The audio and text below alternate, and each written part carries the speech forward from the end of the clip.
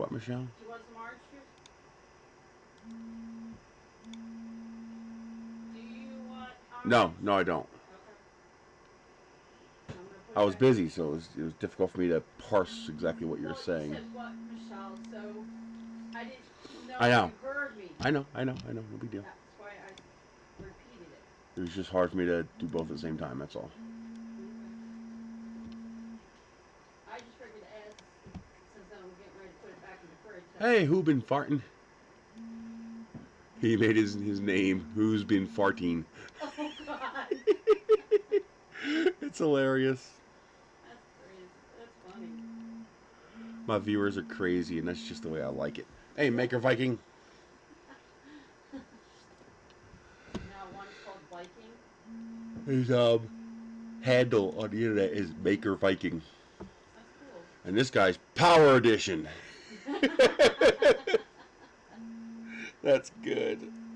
Alright, I am really fascinated. So people get very creative with their names. Nope. No reply from them, so it looks like I am simply out. And more people are getting booted. More people in the group who did absolutely nothing wrong, they're getting booted. We have no idea why, because they won't tell us. So, nothing you can do about it. Hey, 3D Medic.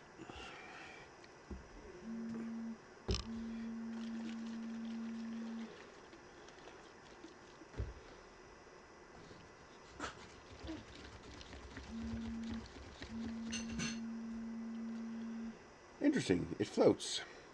Kind of. There it goes. It sank. The part.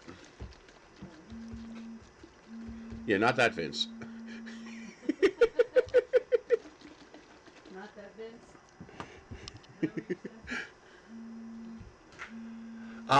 Nothing back. I think we're just waiting for the what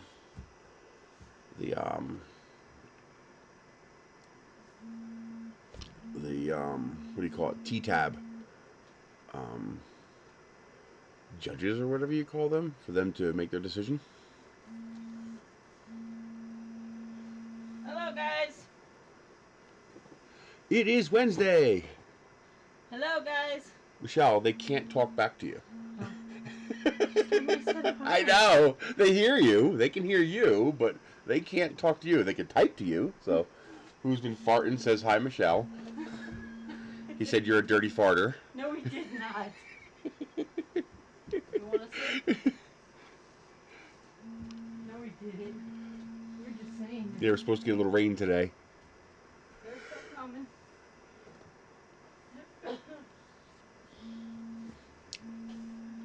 Boy, I got super lucky and I got these higher resolution thermal cameras. I got 2 of them. And I couldn't figure out, why was this one $100 more than this one? And why was this one called B20 and this one called B10? I finally figured out what the difference is. This one has Wi-Fi and can connect to an app on your phone. So you can actually see the thermal display on your phone live from the unit. That's the difference. They're otherwise basically the same. They have same resolution thermal sensor and whatnot. So that's freaking awesome. Yeah, I found out that I guess I have missing insulation.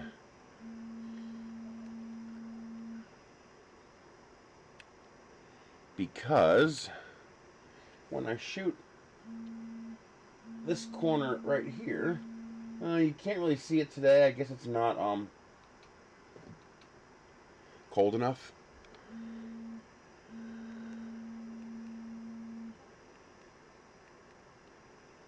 But you can really see that you can see it partly. That missing insulating properties right there in the corner, and it actually comes down the wall a little bit when it's colder. I haven't seen Ghostbusters yet. That as far as I know, that's not available yet. There might be cams available, but in order for a full copy to be available, it has to either be streamed somewhere or someone has to leak a copy.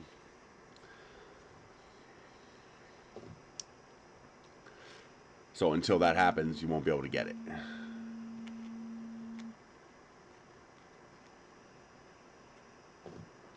I want to go see Ghostbusters. Matter of fact, maybe we'll go see that next Tuesday.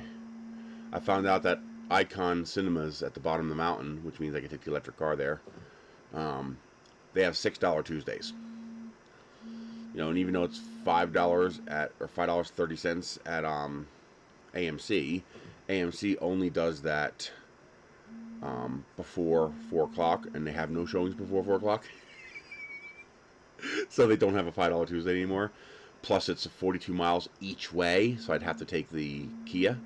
And by the time you add the fuel of making that 84-mile trip, you've paid more than just paying the $6 at Icon. So that's awesome. And free unlimited popcorn and soda. You know, once you pay one, and then you get unlimited refills. So I like the soda. She likes the popcorn. So probably next Tuesday we'll go see Ghostbusters. I want to see that.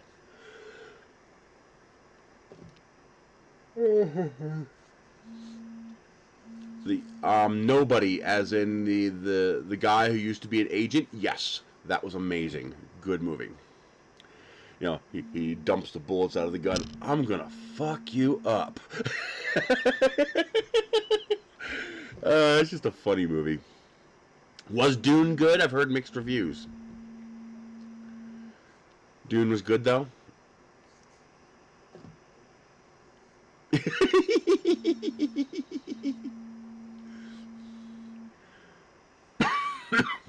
Well, thankfully your snot blob shouldn't hurt the screen.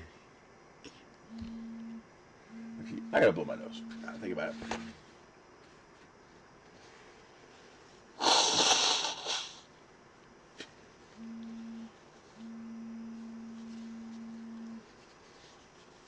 What do you mean there's no guns in Dune?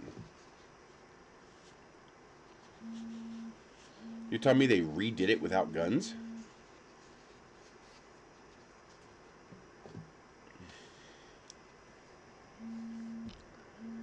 The one thing I didn't like about the first remake of Dune was that they got rid of the sonic weapons. You know, the and the sonic weapon that they would use in the first Dune. I missed that. That was such a cool twist on weaponry. Did they bring that back in the new one?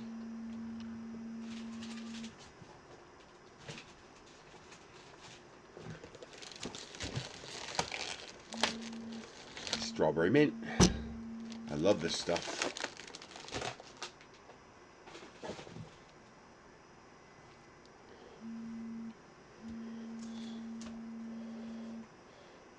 But when they did the remake of Dune, you know, the second one, they got rid of the sonic weapons that he had to train all of his followers to use. 'Cause I love that. Just the idea of that weapon was just really cool.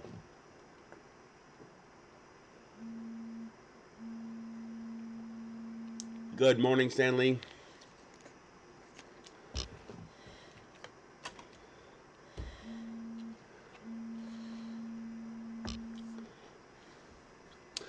So, who do we got here? We got 6. We'll give it a little more time.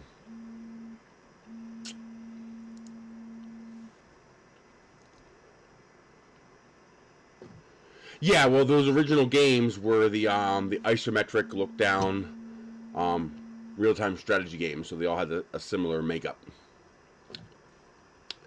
One of my favorites was actually Dark Reign.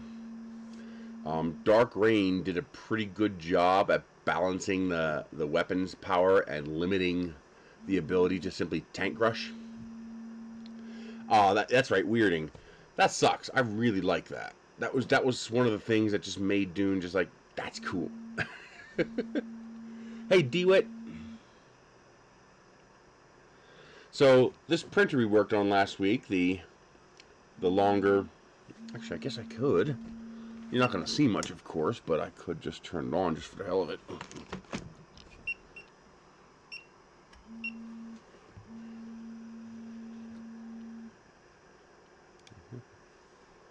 So we got this going.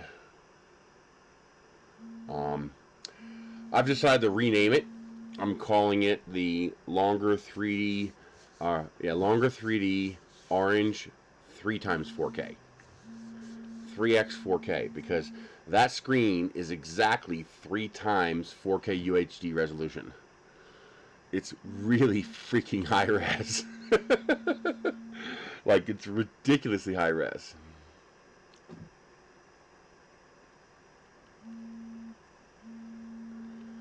But I printed the dragon, and it printed absolutely beautifully. No, that's not how it works. Remember, in order, for example, to be 8K, which is double 4K, you actually have to have 4 times the pixels. So, if you double the X and Y dimension, you are quadrupling the area. So what's a 2x2? Well, double it and you get a 4x4, right? But a 4x4 is 4 times the resolution of a 2x2, not 2 times the resolution. So a good way to think of it is, here's a good way of looking at it. So this is your 4K screen. Well, if you just doubled it, you'd have either a really long 4K screen, or you'd have a really tall 4K screen. When you double this, you have to double both dimensions, X and Y. And of course, you fill in the last space. So that is double the resolution. But if each of these is 4K, as you can see, you are 4 times the resolution. This screen is 3 times. So what they've done is they've taken a 4K screen sideways and added basically the equivalent of 2 more in pixels. So you get a similar aspect ratio at 3 times the resolution. So now the normal width of a 4K screen is now your height, and then they simply tripled it. So you have 3 times 4K, which is I guess that'd be what, right around 6.5K, 7K, something like that. 8K would be 4 of them. So this would be an 8K screen. What they've made is a 3/4 8K screen. And that's what they've made with this machine. It's ridiculously high resolution. I mean, that is so many, especially for a 5.5-inch display. That is so many freaking pixels. It's like, what the hell? It's just incredible. So yeah, it's about 25, in camera terms, it's about 25 megapixel. So a 8K screen would be 33 megapixels. And a 4K screen would be 8 megapixels. So this is 3/4 the way there at 25 or 24 megapixels.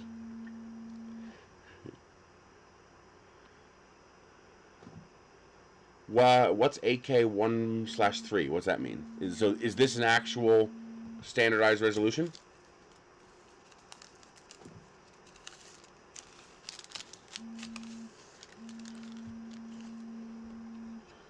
Oh, here's my little sneak preview of what we're doing today.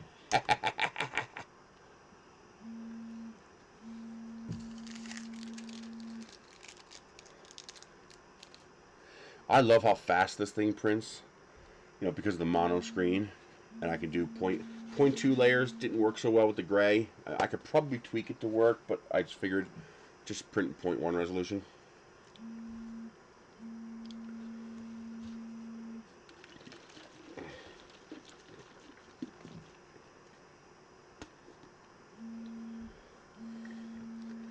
I'll get the finer detail, and it only takes twice as long, which is not that long. This print I'm doing right now is an hour and a half, so it'll be done in an hour. Less than an hour. It'll be done in 55 minutes.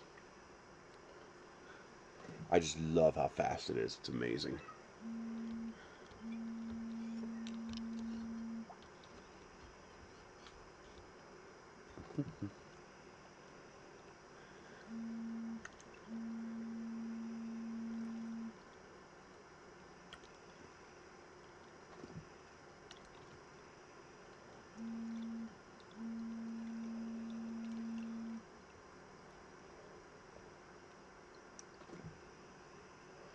the head I had to break into a couple of pieces. Oh, I'm pretty sure that would kill you if you drank this. I'm pretty sure that'd be lethal. I don't know. Can anybody tell me? Because I'm certainly not going to try it. Today's 3D Print Suicide Edition. Jesus. Or as the blend tech guy would say, don't drink this. We were going to do the Revo point, but I haven't gotten a reply back from them yet. Actually, I did just get a reply this morning, but it was too late to do it. So we'll be doing the Revo point next week. They wanted to make sure we didn't, publish anything until the Kickstarter started. The Kickstarter has now started, so I asked them, I was like, hey, is it okay to go ahead with this and do a live? And they replied, yes, I saw the message this morning, so it was too late for us to do that. So next week we will be doing the Revo Point Pop 2, which is supposed to have a 0.1mm resolution scanning accuracy. So that's going to be interesting if we can make that work. So, you guys have obviously seen the dragon, the incredible, amazing dragon. And this is the 46%. This is the 46% scale dragon printed on the Longer3D 3x4K, or like just under 8K resolution. That's what I love about it. It's so tiny. It's just so absolutely adorable. All the links work. Actually, the problem I ran into was not cleaning it off thoroughly enough, so the parts would fuse after the fact. Like, they'd be free, but then because they were touching when the alcohol evaporated, they would stick together. And of course, you got to be gentle because it's so tiny, you'll kill it. So, I want to print one of these big. Now, of course, you guys probably saw. What's the matter, baby? Huh? You looking for Ender? You guys probably saw the guy who did that amazing 5-day print on the CR30. He did the shiny black dragon. Yeah, fishing lure. Actually, I want to make a long one of him. I want to shrink the X and Y dimension without shrinking the length dimension. Ooh. Well, and wrap it around a rocket. So have him wrap himself around a rocket, and make a dragon rocket. I just think that would be cool as shit. But anyway, so there's my tiny one. I don't know how much smaller you can go and be able to reliably make the links work. This is pretty small. I think you would need a model redesign to reliably make it smaller. I mean, you could print it smaller, but I think the links are just going to tear off. I want to make a big one. Well, hey, Chris, you got a CR30. Make a big one. No. Not big enough. I want to make one big enough to mount it to the roof of my car. Like, I want, like, a 10-foot dragon or whatever. I want a big dragon. I want a dragon that, hey, I need your help carrying this dragon. That's the kind of dragon I want. And the only way to do that is to separate the dragon into pieces. Because I can't afford to make a belt printer with a 2-foot by 2-foot build volume. Or a 1.5-foot build volume. I can't afford that. So, the author doesn't have time to do it himself, but he told me to go for it. And obviously I cannot give you the STL files because this is a paid-for file. You go to Longer3D and you can download the articulated dragon. So I did it myself. Oh, that one's still sticky. These need to be rinsed again. That's because that resin is starting to get full. That alcohol is starting to get full. So I did it myself. Here is the dragon link. And the pin is a separate piece. So I'm going to show you guys today how I did this in Tinkercad, and we're actually going to do another piece. So I made all these modifications necessary to make this into a 2-part piece, so that I can now assemble a larger dragon. So this is a approximately 250% scale resin printed dragon. The only part that I couldn't print was the head, because by making this part as big as my build volume, the head was too big. So I separated the horns into separate pieces, and I split the head in half. So I'll have to glue the front half of the head onto here. It's printing now. And this has the same interlock.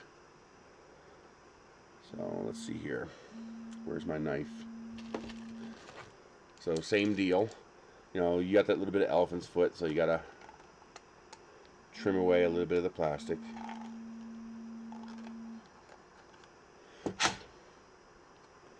And now this same interlock will fit here and allow me to join the head to the rest of the dragon. I've got quite a few hours in Tinkercad making these changes so that I can print this thing huge, because the next objective is, it's currently printing right now, takes about 9 hours per piece. No, I have not. Cleaning alcohol aluminum. So this is printed on my artillery Hornet using Amelin dark redwood filament, which I absolutely love. I got to get another roll of that filament because I don't think I have enough to print the whole dragon. It only takes about 80 grams per link, but same deal. You have the link inside of here. Let me try to get it out. There we go. So same deal. You have a link, and the two pieces are able to join together. So you just put them together.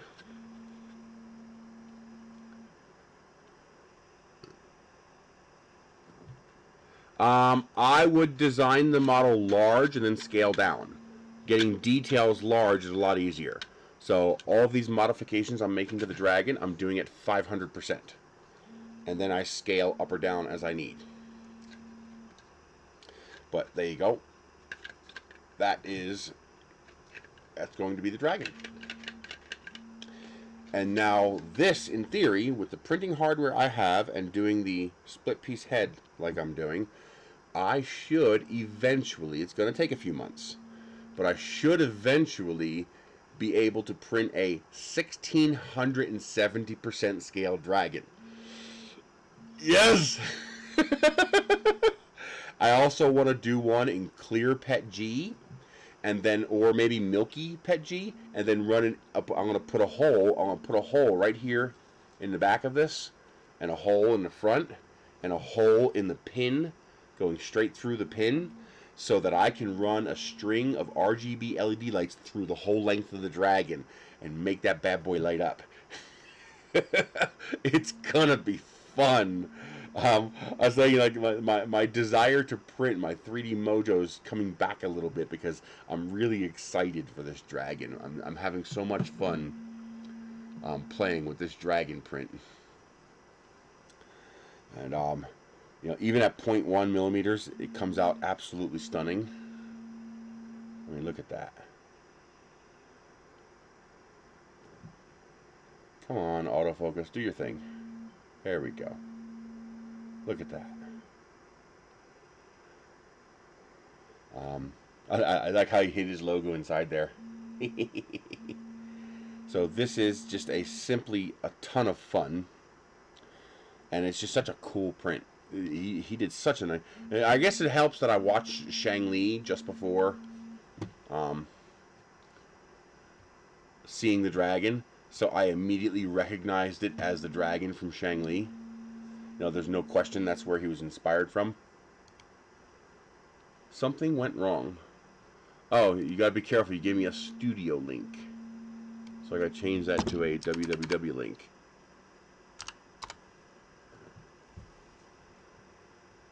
Recycled. Here we go. I'll watch that later.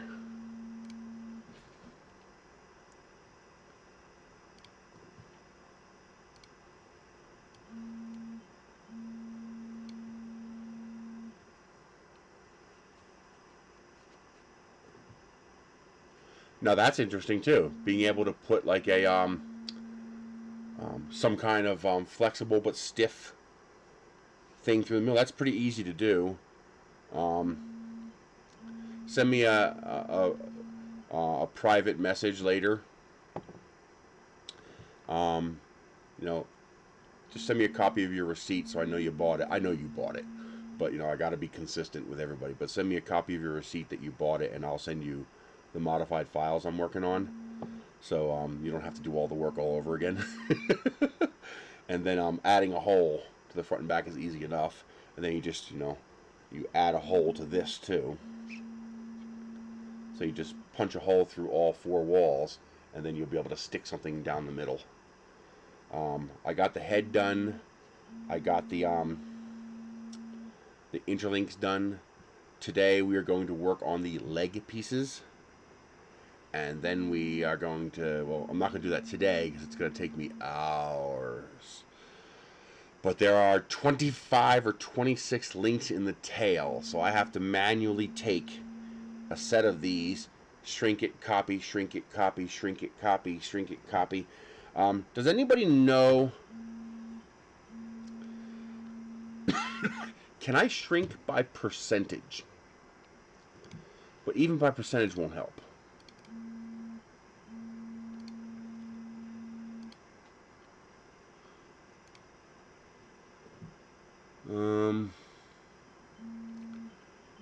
How do you scale? I guess I would have to do it by dimensions. Oh, I figured it out. I know how I'm going to do it. I'm going to, it's not scaling by percentage. The problem is I have to figure out how much I have to scale each part. So the solution I came up with should actually work. And that is to, I scaled it in Simplify 3D, and then I'll just go through and check each piece. So the issue I ran into, and I actually solved it last night, is this. So here we have the tail of the dragon. Okay, I took the tail piece off, and I took the rest of the pieces off, and I separated these into individual pieces. That's how I extracted them and was able to modify them. So all I have to do is come in here. I scaled this to the same 500%. So all I got to do is come in here and look at the height, 122.46. Then all I have to do is scale it in Tinkercad to 122.46. Now here's the, actually probably be easier to do this in Simplify 3D. Yes, it would be easier to do this in Simplify 3D. Just bring the part in, scale it, export it, scale it, export it, scale it, export it, scale it, export it. And yeah, that's going to be the easiest way to do that. Okay, now here's a question for you guys. Simplify 3D allows you to separate connected meshes. So I was able to take this whole entire dragon and split it into its constituent components because they aren't actually connected. They're just saved together. Now, is there a way to put them back together in Simplify 3D? I guess if I select 2 parts and save it as a STL, that should connect them. Let's try it. Export test 1.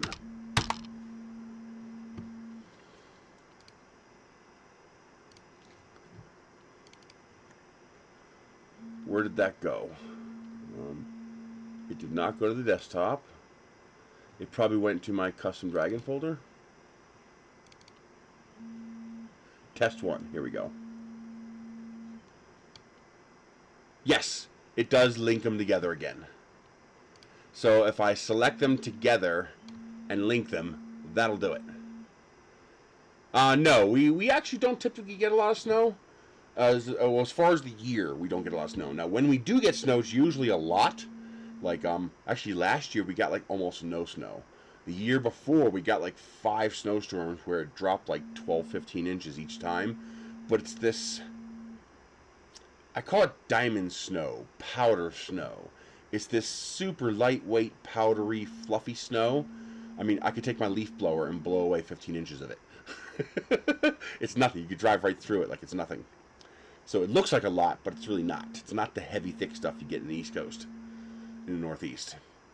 Yeah, I have no idea what we're going to get this year. I'm hoping for another mild winter, because it'll save me on energy costs. So the energy costs are a big deal right now. So yes, that is how I can do that. Yeah, Pennsylvania, you get thick, heavy snow. So now what I should be able to do is bring in my... where's my STL file? Oh, final parts. Here we go. So, Dragon Pin. And where's the Dragon Link?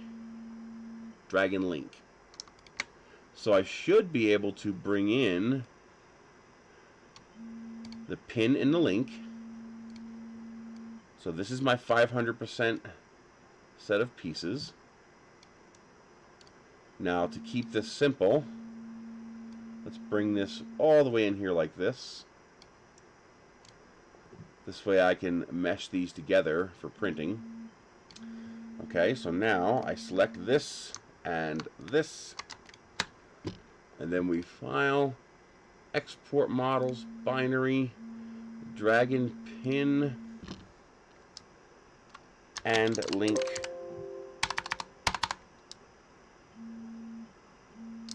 And link set. Dragon pin and link set. Remove.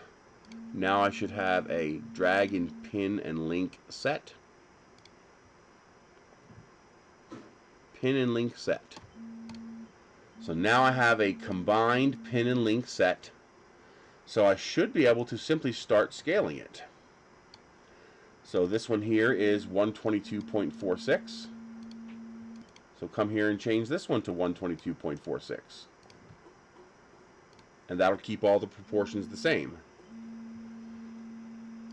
File, export, binary, final parts.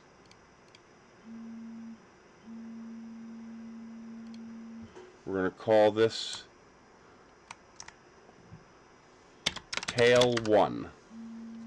And we'll just keep going up from there. Yeah, dragon tail 1. Save. Now I can delete this one. Go to the next one. 120.15. 120.15. Yeah, this is going to work.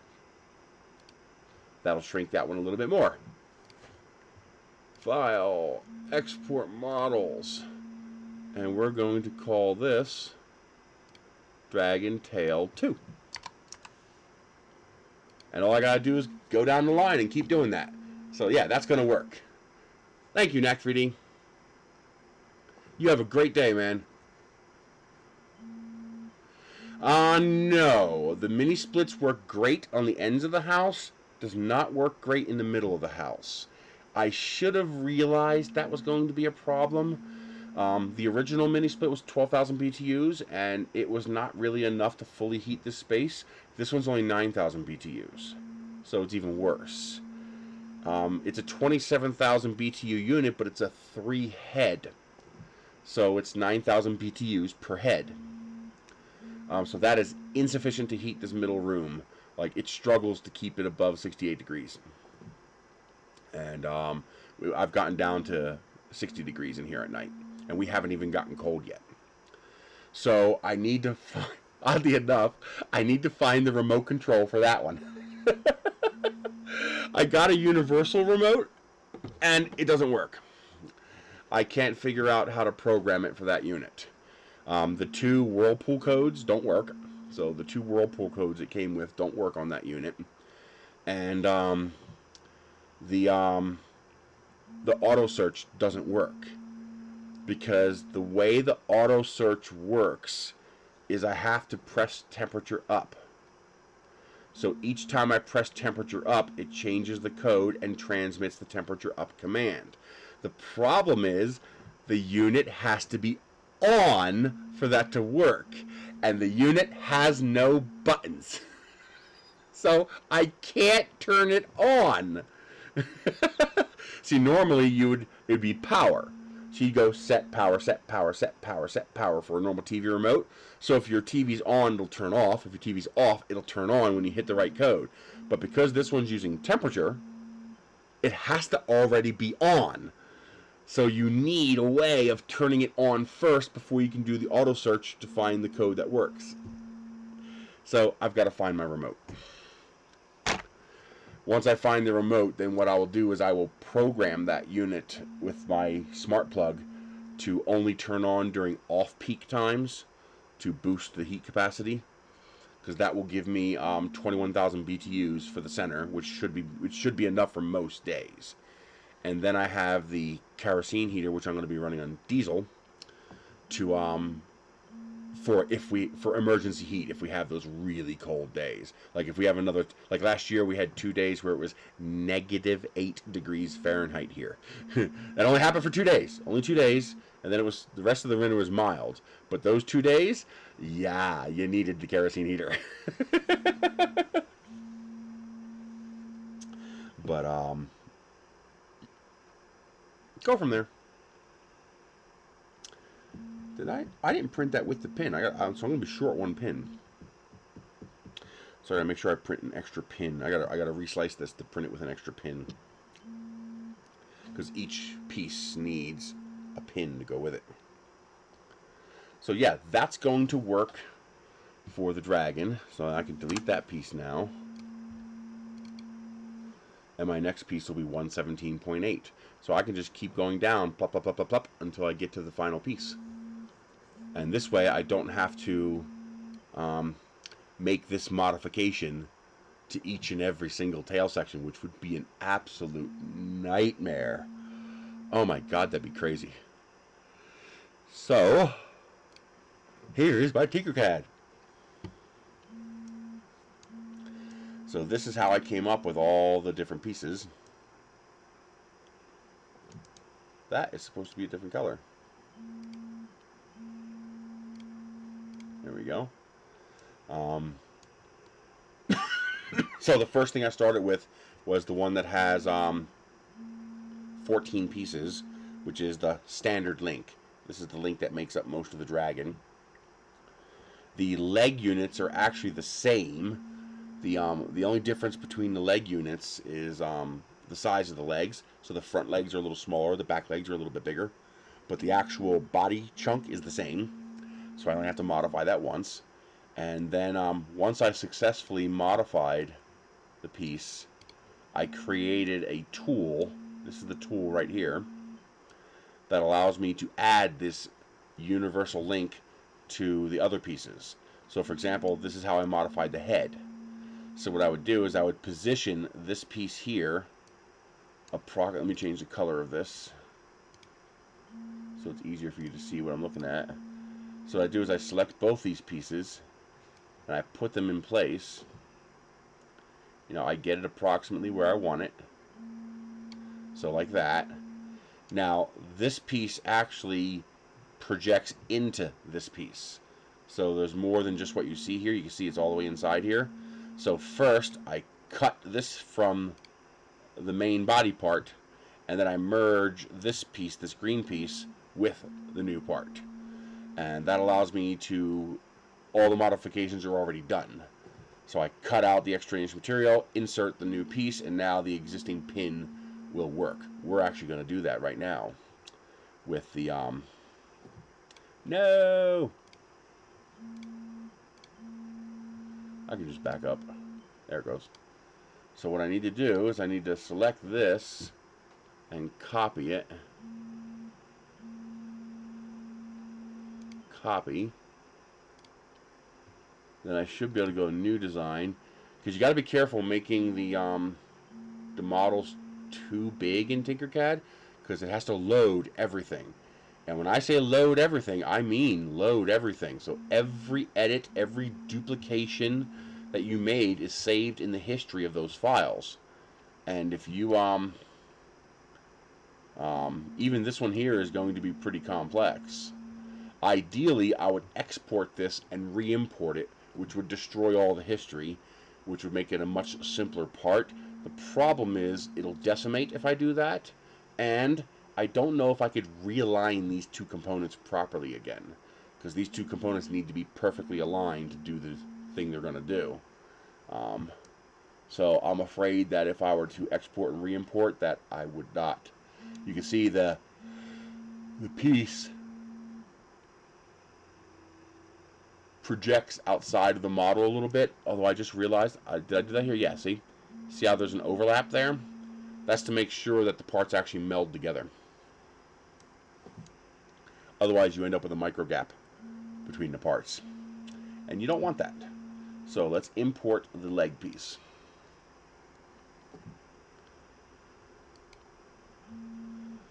Let's see. Front leg, 500. Body leg segment. This is smaller than the head, so it should import no problem. Now I do have to come up with a different way of mounting the feet to the leg body segment. So that's part of what we are going to work on.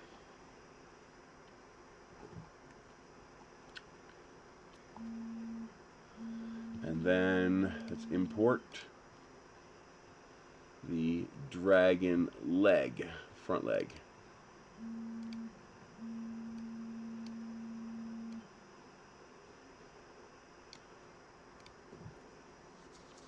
KP6 resin printer? No, I have not.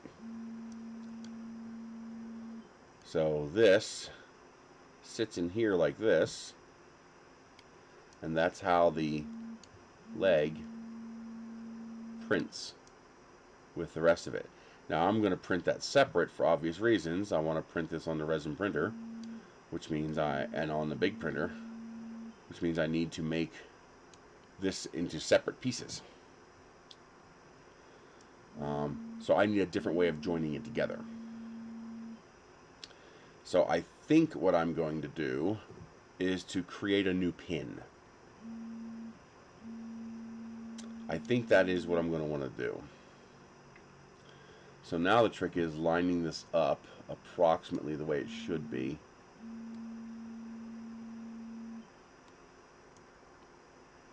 Actually, I pretty much nailed it. That's pretty good right there. Maybe I have to move it in just a hair. I know I have the Z right because they're both sitting on the surface. So the trick is getting the front to back right. So I think that's pretty good. So here is how I'm going to do that.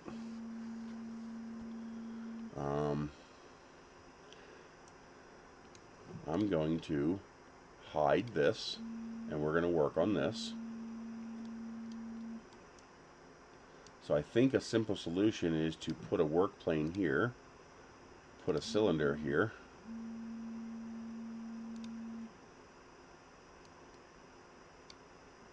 and we're just going to fill the space.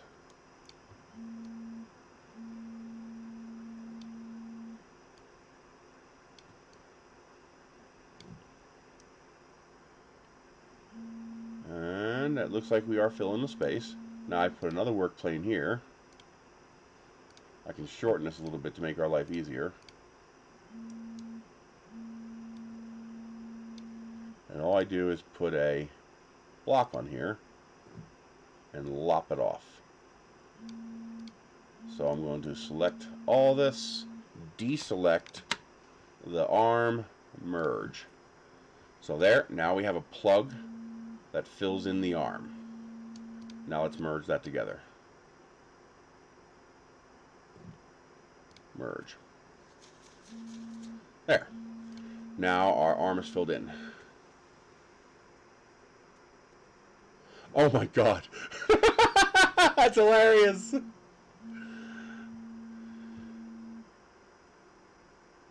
It can take up to 2 weeks. They want to make sure you're going to stick around, I guess. But mine also says the same thing. So so far, 2 of you have completed $10 worth of offers, so I'll be getting a commission from each of you, so I appreciate that. But here's mine. So you can see here, I got some kind of $5 thing, which I grabbed. For some reason, my 2 Walmart purchases, groceries, show 0. I'm hoping that actually changes into a an actual benefit at some point. You know, even if it's just a few cents, it's better than 0. And then, looks like, so you can see here, 7 of you signed up, but 2 of you have completed. So once the pending period is over, I'll get that $20. And so I have $55 pending. So that's freaking awesome. I believe the Thanksgiving thing is still available, and I believe today is the last day for Ibotta. No joy with Vince. That boat looks like it has sailed. And other people are still being booted, and we have no idea why. So maybe there's a chance they'll relook at this stuff, but nice. Isn't that nice? Get 45 bucks of stuff from Walmart for $10. And I paid $54 for the rocket. For some reason, they didn't charge me tax. I'm like, okay, I'll take it, because that's like $5. Tax is like 8.125% here. It's very high.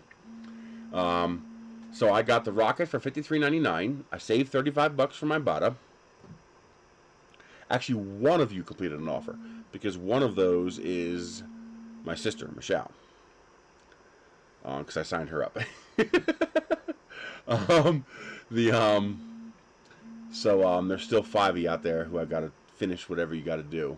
Obviously, don't force it. If there's not a deal that you can use, don't do it. But so I got the rocket for $53.99. I got $35 off for this offer. I got $10 off for signing Michelle up. So that's $45 off of the $54 rocket price.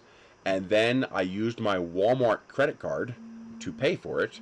And I actually get 5% cash back. And that's on the full price, because this is a rebate. So I saved another $2.70 off by using my Walmart credit card to buy it. So that is $47.70 I saved on a $53.99 rocket. Hell yeah! I'll take that every day, all day. Saturday morning breakfast.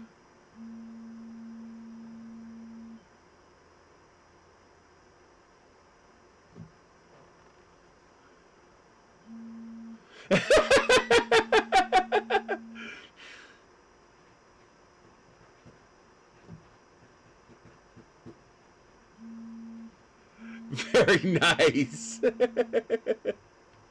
That's cool. What is this? SMBC Comics. Let me save that. That's hilarious. But the Ibotta deal ends today. You can. I think you can get these offers. I think these offers might end today too. But if you have a Walmart local to you, you can get this stuff for free. So let me log out. Yes, the free Thanksgiving dinner is still available. So if you sign up for Ibotta using my link, well, you don't have to use my link. You'll get the offer if you don't use my link, but I hope you use my link because I get $10. Normally, Ibotta gives you like $2 or $1.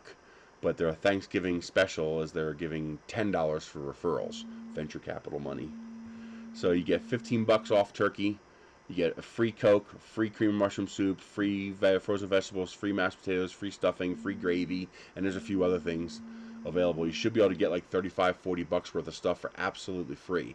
You buy it, you pay for it. Even if you're on food stamps, you can use your food stamps to buy it and pay for it, and you'll get the refund here. Now, Ibotta has a minimum $20 payout, but these offers are going to put you well over $20, so you'll be able to withdraw it all. And you withdraw it to your bank account, so there's no fees. Top cash back, it's much harder to get money, but there is no minimum.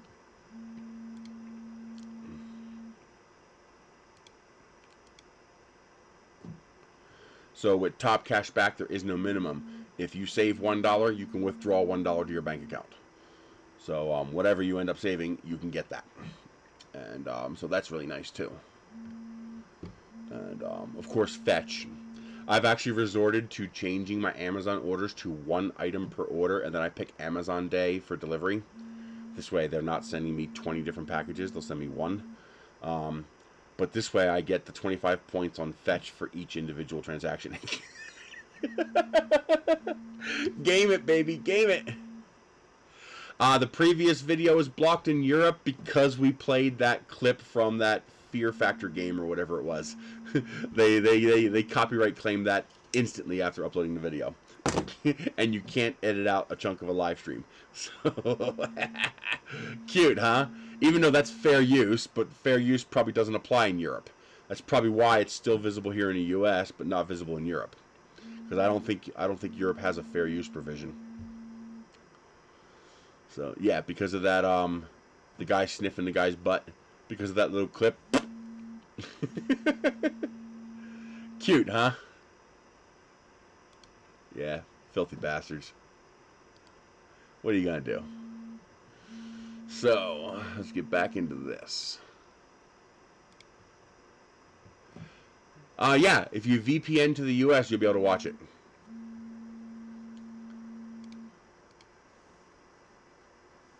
Actually, that happened too. I downloaded some TV programs and got an immediate copyright notice from Comcast.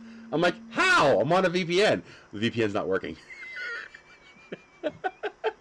I went to check your DNS site and it showed my full information. So OpenVPN, for whatever reason, is just not working. So I got to figure out, diagnose why it's not working. It's not the VPN that's not working. It's my software interface for the VPN that's not working. So there's the leg. And if we bring this back, we can see this. So now we're going to hide the leg, because we got to start modifying this. And this is also another case of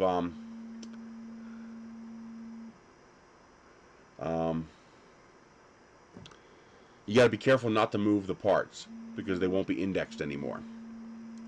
So be very careful not to move the little parts when you mess with this. So I can't have this pin be this large. It's too big, because I need to be able to insert this pin. Now there are two ways I can do this. For the smaller one, what I might be tempted to do is to put a dimple on each side here, and then put the matching dimple on the leg. Basically, I'd put the dimples on the leg, duplicate the leg, and use the leg as a cut tool. Actually, I'll show it to you. That would actually work for this, but it might not work for the 1600% scale one, because as you scale it up, your tolerances also become larger, and I don't want the leg falling off. So I would rather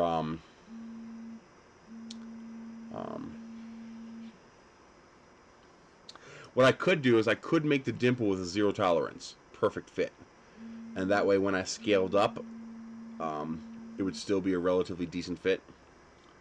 So if I did a 0.1 millimeter gap and I scaled it up 3 times, I'd end up with a 0.3 millimeter gap, which would be just about right. So maybe I will do the dimple, because the dimple will be very easy. So here's how I'm going to do this. I'm just going to put this in here, like this. And then I'm going to come over here and move the work plane over here and put this over here like this. And as you can see, our two squares overlap. Now I can take this and merge it, and the pin is gone. Takes a while, it's a big file. And oh, I didn't quite do it well enough. So I gotta bring this back a little bit. Come back here, there we go.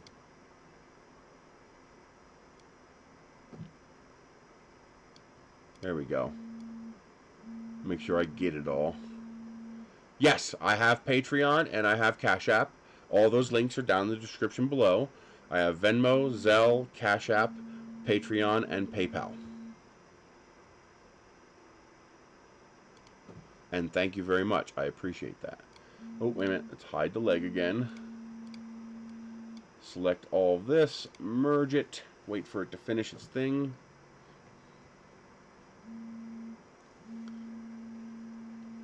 I'm hoping that when I'm finished this, I can give these files to the original author, and I'm hoping he will post it on Cults under his own account, so that people will have access to these files.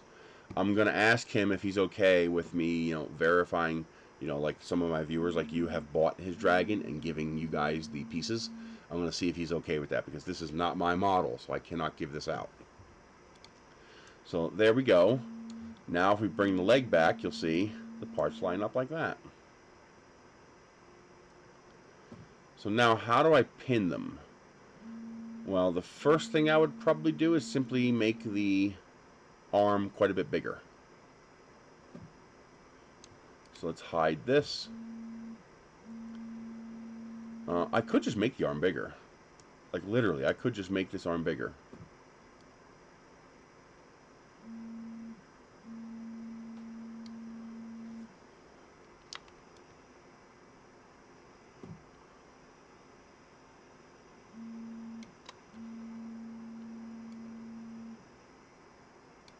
Yeah, that would work. I don't mind it being a little bit bigger. And we still have a little bit of a gap there. Let's go a little bit bigger, make it a tighter tolerance.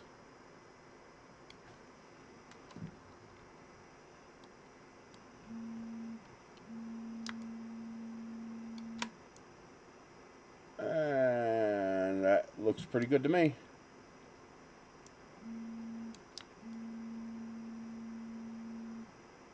Oh, we gotta change our scaling. There.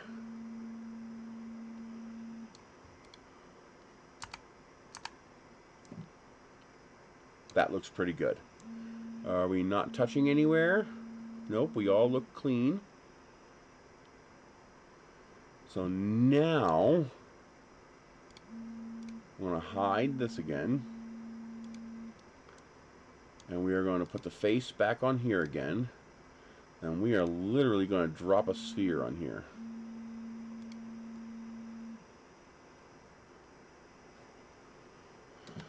So let's increase the number of sides and then scale it up.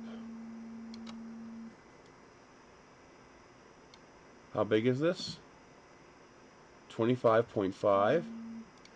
Here's something you guys I don't know how to do. I want to change this to 26, but I want it to scale all 3 dimensions.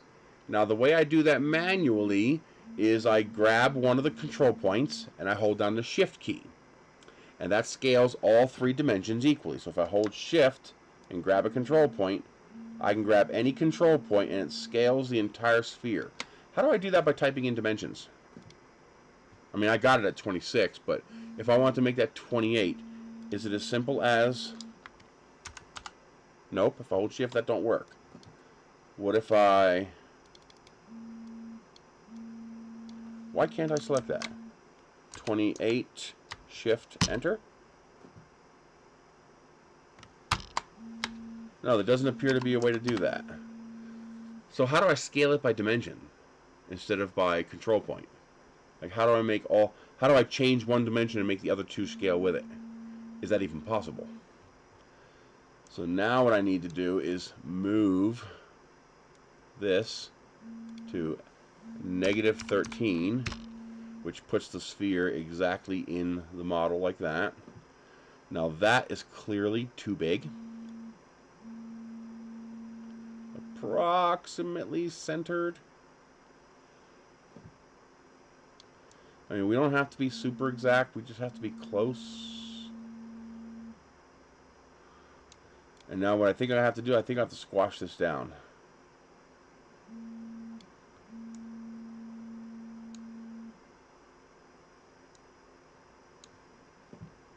Big time.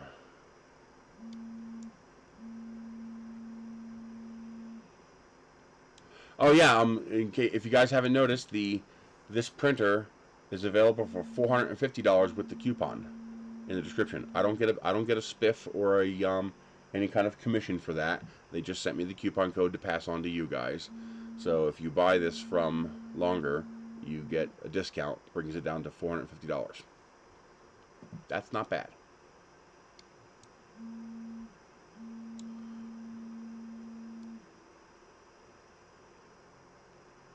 Okay.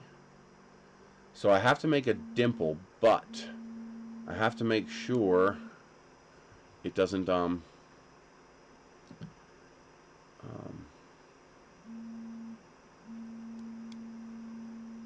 let's make this 10 right there, and then change this to -5. Okay, so that creates our dimple. We'll have to check and make sure it's not too big or too small. And what I can do is Control D, come over here, make this the face, and then grab this and should be able to make it -5 this way. And that should be my two dimples. Now I'm going to join these two dimples together into one piece so that if I move one, the other one moves with it.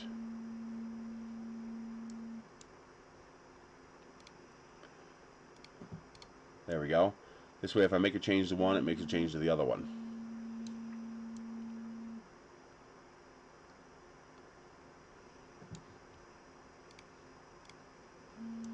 Okay, now let's bring back this piece. Okay, you can see we have a problem. The dimple's too large. See how it sticks out of the model on the sides here? Okay, so we're going to want to shrink that quite a bit.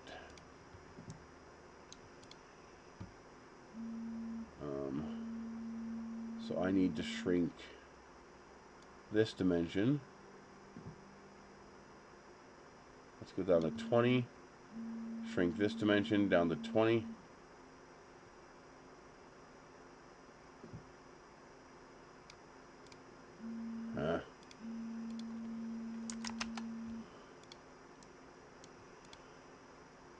Definitely got to bring it up so it's approximately centered on that curve.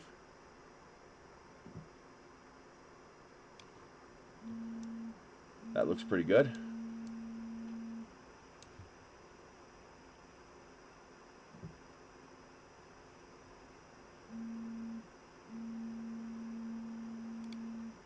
There we go. Now we are all the way inside the dragon. Let's make that, nope, not that one. Make this one transparent. So you can see our dimple's too big. If we were to try to do that, this would never flex enough to be able to fit in there. So we need less overlap of the dimple.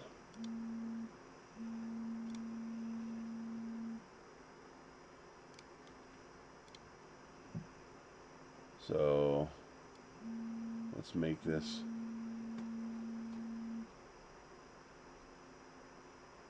like that, like that.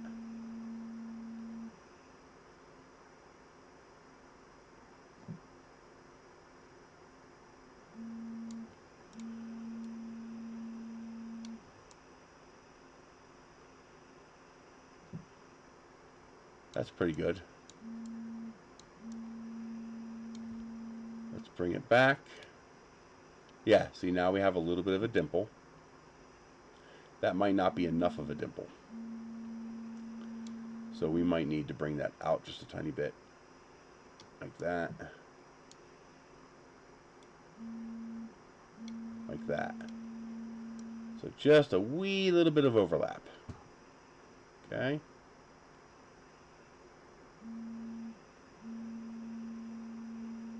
I like that. We're going to stick with that. So let's get rid of the arm for now.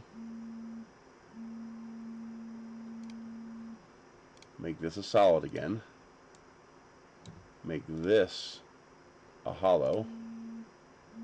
Now the first thing I'm going to do is I'm going to Control D it. I'm going to make it a different color. And I'm going to hide it. Nope, not what I want to do. So hide that. And then we're going to change this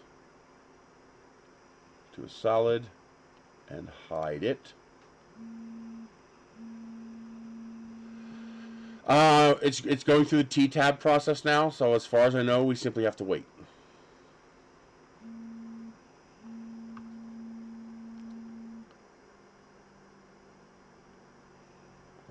So now we can take this piece, make it a hollow. We're going to Control D, duplicate it. And we are going to move this, I guess, 0.25 millimeters.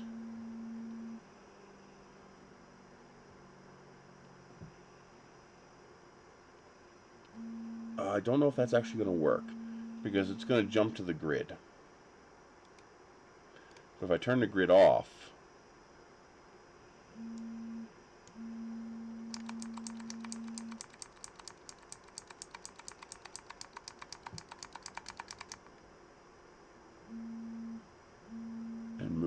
bit. And then grab this one and move it a little bit. And then join the two together.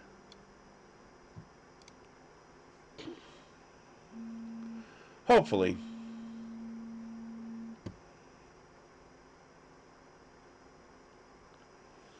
We can hope.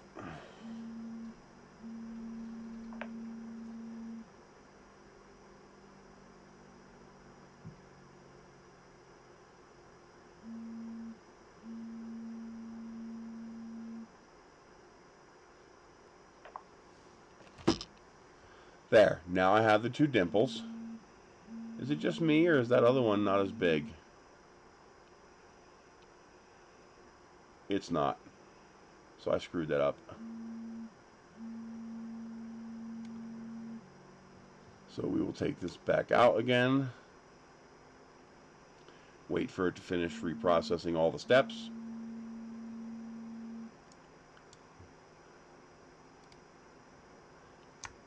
Move that a little bit more. Remerge.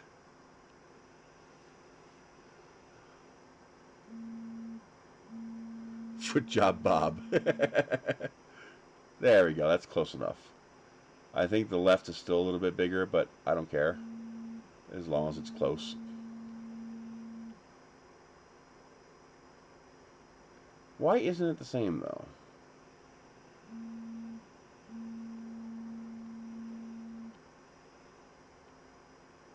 That's weird. Let's try it one more time.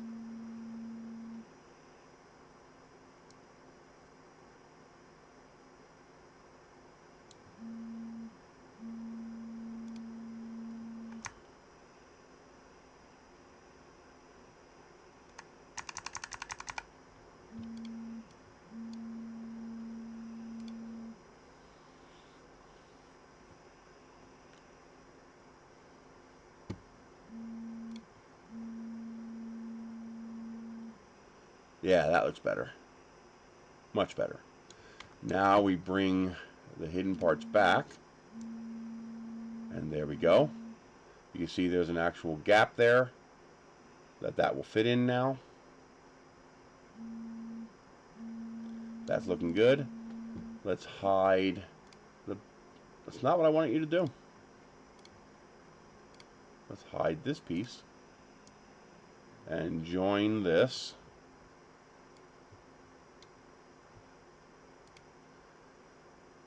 Oh, Jesus Christ.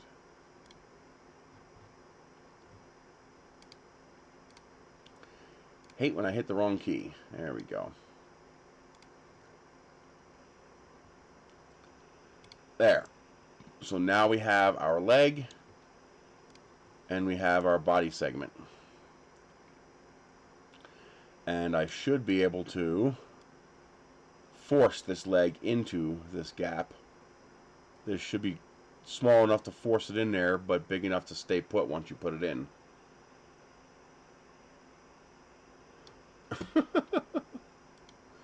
We don't care about Trump.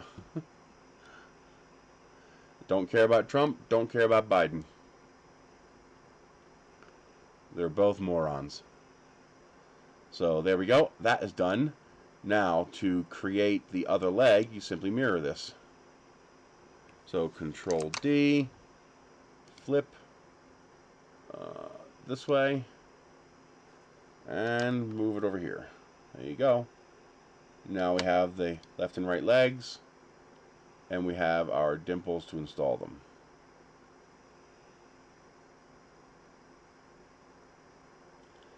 And we should be able to easily modify this for the other leg as well, so we'll get to that in a minute.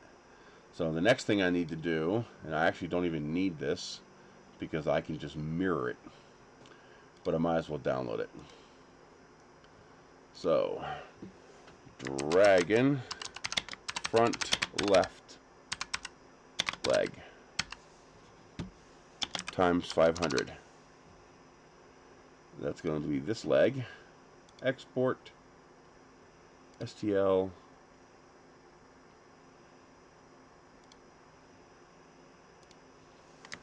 Dragon front right leg X500. This is Tinkercad. So if you go to tinkercad.com, oddly enough, this is one thing where Tinkercad is superior to Fusion 360 in editing existing STL files, which is kind of hard in Fusion 360, but it's easy here.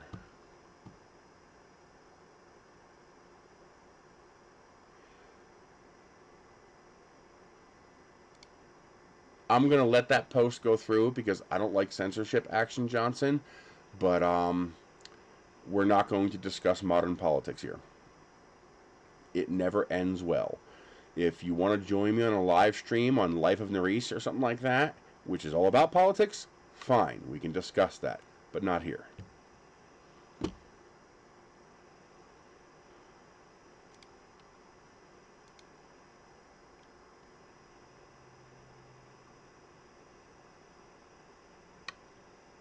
Well, just don't say here. No politics. You want to see half the people in this room leave? That's how you have half the people in the room leave. It's a no-win scenario. It's like arguing religion. You can't win when you argue politics. Because there's no logic or reason in politics. So we just can't discuss it. I can get rid of that. Put that over there. Now we need to modify. That is incorrect. Shit. That is not supposed to be like that. Oh boy. This portion is supposed to be below the horizon.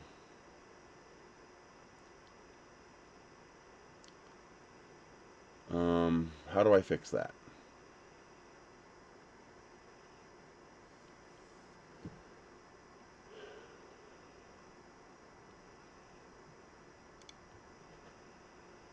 I know how to fix that. Okay.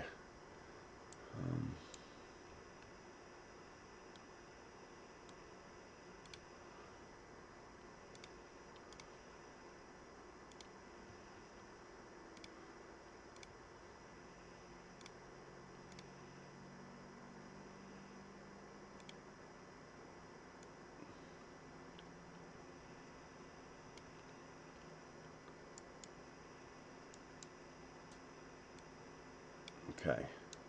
So if I do that,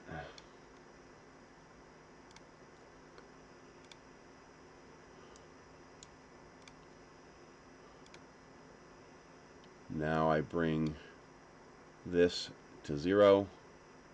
No, wait a minute. Move the work plane back.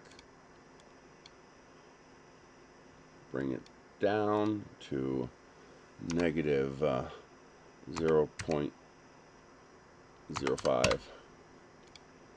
That will get me there. Now I should be able to Control D and then lower, which will get me my extension back,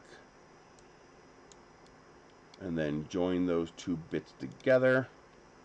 There, got my piece back. Okay. It didn't put it back in the same three-dimensional spatial coordinates it was in the previous one when I copied it. It brought it back in even with the bed. But I needed the green piece even with the bed, but not the clear piece even with the bed. And I can't shift it because it'll move its relative position up here. But now we're good. And that's not what I wanted to do. Select both. Thank you. And now we bring this into here.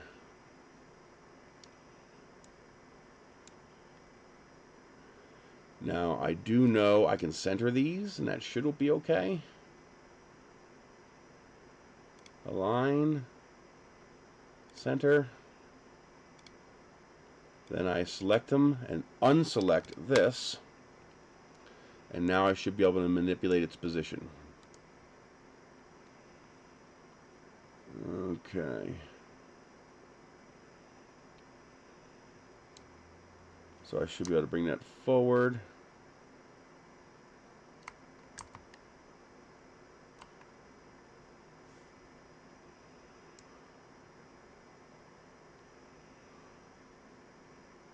That should be okay.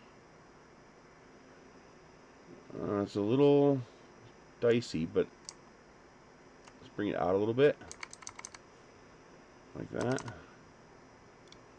So I should be able to now select this piece and this piece, merge them, which will cut a hole out of it.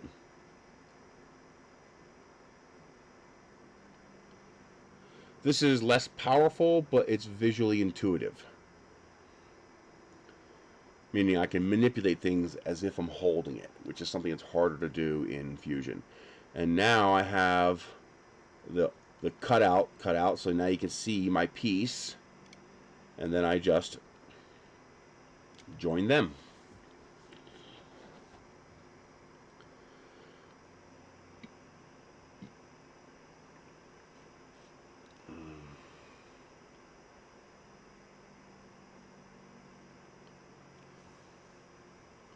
There we go. There. Now I have my body segment piece with the dimples to accept the new form of leg, and it has the receptacle to accept my existing pin and pin architecture. And all I gotta do is print 2 of these. Now what I do need to do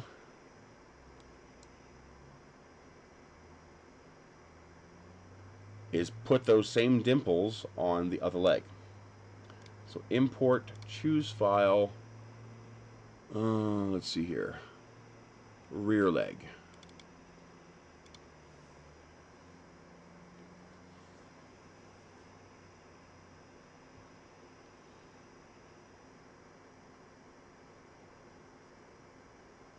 Okay, dark colors are no good for trying to put pieces together. They're hard to see.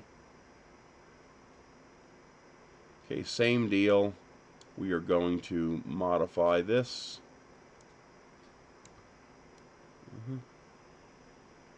There we go. Actually, that's going to shift as soon as I start resizing this.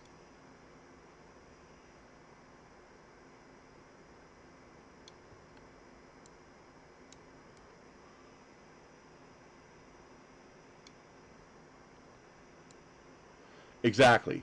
Now, when you do need things to be dimensionally accurate or higher resolution, Tinkercad can be annoying. Especially if you want to make it parametric, which is very hard to do in Tinkercad, but very easy to do in Fusion. In fact, it's automatic.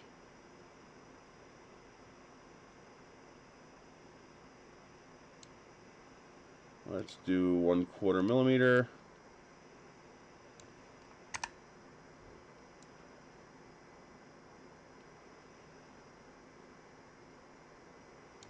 Probably shrink it a little bit.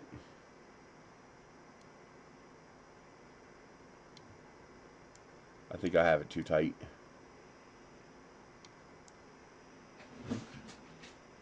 Really, cat? Really? Yeah, I can hear you knocking shit over.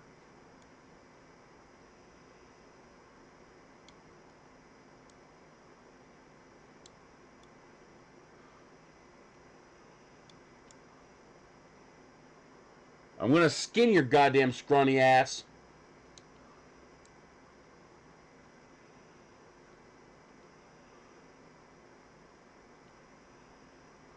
That looks pretty good to me. Although I think I need to bring the part in a bit.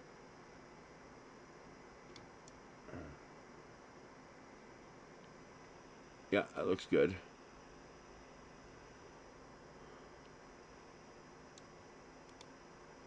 Let's hide you again. Let's unhide everything first of all. What is going on? Oh, it's processing. I didn't separate them, did I?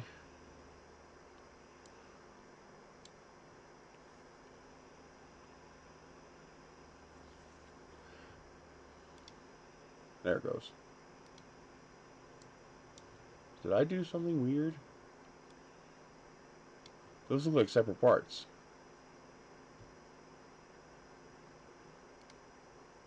No, it's all together. It's just not finished loading. Oh, I have a duplicate,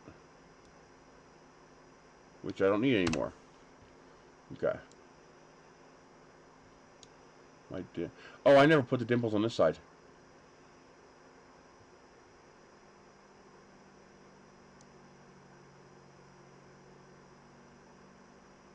Can I cheat? I'm going to try a trick. I don't know if this is going to work, but this might work.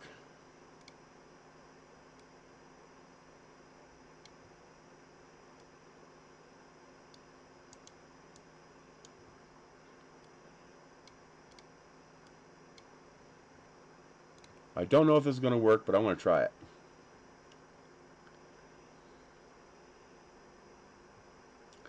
What the hell did it just do? Sure as hell not what I asked it to do. I think it just wasn't finished loading it. I hope, because I really don't want to do all that over again.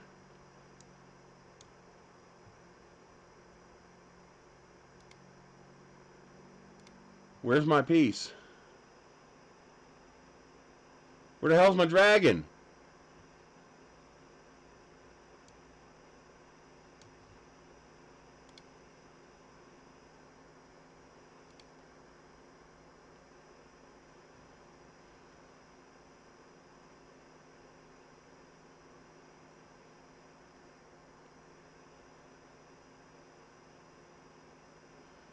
You see, these are all the different cuts and squares and everything I use to make all these parts possible.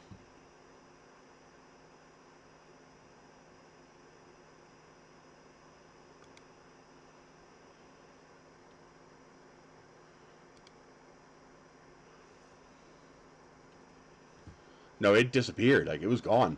So I'm going to hope it comes back when I do this. And it's not coming back. I'm going to be real pissed off if it don't come back.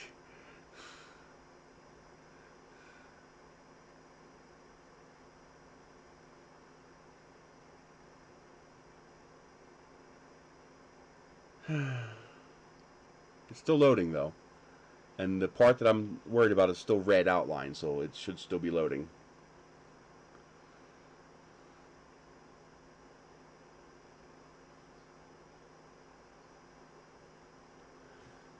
The next segment of the head is done.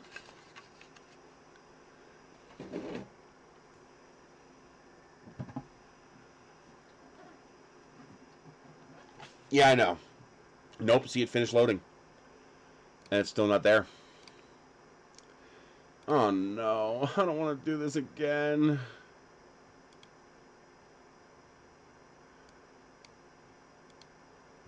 What happens if I do this? No, it's gone. The piece is just not there anymore.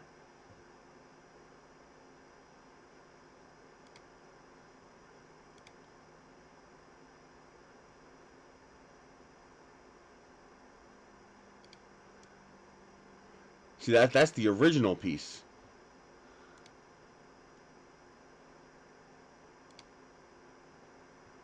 It's gone. It's just not there.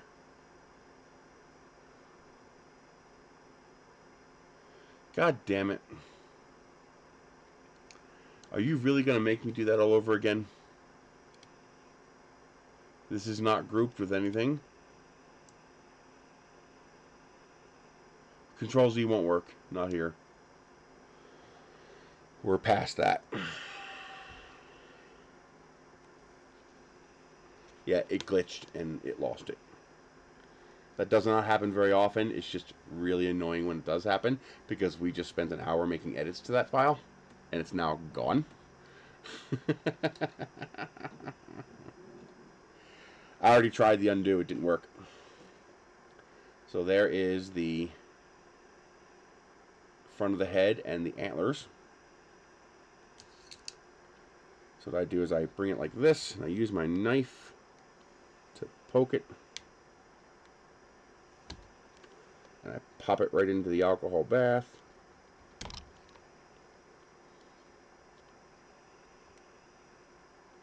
There we go.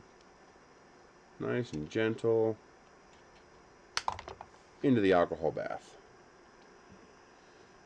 And then that can go right back on there again. I already tried that. It didn't work. the piece is gone. It was a critical fail.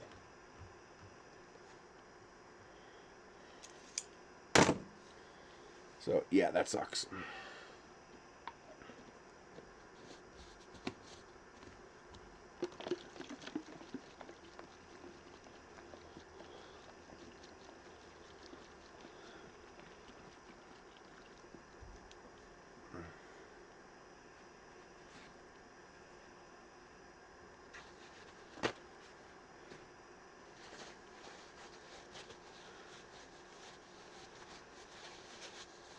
Just make sure I keep everything off my hands.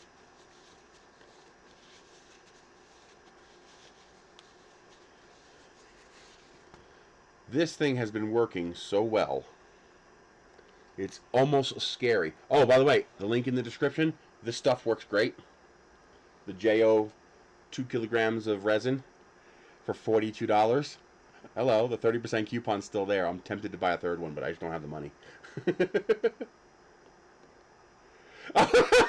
I wish it were that easy. Oh my god.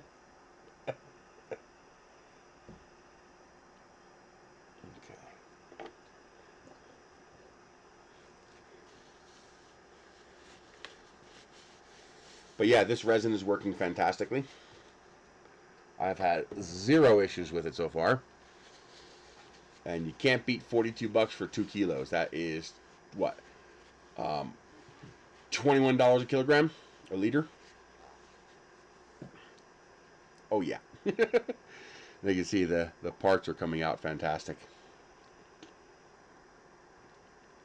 I have 0 issues. Yep, that is, the link is in the description. That is it's $50 something and it has a 30% off coupon. The coupon is still there.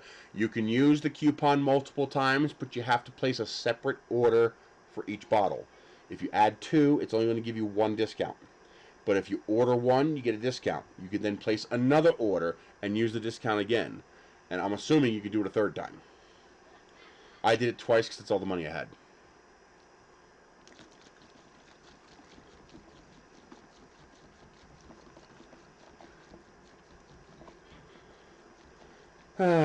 I'm delaying restarting all that work because I just don't want to. Like, you fucking bastard. You slimy piece of shit. All that work.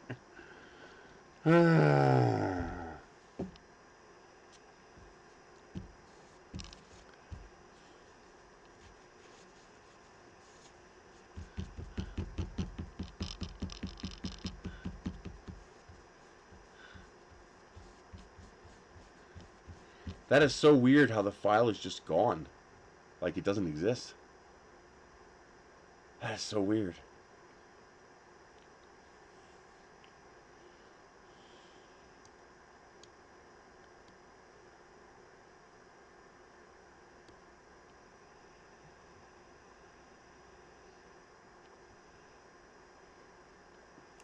The dragon is fun. Why don't you use it? It's great for making little stuff, man. It's just for making just absolutely adorable little things. It's just it's a lot of fun. My little dragons. I love my little. I love dragons. I have a thing for dragons.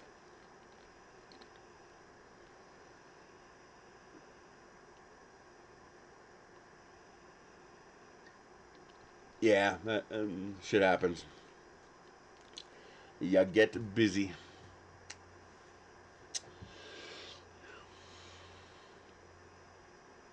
Oh, really? So you guys bought them all? Because they were available a little while ago. See? Let's see what happens if I try to add it. Oh, in stock soon. Yep, changed. But you can order it now, so you could still lock in that price.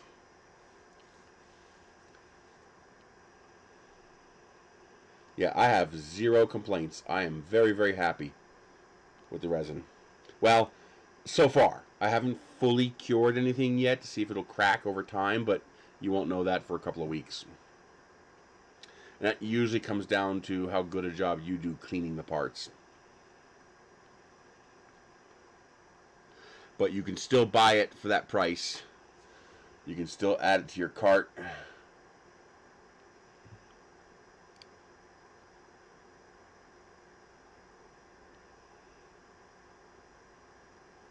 Oh no, now it's saying no longer available.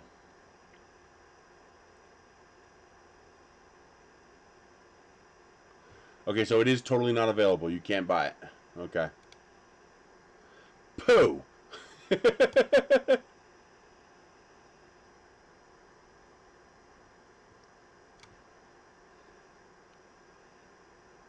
Now it says in stock. Oh, no, it's gone. Oh, the listing is gone completely. Okay, so it's gone. Although you can still get 30% off. This is actually a better deal. Because 30% off of 30 is 20. So this is actually a dollar. I didn't know you can use this coupon for the other colors. Is it all of them? Yes, it is. Holy crap. I didn't realize I could use it for other colors. Oh, man.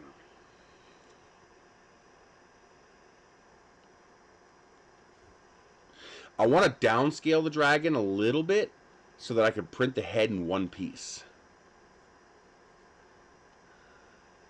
Yeah, but it's okay. The price, the quantity doesn't matter. The price per quantity is what matters. So how much are you getting per dollar? So, what was that? $58.99. So that's $41.29 plus tax. Okay, but let's just do the $41.29 divided by 2. That is $20.65 per kilogram. So you're paying $20.65 per kilogram. But 29.99 times 0.7 is 20.993 per kilogram. So it's almost exactly the same price. You're paying an extra 40 cents. I did that right? Yeah. So you're paying, instead of 20.65 cents per kilogram, you're paying 20.99 cents per kilogram. So it's almost the exact same price. So if you bought 2 to get 2 kilograms, it's $41.98. Now, if you don't have Prime, this could be a problem because I think you need $35 for free shipping. I have Prime, so that doesn't matter. But if you don't have Prime, that could be a problem. And this way it gives you access to more colors. Clear, blue, green, and red. I'm really tempted to order some of the colors. Even, I mean, what's it going to cost me if it takes me a couple of months to pay off the credit card? That's the problem. Because I'll have to pay interest. Because I don't have enough to pay off the credit card right away if I order more. Because I really want to order one of each. So that I can, what's this? Curing box. I have that actually. We built it on a stream. It's not bad. Where is that? There it is. It's right there. Okay. But I'm tempted because I'd like to print one of these dragons in transparent resin. Well, it's only 3 months worth of interest, and I get 2.5%. I get 5% back. But what is the amortized interest over like 3 months? That's how long it would take me to pay it off. I don't like carrying a balance. I really don't like carrying a balance. There'll be more deals. Hey, you can get, wow! You can get 50% off the curing box. That's $20. What the hell?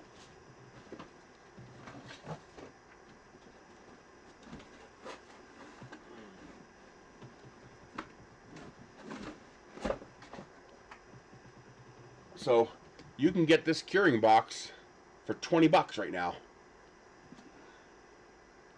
That ain't friggin' bad. I'm tempted to order a second one, but I don't have the money, so I'm not going to. Stop spending money. Money you don't have. I gotta find the power supply for this. Wait, is this a 12-volt power supply? Yes, it is. So it's going to use one of the existing ones that I have up here already. I actually need this to cure these parts. So yeah, resin curing box for $20 freaking. What the hell? I mean, that's just. Oh man, I'm tempted to get a second one just so I can cure more parts at the same time. But the curing process doesn't take that long. Wow. I wonder if they're just clearing out all their stuff. I really want to order these 4 colors, clear, blue, green, and red, and then print this dragon in different colors. Thank you, Cornelius. For anybody else, if you use the links in the description, such as PayPal or Patreon or Cash App or something like that, I don't lose 30%, because YouTube takes 30% of all donations. I appreciate it. Thank you very much. But if you have the ability to use one of the other services, use those, because then I get like 97% of it. So YouTube's going to take $6 of that for themselves. But thank you very much. I appreciate that. Because you don't have to give anything, so anything you give is very appreciated.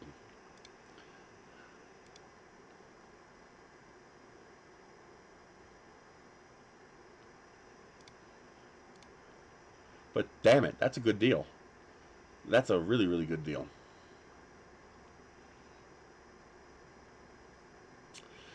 Ooh, that's tempting. That is tempting.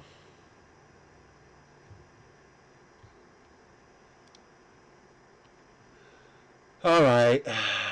I've delayed long enough. Time to bring the part back in and start over. Let's see. Body leg segment. You suck, Tinkercad. You suck.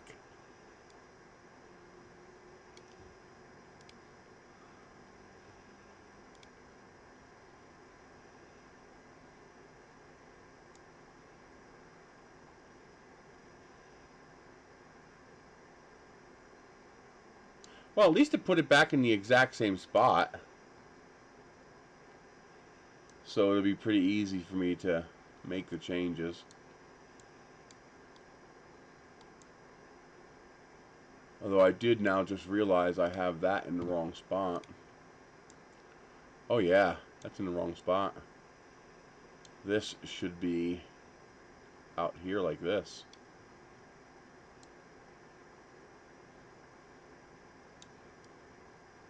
There we go. That is pretty centered.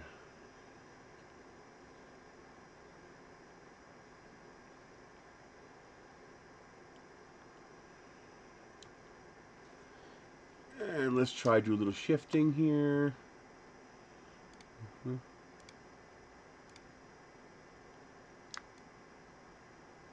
There we go. That is pretty good. Now, where's the rest of my piece here? Like, where's my shaft? There it is. Or is it?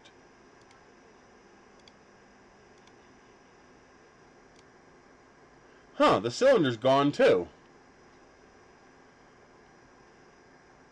Well, that's kind of annoying.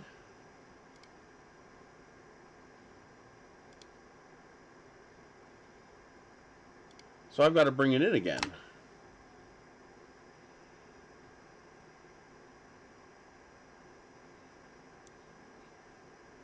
Let's do what I was originally going to do and get rid of this pin. So I only have to do this once.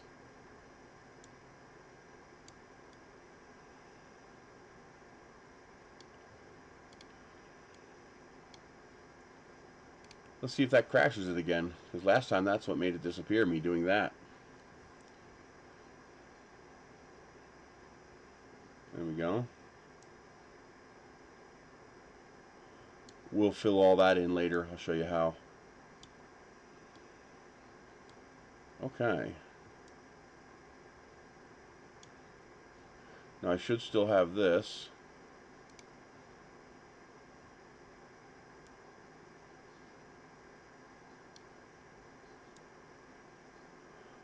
Actually, I can do this in a different way. If I hide this, and I grab this, it's 21 millimeters off the deck. So all I gotta do is lower it 21 millimeters. Minus 21. There. That gets me my height back for that piece. Okay. Let's see. Now I should be able to... Thank you very much, Cornelius. I appreciate it greatly. You have a great day. And remember, mean people taste good. Control D. Copy this. Split it apart.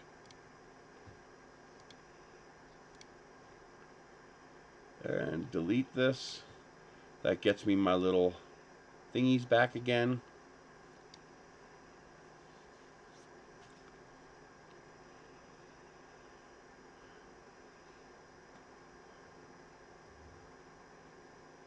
Yeah, we're going to do this a little differently.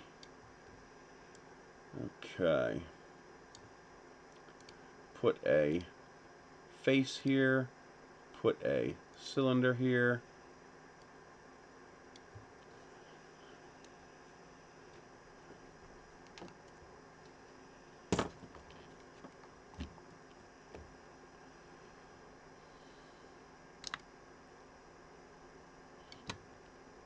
Increase the number of sides.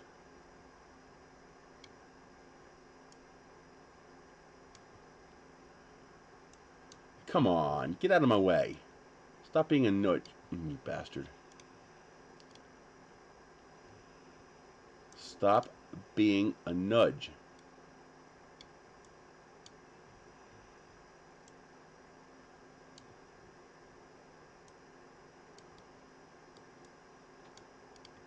Okay.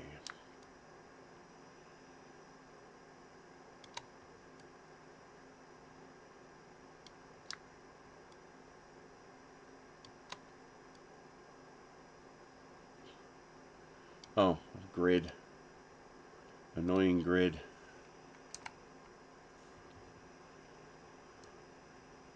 How do we look?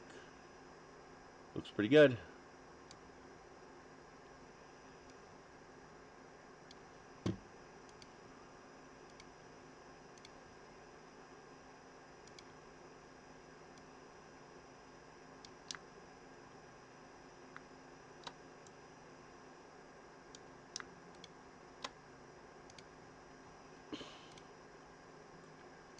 Put that back down. We have a good overlap.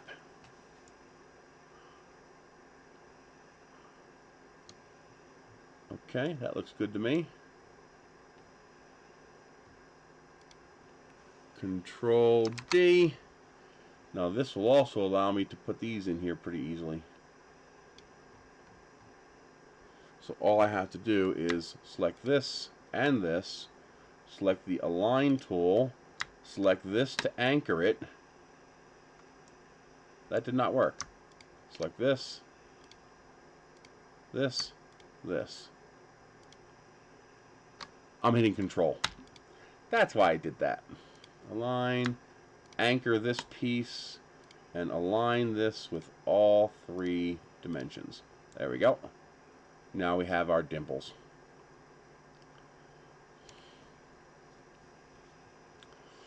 Okay. So this should be done. Merge.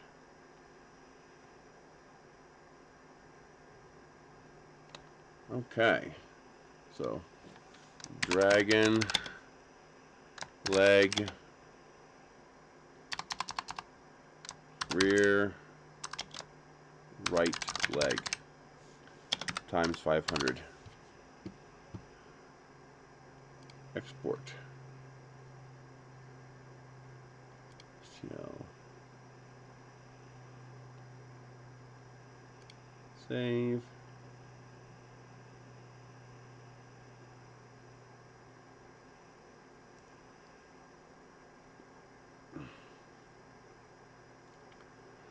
And then we want to flip it.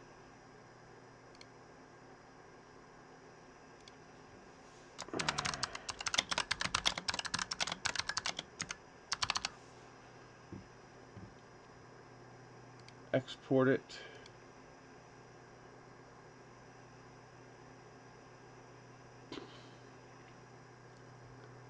Save. Alright, I can get the legs out of the way now. That's the rear leg, that's the front leg. Now we need to work on this.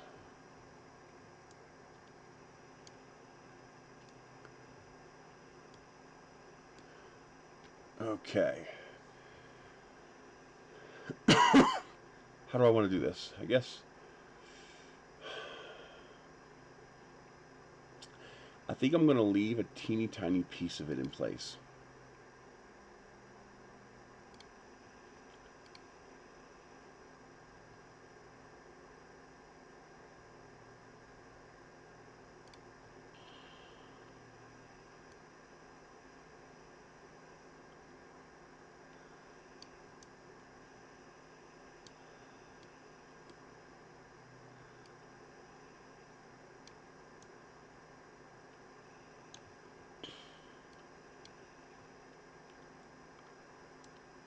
Not what I want.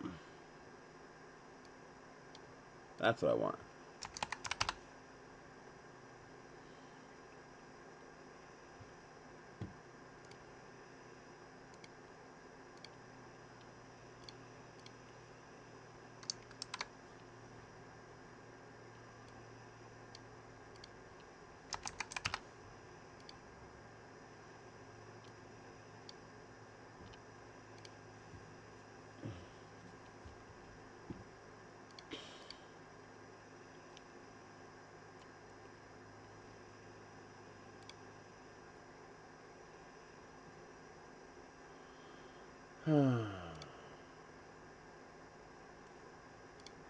Okay, now I can see the teeny tiny outline of those circles, which will help with aligning this.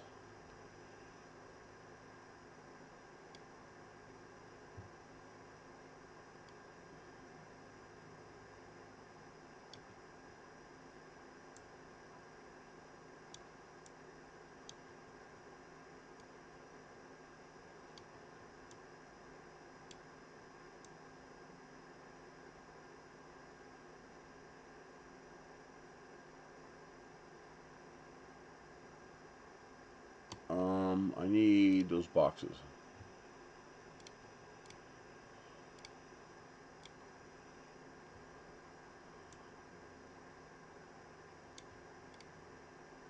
Wait for it to finish doing its thing. Okay, let's join the box together. Okay. Now, let's shrink it. I did, but I had to restart over. If I can make this approximately the size of the box, that will make my life a lot easier. Okay.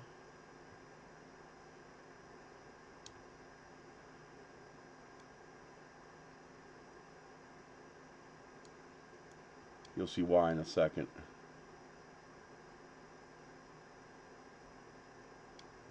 That is good. One more.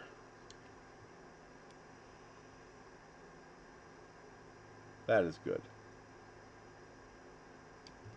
Okay. So now I'm going to Control D,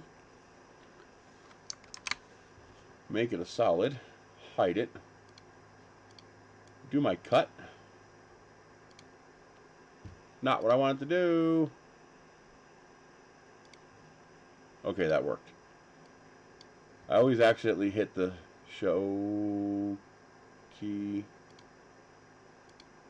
Where's my piece? It undid the creation of the piece. You filthy bastard. Hide it.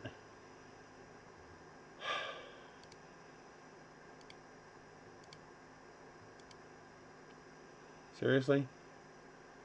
You're not going to let me pick that piece, are you?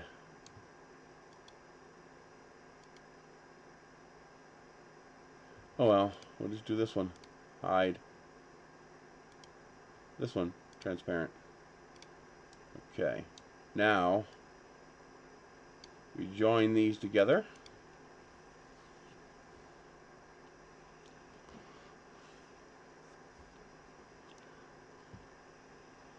And then we show the box. Now I have a guide with which to center this piece. Why in the hell would you do that? Why did you change the color? Why did it change the color? I have no idea why I did that. I sure didn't click on it to do that. Okay.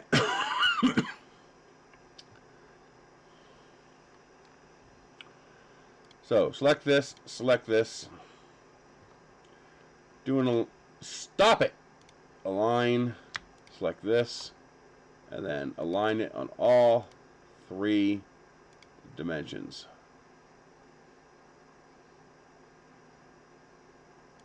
And then I should be able to make this go away.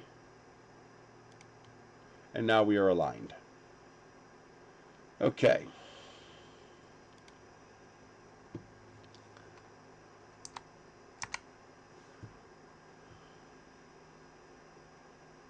So Control D, and let's go 1, 2, 0.5 millimeter, and then take this one, 1, 2, 0.5 millimeter.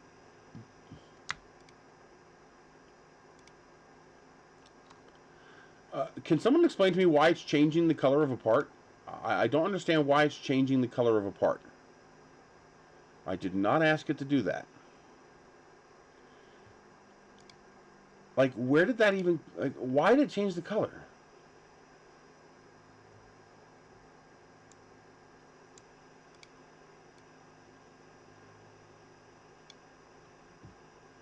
Merge. Make a cut hole. It's not quite perfect, but I can now tweak it. So let's move it in a little bit, so that we don't have a lip problem around the edge there. Okay. Join.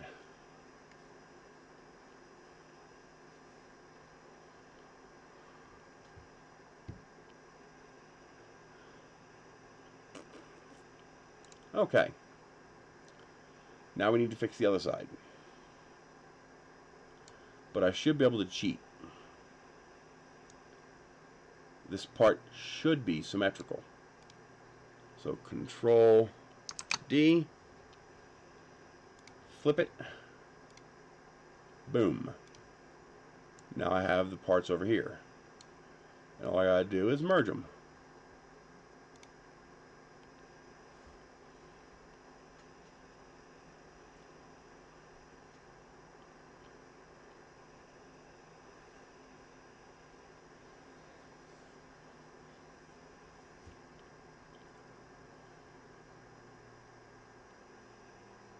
There we go. Now I have my not quite right. Why is that like that? Oh, I know why.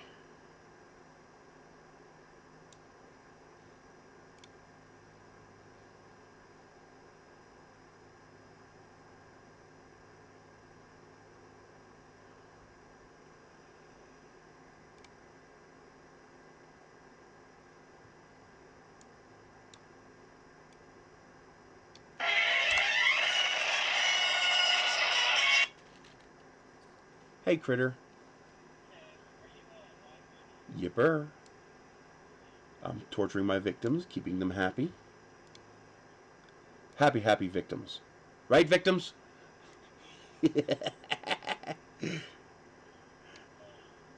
I like my victims happy. You know what I do when they're not happy? Yes, very good. Hey, it's a very effective solution. People tend to not like being eaten, so they tend to behave well when they think they're going to be eaten.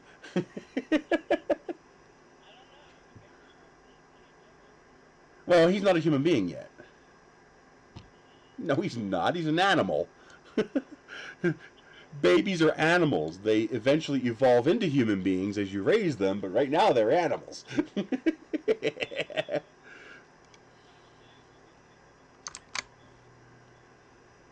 Mm-hmm.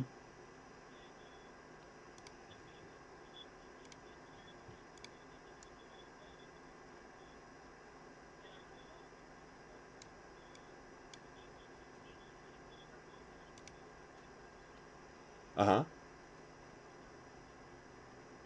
And so now he wants it because you're eating it.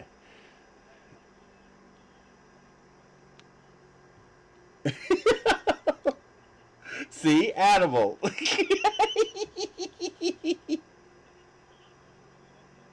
Wow. A third of a year old.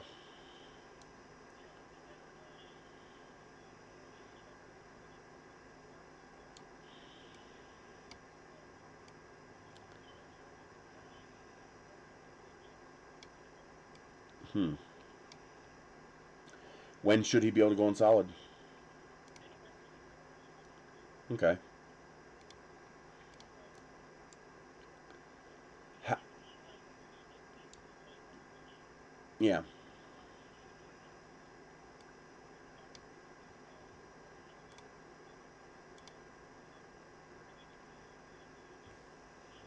Of course.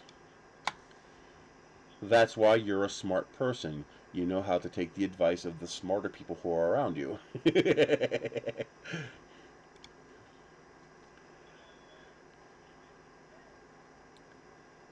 Day for what?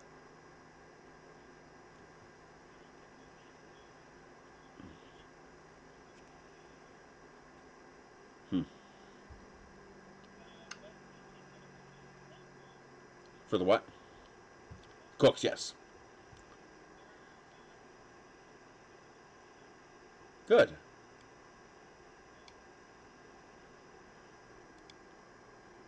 So the cooks now get $4.36 an hour.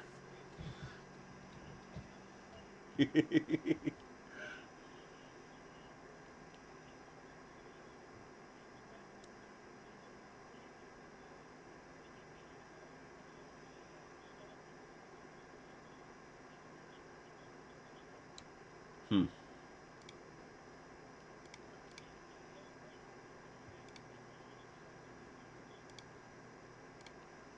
Well, they're stretching it out as long as they can.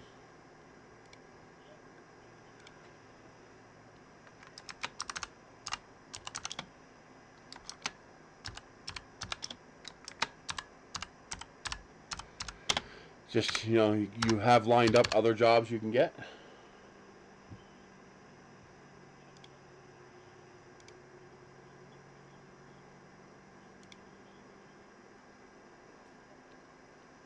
But just remember, a lot of those places who claim to be hiring aren't actually hiring. They're committing PPP fraud. Okay, PPP loan gets forgiven no matter what. It's supposed to be forgiven either way as long as you follow the rules. The difference is the objective of the PPP is for you to take that money and pay employees. The whole point of the PPP was to keep people employed, and the government is willing to pay you part of that in order to help you keep those people employed. But the companies figured out that the clause in the rules says that if you make a reasonable effort to fill those positions and you can't fill those positions, you can still have the PPP money forgiven. People say, well, what's the difference if it's forgiven either way? Well, in one way, they're giving that forgiven money to an employee, and in the other way, they get to keep that money. So you have a lot of companies who claim to be hiring, but then they just claim nobody meets their criteria. Nobody can, meet or is qualified to meet that position, and so they claim that they're unable to hire people, and they get to keep that money. And go where?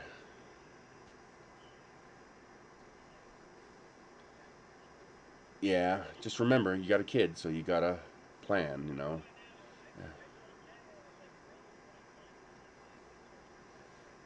Yep. But now is the best time to be job hunting because, like, you pretty much don't have better leverage than you have now.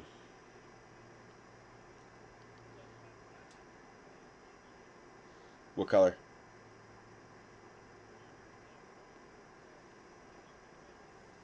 Mm-hmm.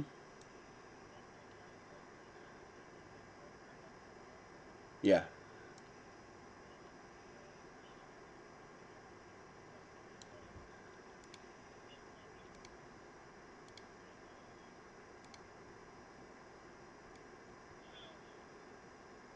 Just be careful. That's all.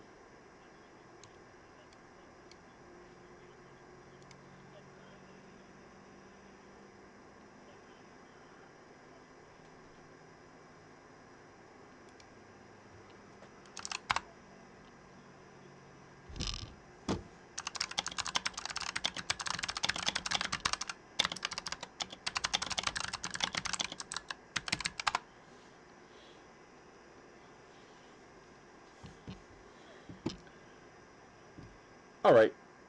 I'm gonna go back to torturing my victims. Love you too. Bye. That's my sister in Tennessee. I don't pass up any opportunity to talk to her ever. I don't want our family relationship to be the non existent thing that it was with us and the rest of our family. You know, we were always on good terms with our family, but we never really talked to them very much. And it became very easy to just let that happen. And now that they're dead, you regret it. I mean, I wish I could have been 10 years older in some respects because once I was driving my own car and doing my own thing, I could have visited them more often. You know, I wasn't restricted by going with parents when we went to visit. I would have loved to have had more sit down time just to talk to my great grandfather and great grandmom. You know, they were 100 years old. They were born when the Wright brothers were flying airplanes. You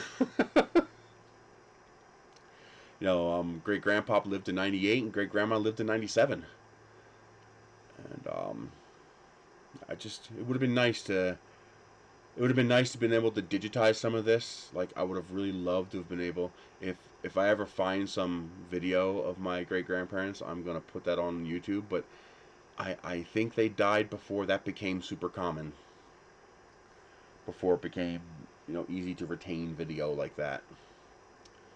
And we weren't super wealthy, so we didn't have a whole lot in the way of camcorders and stuff like that. You know, just it was expensive. By the time I started getting into that, they were already gone. And I don't want that same thing to happen with our current family tree. So anytime she calls, I answer. It could be 3 o'clock in the morning. If she calls me, I'm answering the phone. If I'm in the middle of a live stream, I'm answering the phone because I want to make sure we continue to have interaction, that we talk, that we relate. I don't want that family aspect going away again. So I think that's important. Life kind of sucks because you're going to die and there's nothing afterwards. And that's it. You're just gone. You're insignificant in the bigger picture of the universe. So make the most of what you have when you are alive and try to have the greatest impact you can after you're gone. So the more interaction I have with my family, the longer they'll remember me after I'm gone. So, and hopefully in a positive light. I just think that's important. I just think that's important. Alrighty, there we go. That looks good. Alright.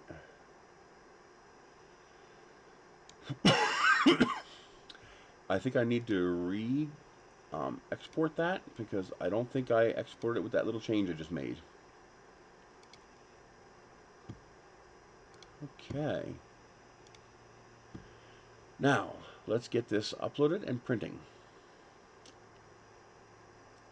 Yeah, the way the affiliate linking works is that you get credit for anything you add to your cart after you click on my link.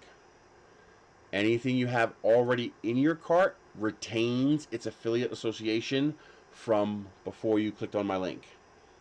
So if that was mine from yesterday, maybe, or somebody else's that you happen to click on the internet somewhere. Anytime you click on an amzn.to link, you're changing the affiliation. And so the only way to fix that would be to open each of those products in a tab, delete them from your cart, go to those tabs, re-add to cart, and then it'll have the new affiliation. Well, before you re-add them to the cart, click on my link again, and then that'll reset your association to my affiliate account, and then go to your tabs and add those items to your cart again, and then I'll get the credit for that. And that lasts for 24 hours. Things you put in your cart, I think, last 30 days. That's good. Poison yourself so you don't taste good. That's hilarious. I love it. I absolutely love it. I tell people I'm poisonous and venomous, and they go, "Aren't they the same thing?" I'm like, "No. Venomous means I bite you, you die. Poisonous means you bite me and you die."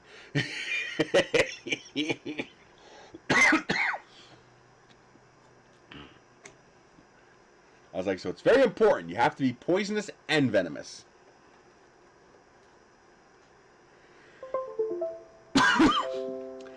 Okay, so here is my final parts. And then downloads. So here is our body segment. Here is our 4 legs. Okay, that should be it for that.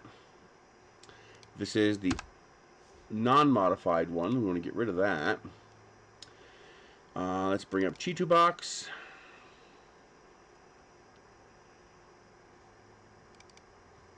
Do as you're told. Arguing with me is a capital offense. You get eaten. Come on, stop messing with me. Just stay where I put you. Yes, I know, I'm a pig and this is a mess.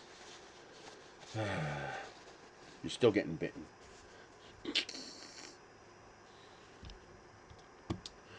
Okay, I want to do the body segment. Now, my scaling factor is 56.37%.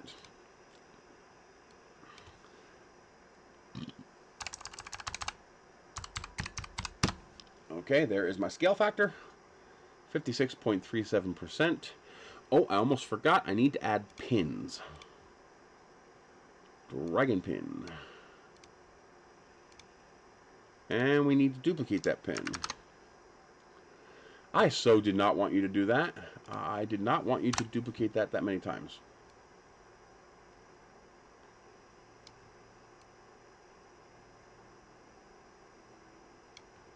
Okay.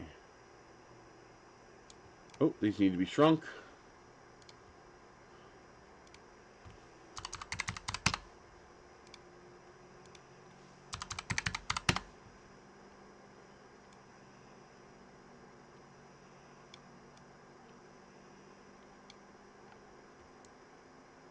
Oh, those do not have their holes in it. So we need to dig holes. Let's make this hollow first. Hollow, 1 millimeter, start.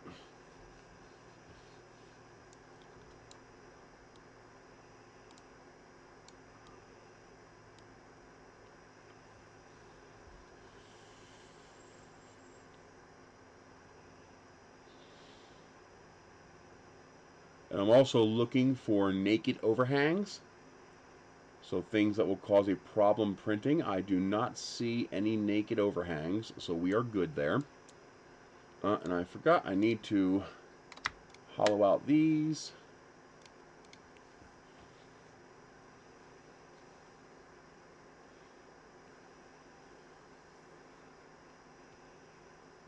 There we go.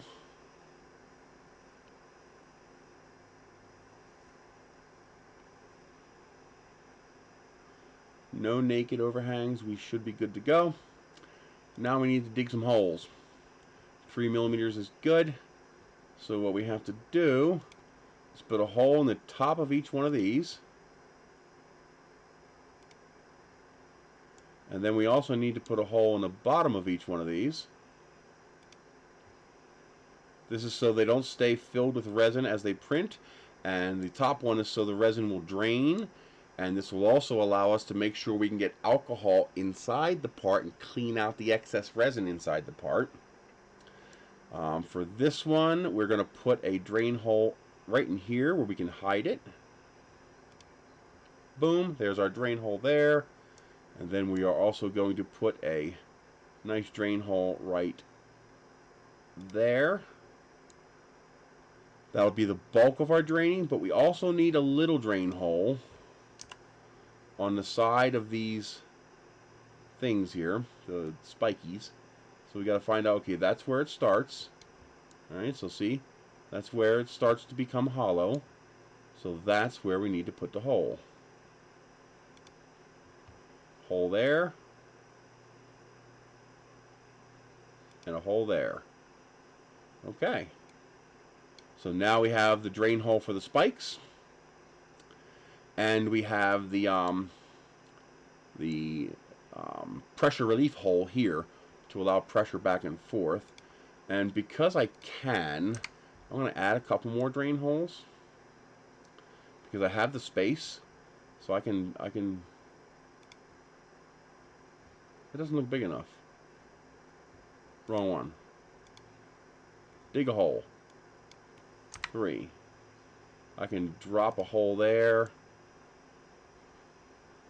And I can drop a hole here because there's no penalty. There's no reason not to. It's going to help the part clean out better. And the same thing here. They'll be completely hidden, and it will help with making sure I can get plenty of alcohol in the part and out of the part too. Because the way you get a broken part is when you leave residue inside the part. And that residue continues to cure and shrink. So that's how you see people who paint their model and then it cracks a month later. It tears itself apart. That's why that happens. You need to make sure you can properly rinse and properly cure the part. Like all these parts are going to require a secondary rinse because this alcohol is starting to become contaminated by all the resin. That's why it's gray. So I'm going to need, you can tell because this part here is still a little sticky. You know, you touch it and you can tell the surface is a little tacky. And nothing's getting on my hand, but it's tacky. Well, if I touch some of these first parts I did, they feel squeaky clean. And that's because there's more and more resin inside of my alcohol bath. That's why I typically like the 3-sink approach. So I'll have rinse, rinse, cure. And the first rinse will be 70%. The second rinse will be 91%. And then you cure it. And air blow in between. If it needs it. These don't. They dried out nicely. But you need to make sure that there's no residual resin left on the model, especially inside the model. So the more passages I have to allow fluid to get into and out of the model, the better off I am to be doing that. You can if you want to, but you're going to compromise the strength of your cylinder, and that will also be visible. Now you can see here, I have a hole in the bottom here, I have a hole in the top here, and they're big, 3 millimeters, and then I have an itty bitty hole right there in the side. Okay, that's to make sure that the little bit of space in here gets cleaned out. So when I dip this, you'll actually see a fountain of fluid coming out of here and a little fountain of fluid coming out of here. That's going to help make sure all the resin's taken out from inside the model. Now this one here, I have a hole at the very top, and I have a hole at the bottom. The reason I don't put a hole here is because, number one, that doesn't help me during the printing process, because that part is against the surface of your print bed, your vat bed. So it doesn't help you.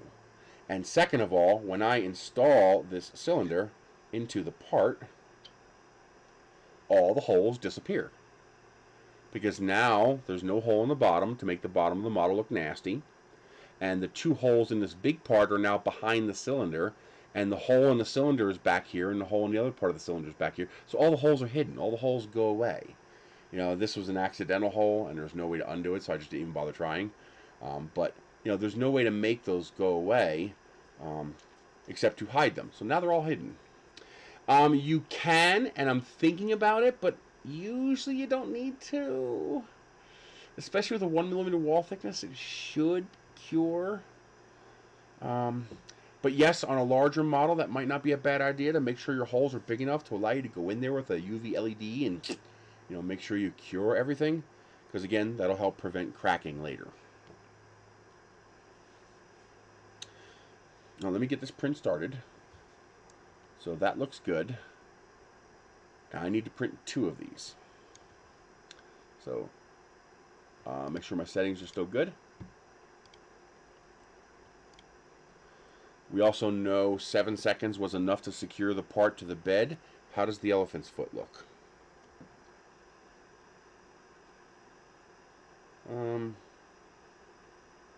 Still a tiny bit of elephant's foot.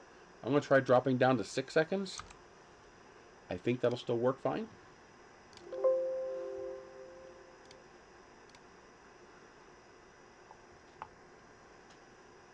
The more I can get rid of the elephant's foot, the less post-processing work I'll have to do to, you know, clean this out to make it fit. And the better parts will adhere together. The more you can fine-tune that elephant's foot. Basically, you intentionally over-cure the first layers to make sure they actually stick to that aluminum plate. But if you over-cure by too much... this is a, rodeo, like that kind of rodeo. Hang on, let me get this saved. Dragon body segment.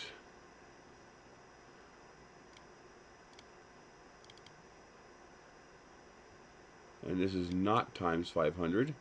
This is approximately 260-ish%.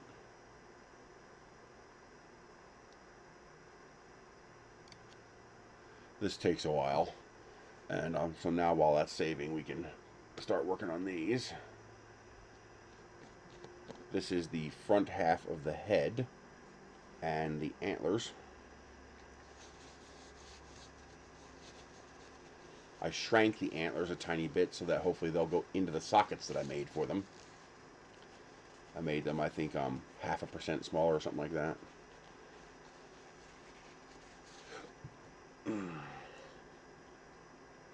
Where? Here it is.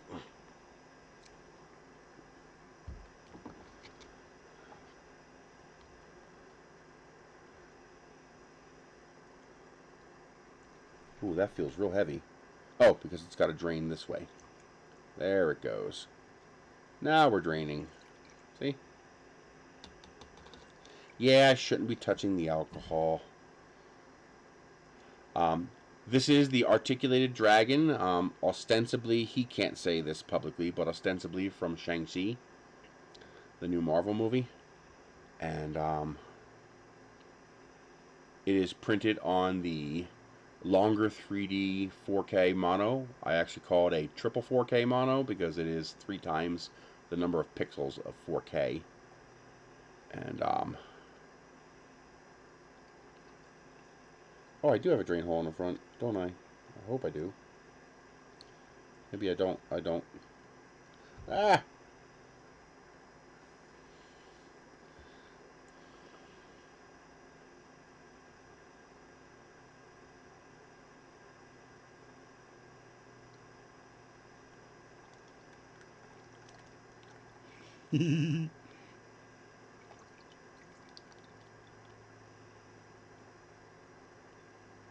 Okay.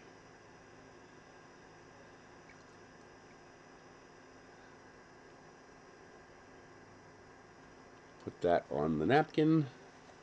Let it air dry. And then I should have the 2 antlers in here. So this is the articulated. Let's bring that up so I can show you guys.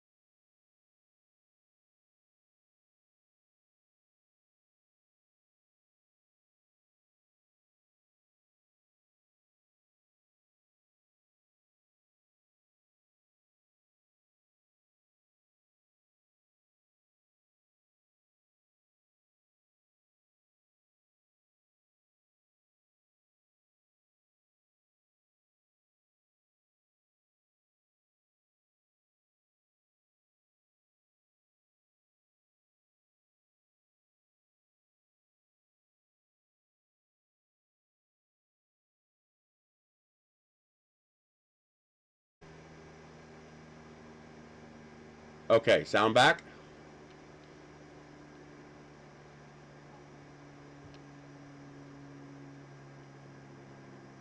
Alright. I still haven't figured out why it's doing that. It's got to be a driver issue in Windows somewhere. So, this is the Articulated Dragon. It is by McGribby. Where's his name?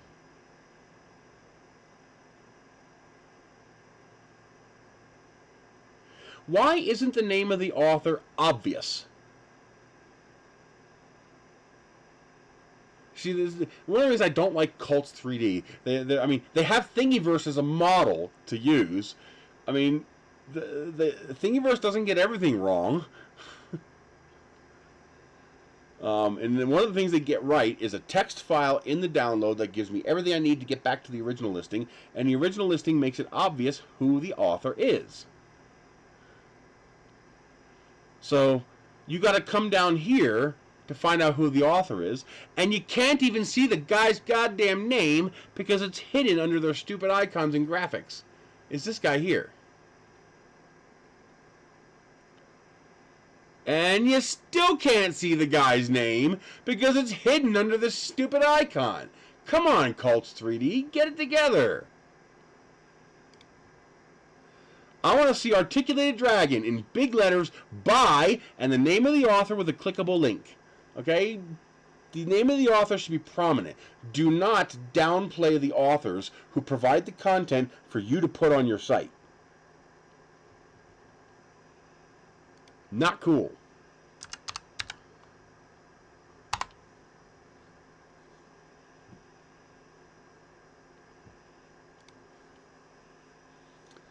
When I go to the Thingiverse, look right here. Gizzo the Spider by Mega McFergan. Okay? The most important information, the name of the file, his logo, his name, and the date it was uploaded is right there, prominent up top where it belongs. Alright, so fix that. But anyway, this guy, Mick Guybeer. He's the one who made the dragon. It's like $4. Yeah, $3.92. I don't buy models. I don't have the money. Like, I couldn't even buy one model a month. I don't make enough money to buy one model a month. But this was a must-buy. This is just awesome. This dragon is just so freaking cool. If you saw Shang-Chi, you're going to recognize the dragon immediately. But yeah, this is just beyond awesome, this dragon. I can't wait until my wooden dragon is finished. I am so excited for the wooden dragon. It's going to take me weeks because I can only print like 2 a day, 3 a day. You know, theoretically, I could print 3 pieces a day. No, not even. It's 8 hours and 40 minutes. So that's 26 hours for 3 pieces. But that's only if I'm standing there right next to the printer when it finishes and goes, yank, restart. You know, so really I'm going to get 2 pieces done a day. And I can't use multiple printers because I want it all in that wooden filament and I only have 1 roll of it. So I've got to use the same printer to print all the pieces. I am doing a big one. This one here is about 260% scale. And I just dropped pieces into the resin bath. And this one here is 500% scale. That's 2 links. And in theory, using my parts here that I can take apart, in theory, I should be able to do 1670% scale.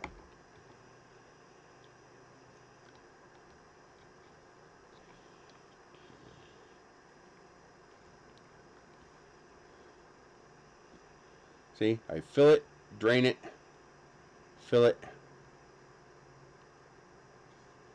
drain it. I just do that a few times just to try to make sure I get rid of and dissolve all the resin that's on the inside of the part.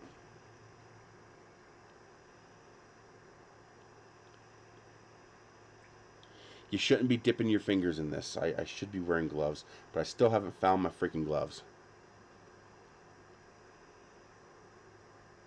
On a 500mm build plate, you should be able to, in theory, you'll have to break the head apart into multiple pieces, but you should be able to go maybe 1800%. you might be able to go a little bit bigger than I'm going, because I'll be printing on a 450 by 450 bed. I have a S5, but it's out in the container. I've got to find all of its pieces and put it together.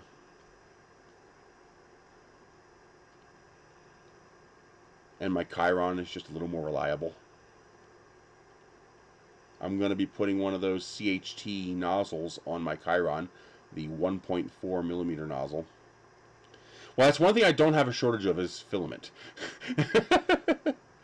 Now, the other cool thing about breaking the model apart like I'm doing is that I can print each part in a different color.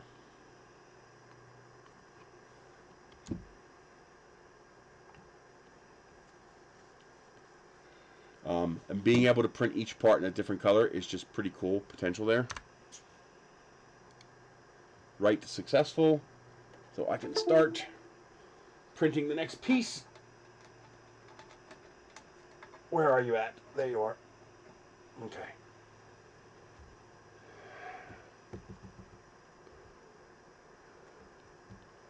I think it's about time to restart this printer. It hasn't been done in a while.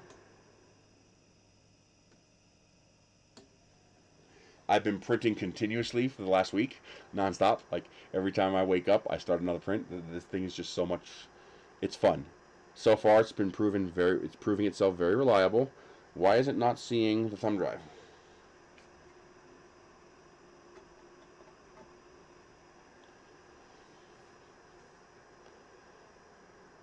There it goes.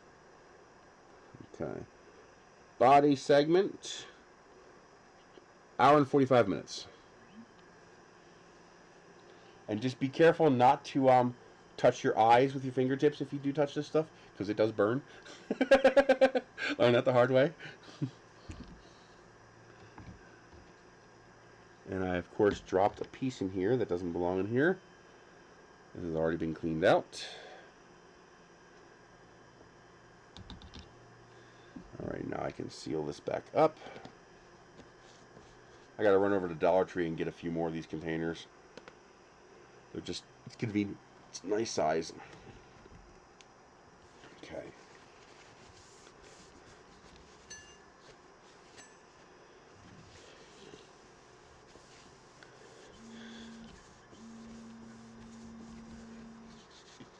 Cleaning up my mess.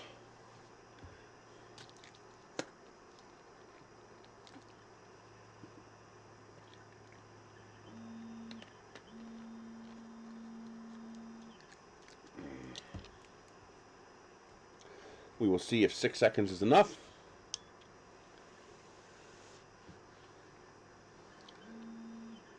Yeah, I'm kind of hoping they send me one. I'd like to take it apart, but, you know.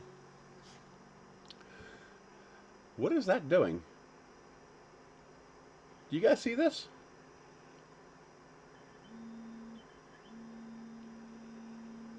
The slider's moving, and I'm not touching anything.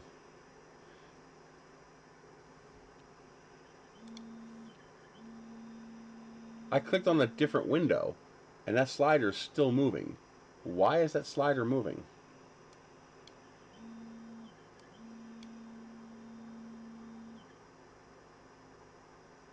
What the hell is it doing?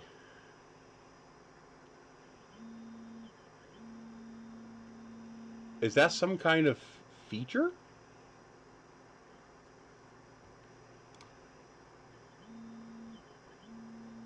It's still doing it here. Okay, it's not the scroll wheel. Well, it's actually annoying because it's interfering with me using the program now. Keyboard. There's a ghost command coming from the keyboard. Wasn't that weird? Yeah, 'cause up and down arrow. So there's a ghost command coming from the keyboard. Very weird. Okay, so let's save this. Save project. All models. Dragon body segment. Custom dragon. Save. We do not need pins for the next step. Alrighty. I'm hoping I can fit 2 legs on here at a time. So here's the two legs. Select all, scale 56.37. Uh-oh. Definitely not going to be able to fit both. Might not be able to fit one. Ew. Yeah, that's too big.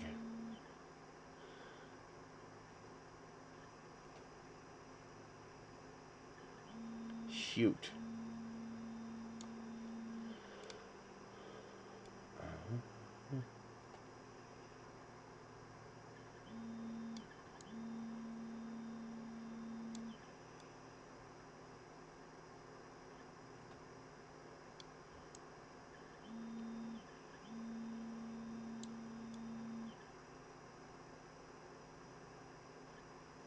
Oh, it's so close.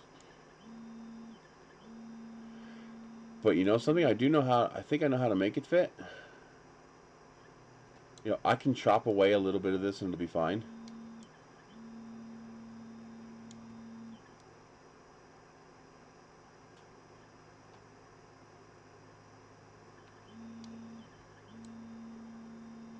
I don't want to raise it. See, I only lose this little bit right here. And that little bit isn't visible inside. See, by printing it flat, it'll print a whole lot faster. Yeah, see, I'm okay with this. I'm okay with losing these little chunks. Because those little chunks are going to be inside where you can't see them. And it should just put a flat wall right there where those pieces are. So let's try that. I think that'll work.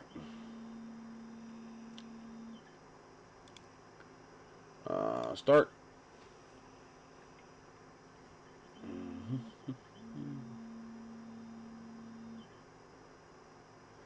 I see some internal cavities that might be an issue for cleaning out resin.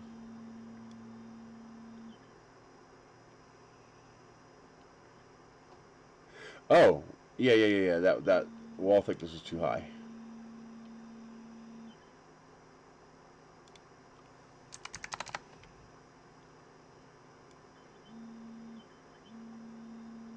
Yeah, start.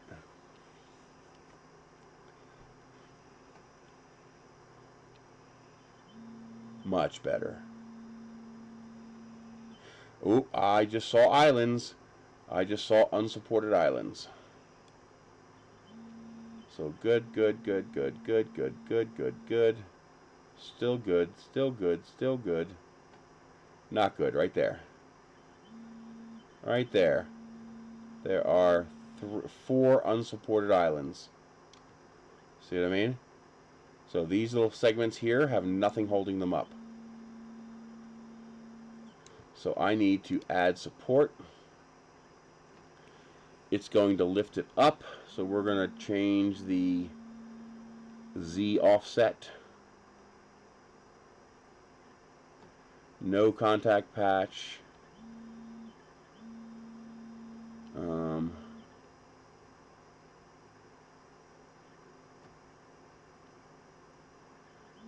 Raft, we're going to change it to none.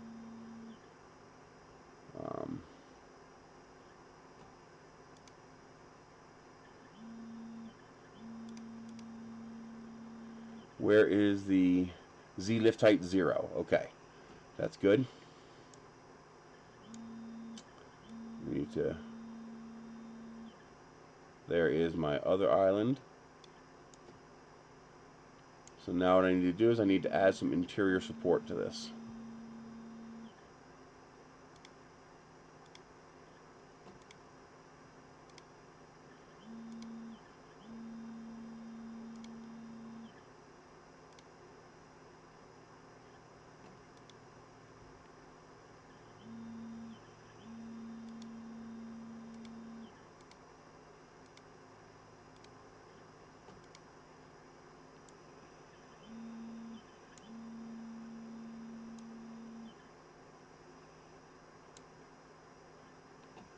Manipulating these models can be very difficult in these programs because it's hard to see on the inside.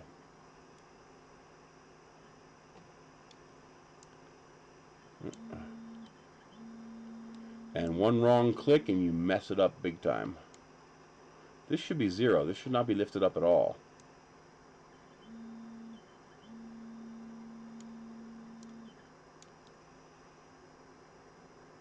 Come on. Oh, yeah. Duh.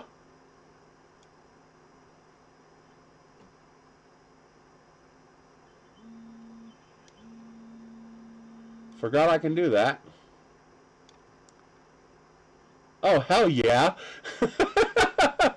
Thank you. Who did that? Darren, you rock. That is so much easier.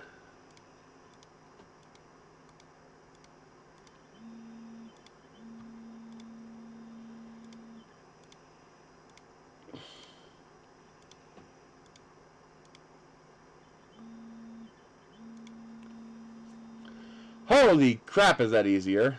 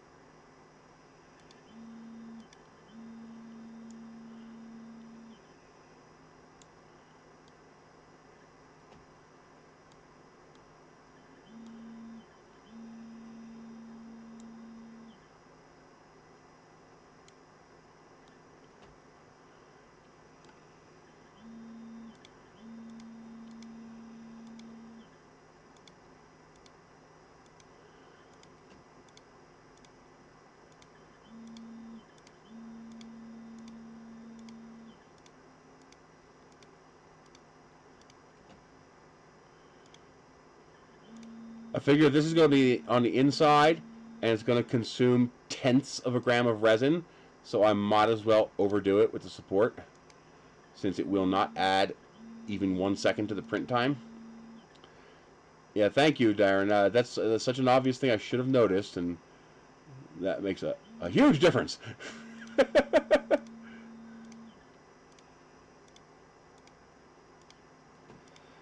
Now, why don't I only have support going down the spine like I'm doing here?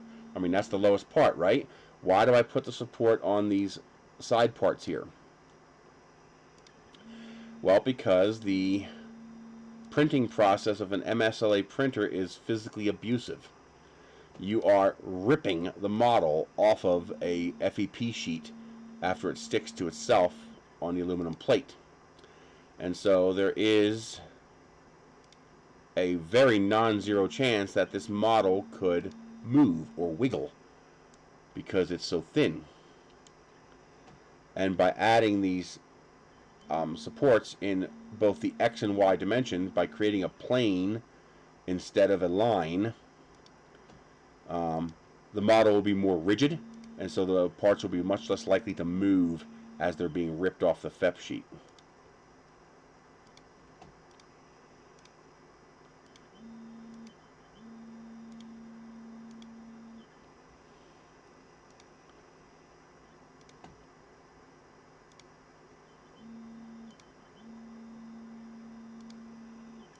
The amount of resin this consumes is, for all intents and purposes, 0.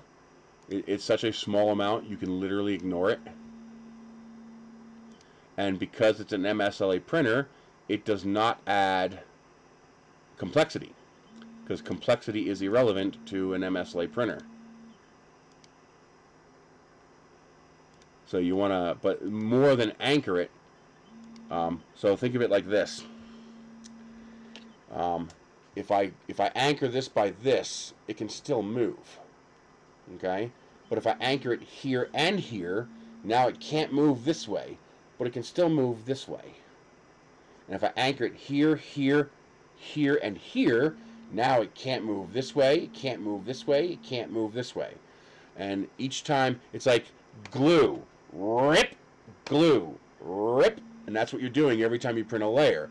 You're gluing to the FEP sheet, and then you're ripping what you just printed off of the FEP sheet. That's going to apply torque when you pull that part off. That's why you'll sometimes, I already threw it away, But that's why sometimes you'll have a problem where parts will literally tear. They'll stretch and tear because there's not enough material to withstand the pull force, the suction force off the FEP sheet. So now on the outside, you want to be careful how you anchor because it's going to affect the quality of the model. But inside here, no human being will ever see these ever again. You guys are the only human beings who are ever going to see these things. So there's no penalty to adding more.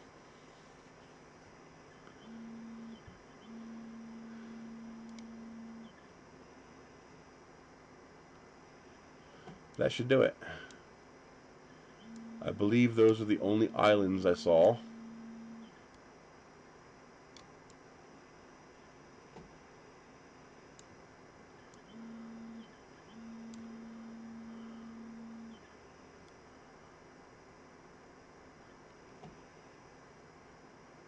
Yeah, everything else is connected. So everything else should be good.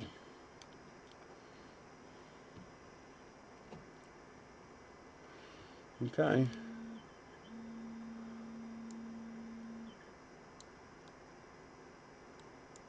Now, just in case I do something stupid, we're going to save the project.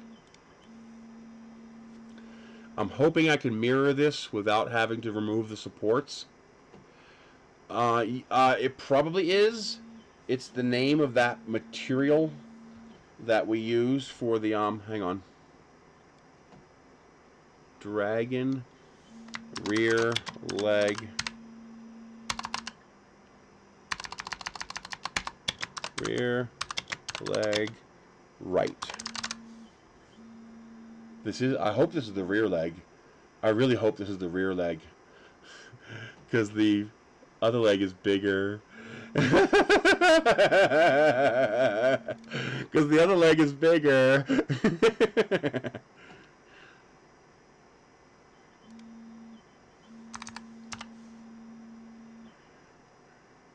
Fluorinated ethylene propylene. I guess that's probably what it is. That's what I was going to do. I was going to Google it. Okay. All right, we are hollow. Now we need drain holes. Dig a hole. Give me a hole. Let's add a hole. There you go. Actually, yeah, let's keep it on the side here. Do a hole there. Do a hole there. And then we're going to do smaller holes.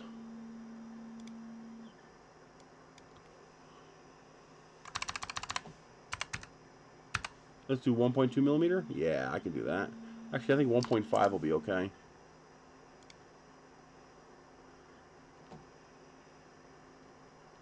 We need to see where it starts and stops. Okay, so it does go all the way to the tip. So we can put it pretty much anywhere. We'll stick one there. We will stick one there. And we will stick one here. It's because I don't want resin to stagnate in those tips. I want to make sure the resin flows through.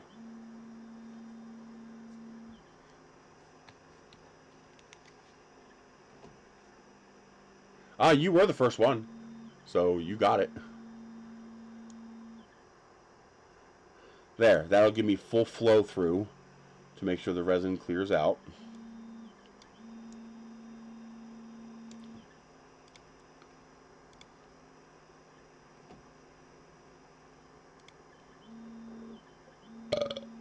Rear leg right.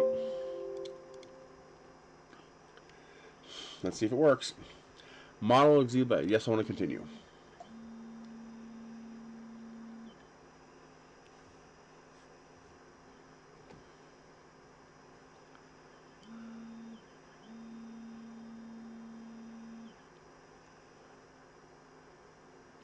Now, is it going to close that corner or is it going to leave that corner open? I mean, I guess I'm okay if it leaves it open, but I would prefer it closed it.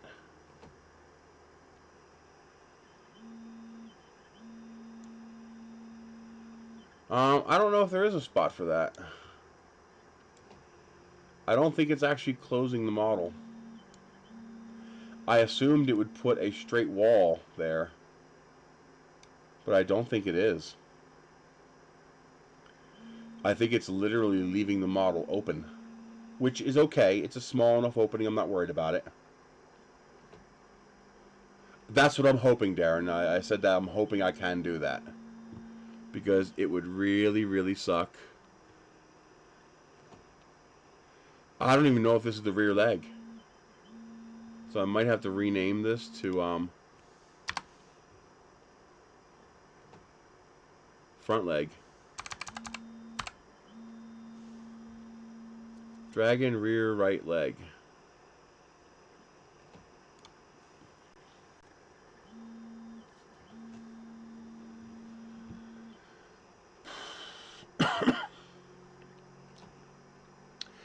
Worst case scenario, I can export the file as an STL.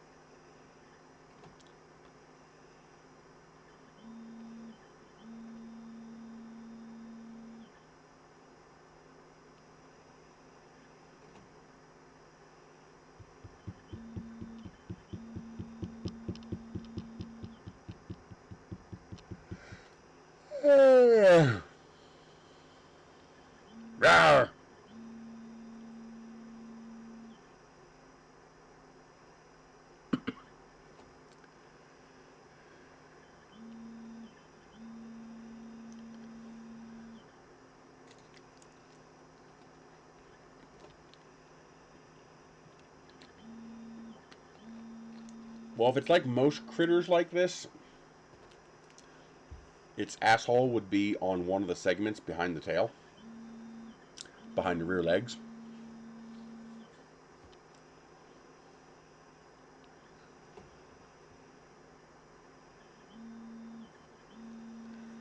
Okay, these are dry enough to manipulate. So this will get glued onto here. Oh, that goes together pretty nicely. So that will get glued together to form the head.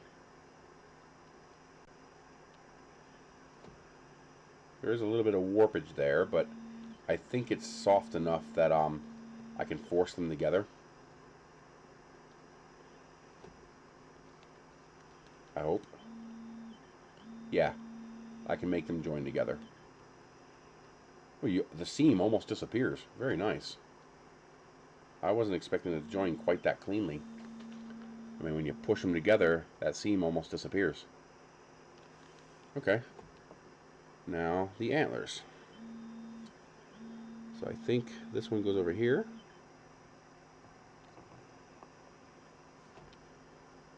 Yep, it fits. So that one's going to go there. And this one's going to go here. Wait a minute.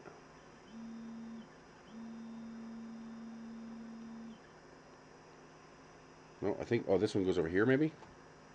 Yeah. This one goes over here. And this one goes over here. Okay. I'm trying to pick this up so you guys can see the dragon head. So that's what it will look like once I'm finished curing it and putting it together. So that will be the dragon. Of course, it's still dripping alcohol all over me. Yeah. Right, successful. Okay. Now, do I have a mirror option? Mirror. Yes, I do. Mirror, I guess it doesn't really matter. There we go. Which way I mirror it. I'm really hoping this is the rear leg.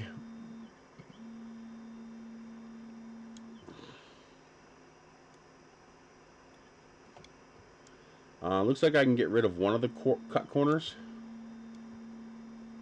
Yeah. So I only have this one corner that's really cut badly. So I'm going to redo the other one as well. Okay. Slice. Yes, I know. It exceeds the build volume.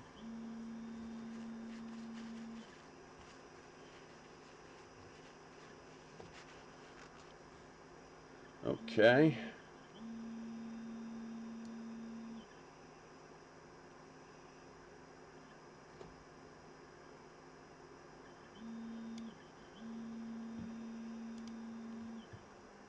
So now we're going to do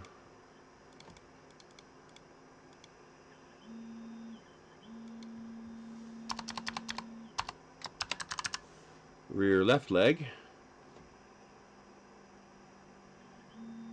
Save. And we are sticking at 6 seconds, so 6 seconds is probably enough.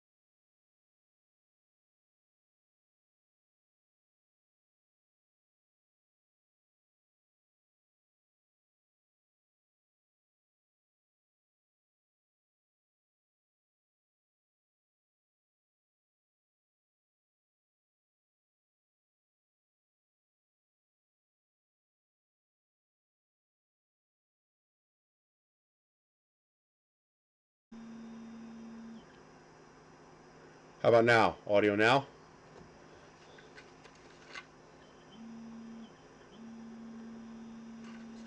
But there you go. Now we have 3 links at 500% scale. And these are being printed with Amelin wood filament on my Artillery Hornet. God, I love wood filament. Doesn't have that much smell when it's done printing, a little bit. But while it's printing, oh, the room smells good.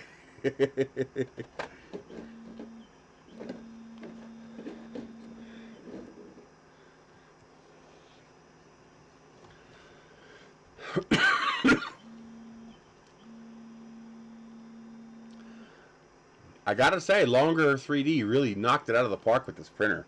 I mean, so far, it has been flawless. It's just been working really well. Right, successful.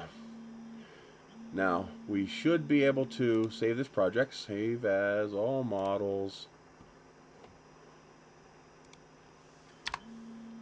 Drag in rear left. And that is a left leg. Open project.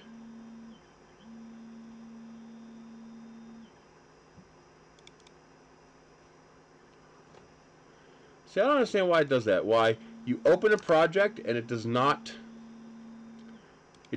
take away with the existing project.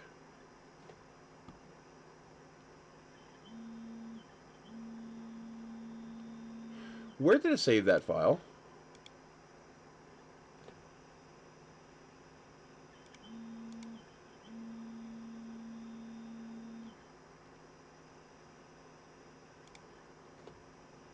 And I just overwrote my file. I'm an idiot. Looks like I changed the name, so I might be okay. Yeah, I just overwrote the file because I'm an idiot.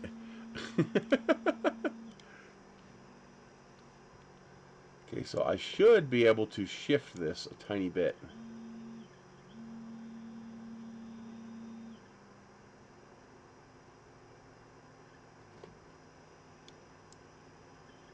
Yeah, I can get that hole down pretty small, to where it's just a little tip. Yeah, I can live with that. Let's slice that again.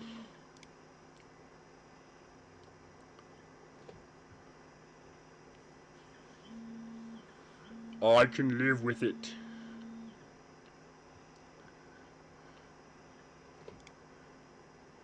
Now this is the right leg. Drag in rear right leg.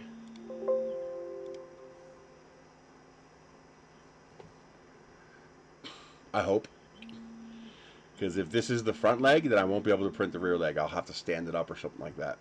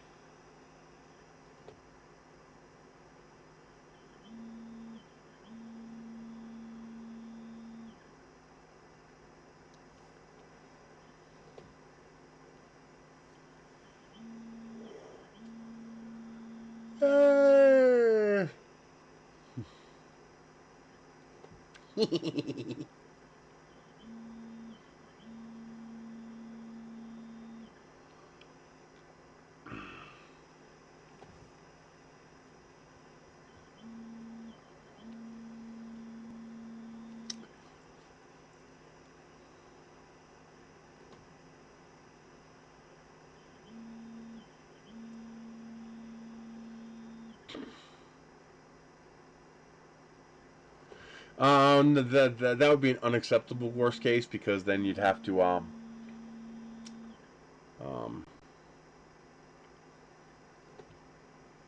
the, you'd have to have all that support underneath there.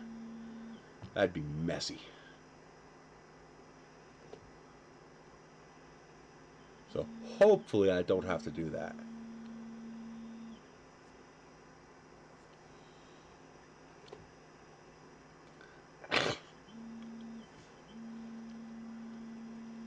It does take forever to export this because it's a custom format.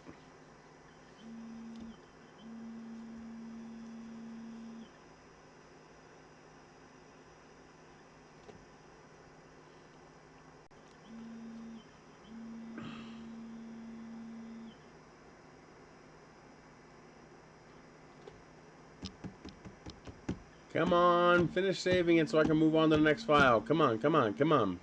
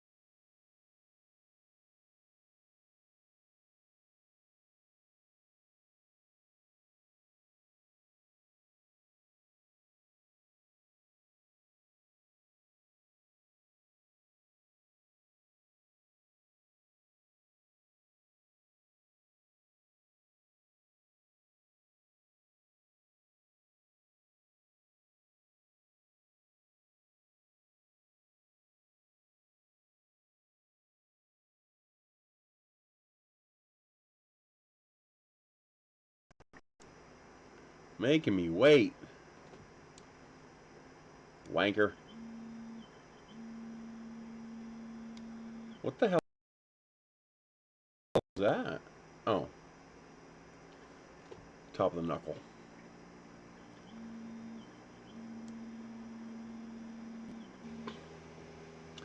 You know what? We can be doing this while we're doing that. Okay, 117.8.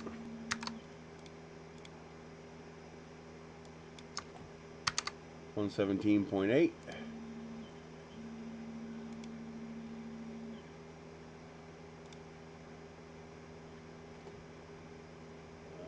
Tail 3.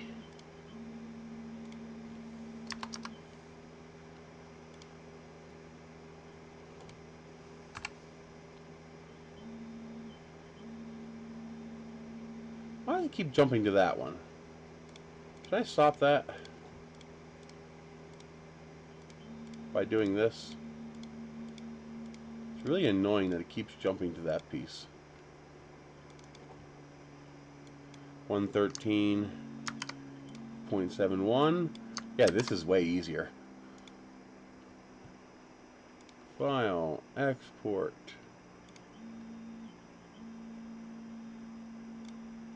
This is going to be number 4.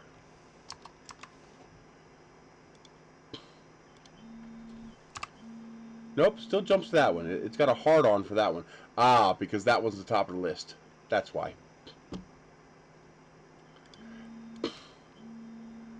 109.87. 109.87.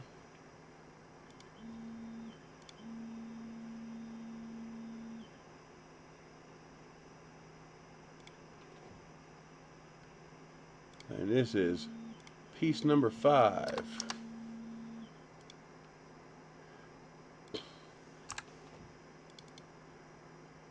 $105.81.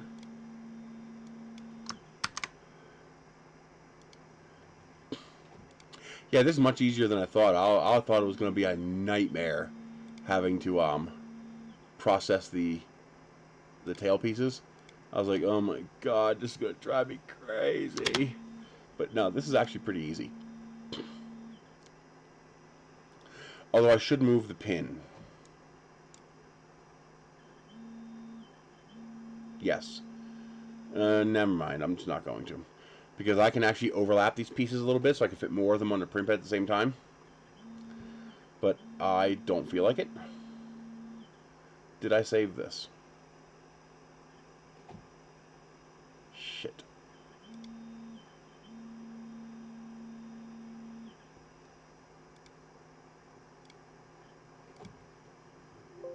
No, I didn't. I don't think I did.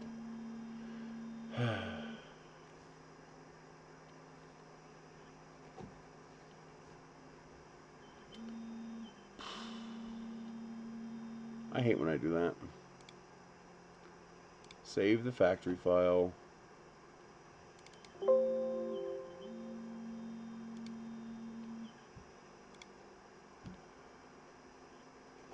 What are we at? 105.8.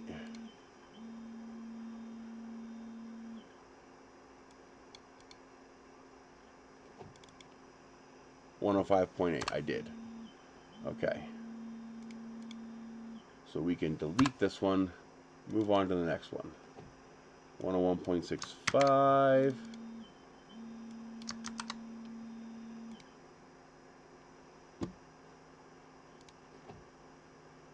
Export model.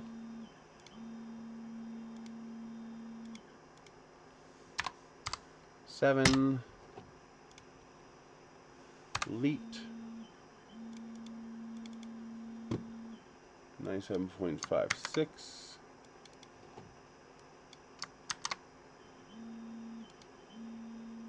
So what have you guys been doing in the world of 3D printing? Anything new?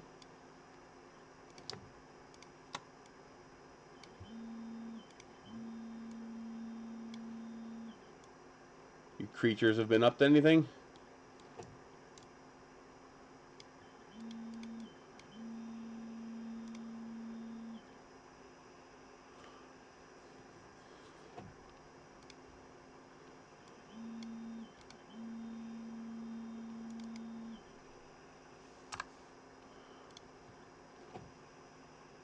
Actually, yes. I got a whole bunch of cereal. They had the bags of the store brand cereal on sale for 49 cents a bag in the clearance pile. So I grabbed a ton of it. I grabbed like 20 bags.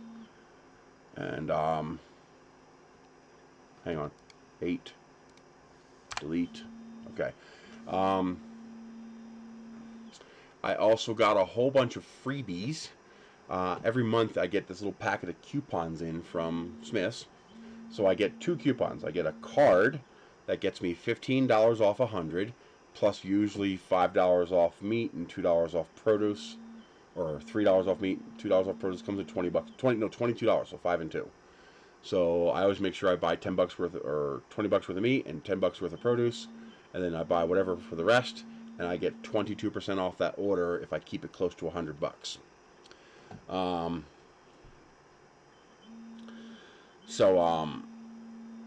Well, you also get this packet of coupons.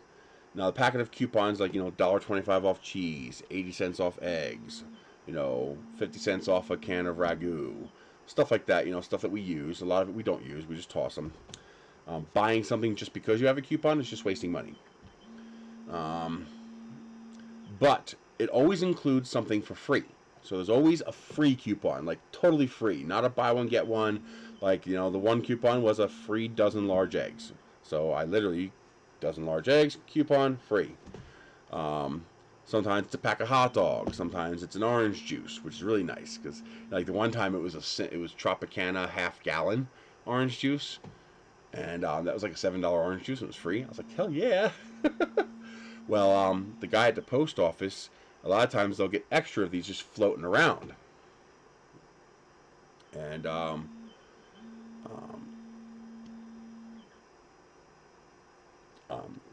so he'll put them in one of my boxes. Well, this past month, he got me like 20 of them. And each of them has a free item coupon in it. So I got a box of Pop-Tarts, a box of Quaker oatmeal, 4 dozen eggs, 1 18-count egg, so it's 5.5 dozen eggs. What else? A can of condensed soup, 2 cans of vegetables, a 7.5 ounce bottle of Dial soap, a box of Eggo waffles, and a few other things, all free. It's like 40 bucks worth of food for free. I was like, yes, please. And then, of course, I also got the coupons from Ibotta. So that got me 55 cents off each container of cottage cheese. So I got 6 containers of cottage cheese. I'm going to go back and grab the sour cream. I forgot to grab the sour cream. And, nice. I got a nice big crock pot. I love slow cooking. But, yeah, I got a whole bunch of free food. That was freaking awesome. Not a whole lot in the clearance that day. Nothing in the cold clearance. Oh, and two half gallons of orange juice. Or not quite half gallons, 52 ounces. Yes, the only catch is if I have 2 of the same coupon, I can't use them both at the same time. So I was only able to get the 2 dozen eggs and the 18 count of eggs. When I go back tonight, I'll get the other 2 dozen eggs. And you just can't, like, I happen to have 2 coupons for a free dozen eggs. The system wouldn't let them put in both. Sometimes the lady who's checking me out, she'll just override it and let me do it. But some of them don't. Some of them won't. And no big deal. Just, and, it's like, just, I make sure I note, hey, that one didn't scan. And it's not because I want them to override it. It's because I want the coupon back. If it's not going to scan, I want the coupon back and I'll use it next time. So on that order, I got like 40 bucks worth of free food, and I got the $22 off because of the 15 off 100 plus the 5 plus the 2. So that's $22 off the order. So that was nice. Yeah, it makes shopping a lot easier. I'm finally starting to build my stockpile of meat. So freezer meat has a problem where you really need to vacuum pack everything, otherwise you get freezer burn. And If you have sync problems, refresh the page. That's a YouTube issue. Sync is a YouTube issue. I am using 9.4% CPU cycles with 0 drop frames, so it shouldn't be on my end in theory. But yeah, anytime you have sync, refresh and make sure you're live. And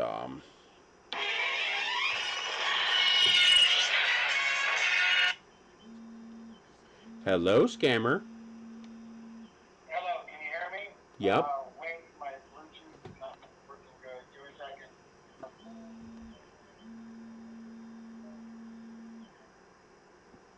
And you hung up on me.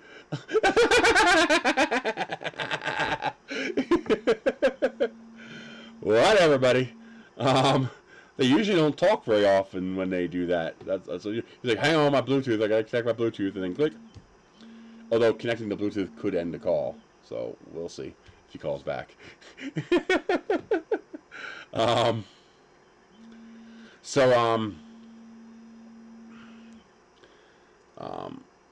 I got like $3.50 back from Ibotta. I got about 15 cents back from Fetch, and and I also got most of that order.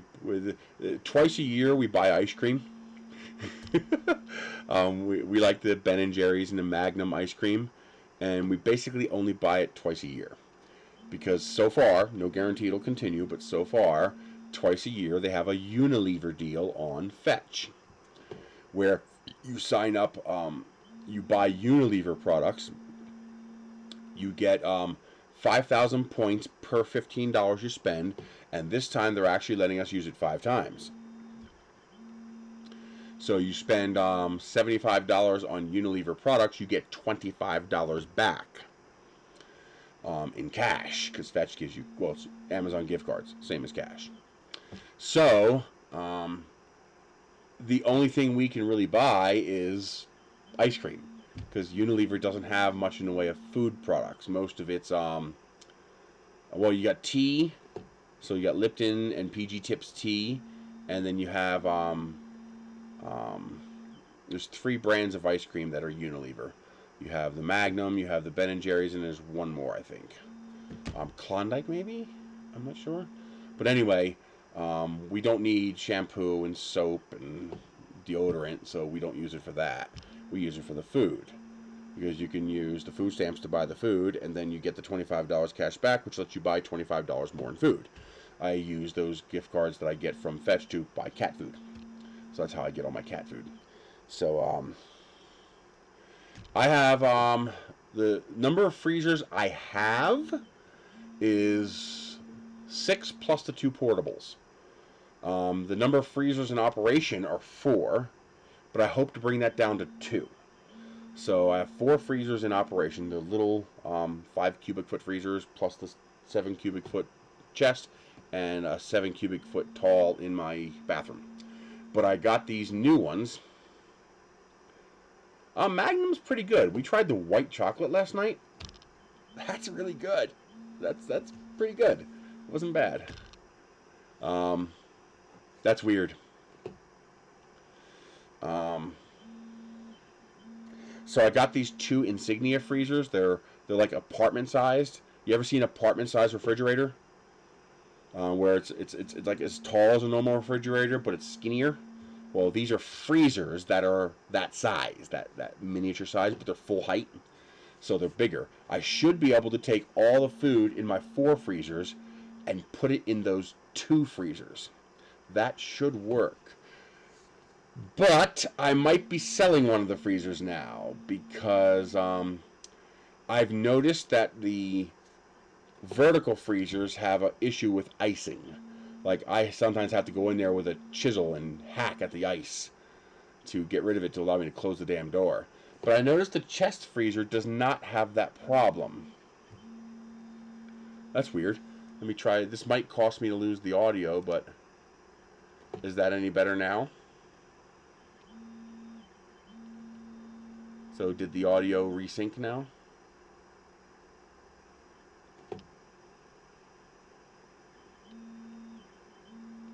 So I'm trying to switch scenes and see if that fixes the audio.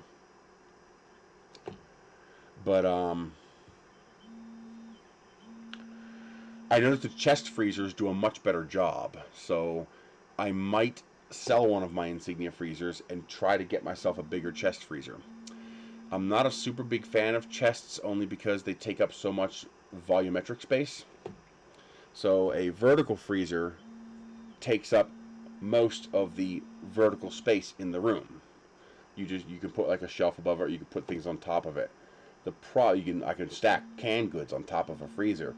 The problem is with a chest freezer, the freezer itself takes the same volume of space, but it's horizontal space.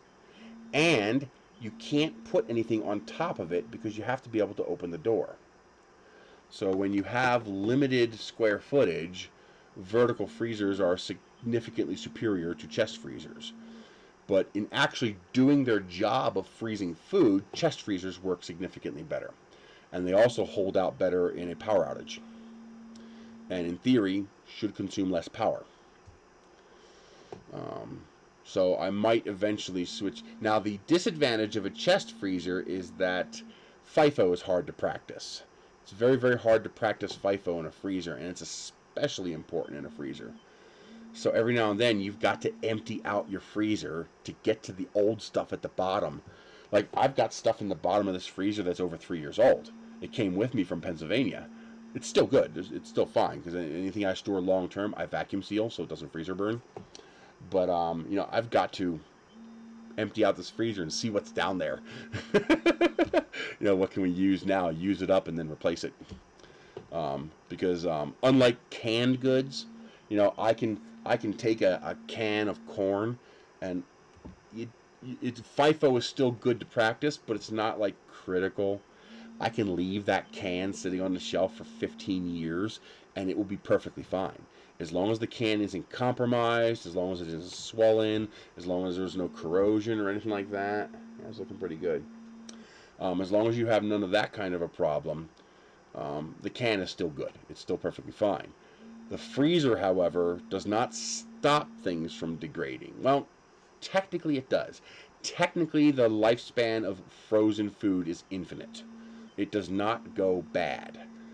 But go bad has 2 different meanings. You have go bad as in this is now dangerous to eat, it will hurt you. That never happens in a freezer. It does not go bad. But go bad as in the taste, texture, or quality of the food has degraded to the point where you feel like you want to puke if you were to try to eat it. Go bad. That does happen. And that's usually a result of freezer burn. Oddly enough, you are actually freeze drying the food. Freezer burn is basically freeze drying. So more and more moisture leaves the food, and that's what happens when you get freezer burn.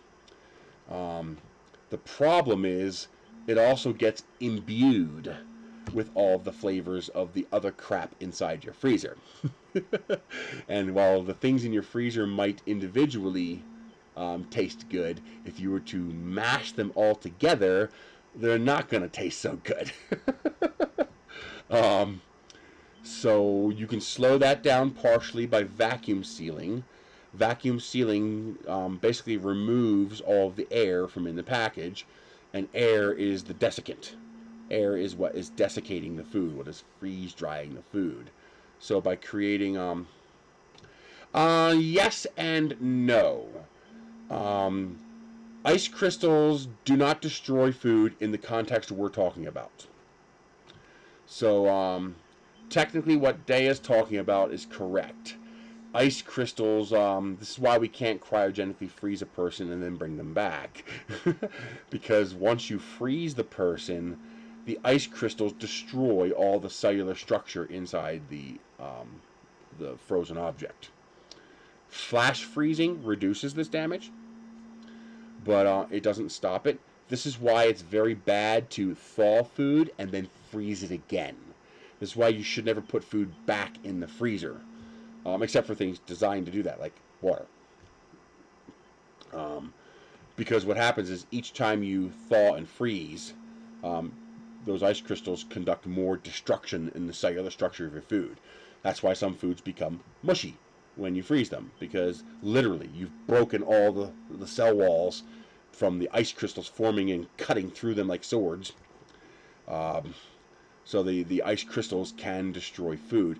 But that's not what we're talking about. That happens, you're going to have the same ice crystal destruction after 2 days as after 2,000 days.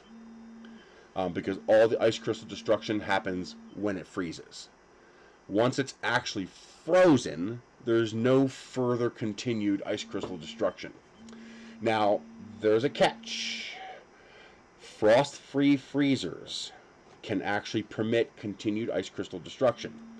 Because the way the frost-free freezer works is by partially defrosting your freezer on a regular basis. So you're basically allowing the food to partially thaw and then be refrozen. Well, that's a movie that doesn't actually exist. Great movie, by the way. Demolition Man is an absolute must-see movie. So that's another place where chest freezers come in handy. But a good way to actually visualize what's happening here is, have you ever tried to freeze bread? And you notice all the ice inside the bag of bread? Where'd the ice come from? There wasn't ice in there when you put it in. Where'd the ice come from? It didn't come from your freezer. It came from the bread. The moisture in your bread left the bread, pooled and sublimated on the outside of the bread, the bag, and that is the ice. The ice you see in that bag is your bread, which is why most people ruin bread. You know, they take it out of the freezer, they take a piece off, they toast it. It's great, it's good, it's a little crispier, but it's good. And then, you know, a couple hours later, they go to try the bread again, and it's destroyed. It's all stale and nasty and dry. Well, that's because all that ice that was in the bag has now sublimated out into the atmosphere instead of being reabsorbed by your bread. So, the trick to freezing bread, double wrap the bag. So, you know, seal the bag, fold it over, and then seal it again. You got to make sure that moisture doesn't get out. Give the bag a little squeeze, make sure it's actually holding pressure. Because if the bag has a hole in it, this won't work. Freeze the bread. I've got 3 loaves of bread frozen inside this freezer, and they are 2.5 years old. They will be perfectly fine when I thaw them. So here's the trick with frozen bread. You take it out of the freezer, you put it on the counter, and you don't touch it. You leave it alone. You let the bread thaw. Even after it thaws, don't touch it. You don't open that bread until the bread has both thawed and completely returned to room temperature, meaning the bread feels like a loaf of bread off the shelf. It does not feel cool anymore. Complete return to room temperature. At that point, the bread will reabsorb all the moisture sublimating from that ice in the bag, and your bread will be as good as the day you put it in the freezer. Now, its lifespan is shorter. Okay, so you are going to want to use it pretty quickly, you know, a couple days at most. And you're going to want to keep that bag sealed because it's going to let go of its moisture a little bit easier than it did last time. At least that's my experience. But you can freeze bread and it'll be perfect and fluffy and moist as long as you do not open that bag until it is completely thawed and returned to room temperature. Then open the bag and you will have perfectly good bread again. One of my favorite breads is this buttermilk bread that we get. And it's like $5 a loaf in the store. But in Pennsylvania at Ben Sale and Wholesale Foods, they regularly got, you know, near expiration or overstock loaves of this bread. And it was $1 a loaf. So I was getting $5 a loaf bread for $1. So I have a bunch in the freezer. Because I can't buy that bread anymore because I'm not paying $5 for a loaf of bread. But, so is Sleeper. What is Sleeper? Is that another movie?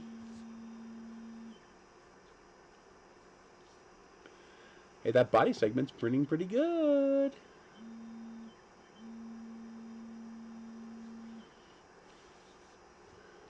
But,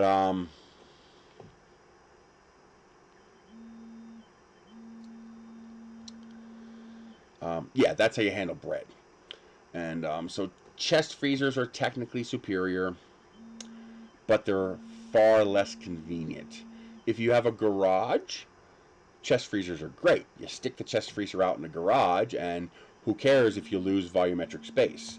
But when you live in a 1,400 square foot manufactured home,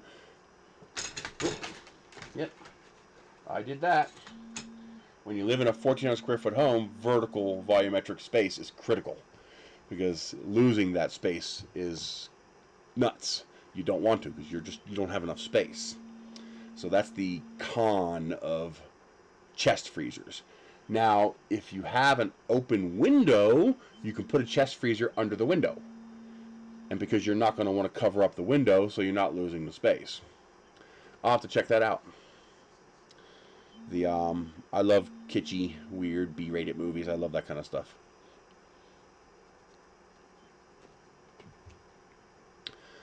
But, yeah.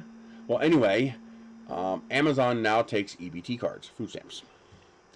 And they're called food stamps because they used to actually be stamps. They used to actually be a book and then be stamps, and you tear them off and use them like money. Now it's just, now it's just a bank card that you swipe at the store. And Amazon now takes them. And of course Walmart does as well. Well, I found canned chicken for just over $2 a pound effective price, meaning what I would pay for fresh chicken. So I'm starting to increase my stockpile of canned meat, because canned meat has a 10-year shelf life. You're fine. So I got what did I get? I got 20 cans of canned chicken because that was the cheapest, and then I got 12 cans of canned sausage, 12 cans of canned turkey, 12 cans of canned ham. And then I also got 10 cans, which is actually equivalent to almost 30 cans because they're 15-ounce cans instead of 5-ounce tuna can size. I got 10 cans of 15-ounce salmon. And of course, I already have a literal ass ton of tuna fish. I've probably got 150 cans of tuna fish, because each of those is 48 cans, so that's what is that? 96 cans of tuna right there, plus the 2 cases here, plus the 2 cases down there. So I've got probably 150, 170 cans of tuna. I knew tuna was going to be very, very expensive out here, so I bought up a whole bunch of tuna back in Pennsylvania where I can get it cheaper. If I could eat tuna every day, I would, but that's actually dangerous. Hello, Timothy from Roswell. Because tuna fish does actually contain mercury. All ocean fish contains mercury. And oddly enough, the chunk light tuna is the worst. The albacore's, the chunk light's the best. The albacore, the good tuna, is actually worse. The older the fish, the more mercury it's got. The younger the fish, the less mercury it's collected over its life. And chunk light tuna is actually made from younger tuna, while the albacore tuna is made from the very old tuna. And but you want to try not to have tuna more than like 3 times a week. Even that's pushing it, 2 or 3 times a week, just to watch your mercury intake. And I don't know how much merit there is to that, but it's easy enough to be safe about it, so why not be safe about it? And so I have enough meat for 1 year. If they were to put a bubble around this house and say you're stuck in there for a year, I've got enough meat for a year, and I should have enough veggies. I'm light on carrots and I'm light on corn, so I need to get more corn. I need to get more carrots. I have a decent amount of beets, but I'd like more. I'd like to double my beet supply. I do have fruit, not that much, but probably enough to have fruit twice a week for a year. Because remember, 2 of us, me and Michelle. But now that I'm building the shelving in a third, how is the sink now? Is it better sink or what?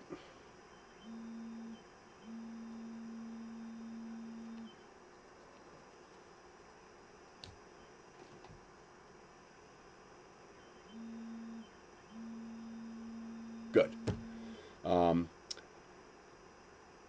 Well, you went 144p because I closed the stream and restarted the stream. So YouTube thought there was a data sync issue, so it dropped your resolution down. So now change your resolution back to 720p. I am broadcasting in 1080p, but 720p is usually enough. The wound is still leaking.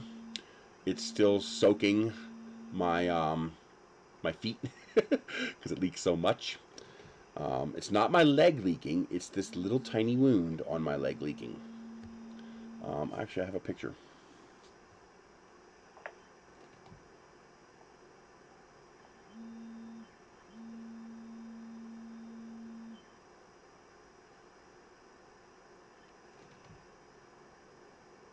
I should have a picture. Check this out. Look at this old two-door Isuzu Trooper. Mint. Okay, that's not a showroom car. Okay, let me go big here. Here we go. So there is, look at that Isuzu Trooper.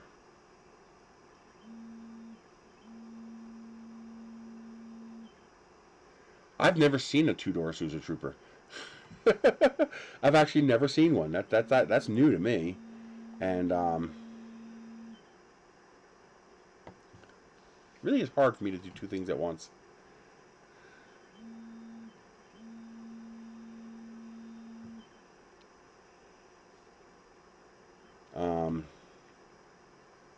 You can actually see it leaking. But anyway, that Isuzu Trooper is not a showroom car. It has not been restored. Things just don't rust out here.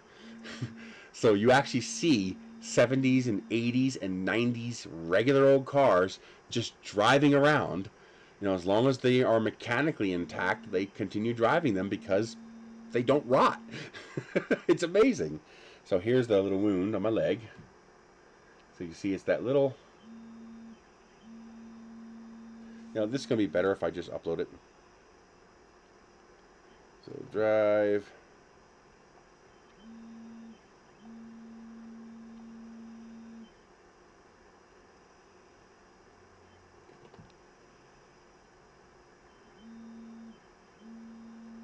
There it is. Drive.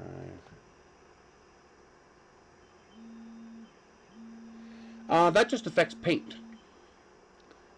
So, you know, your clear coat fades, stuff like that. And the UV light does far more damage than the sandblasting. And,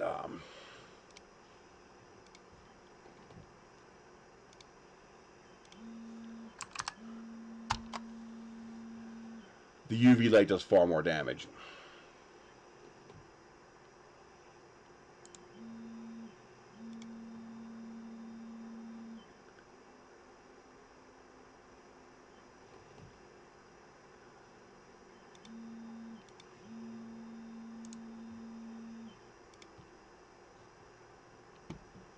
There we go.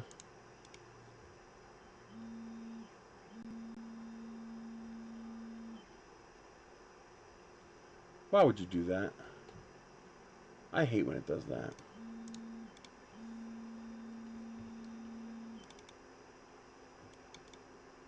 So here's the Trooper.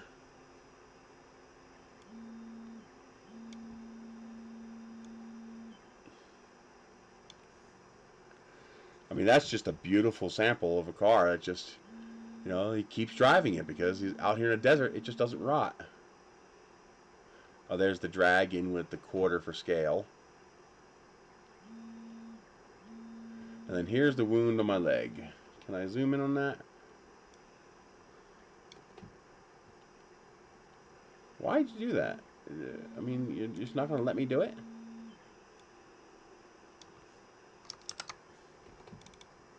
So you can actually see the fluid coming out of that wound.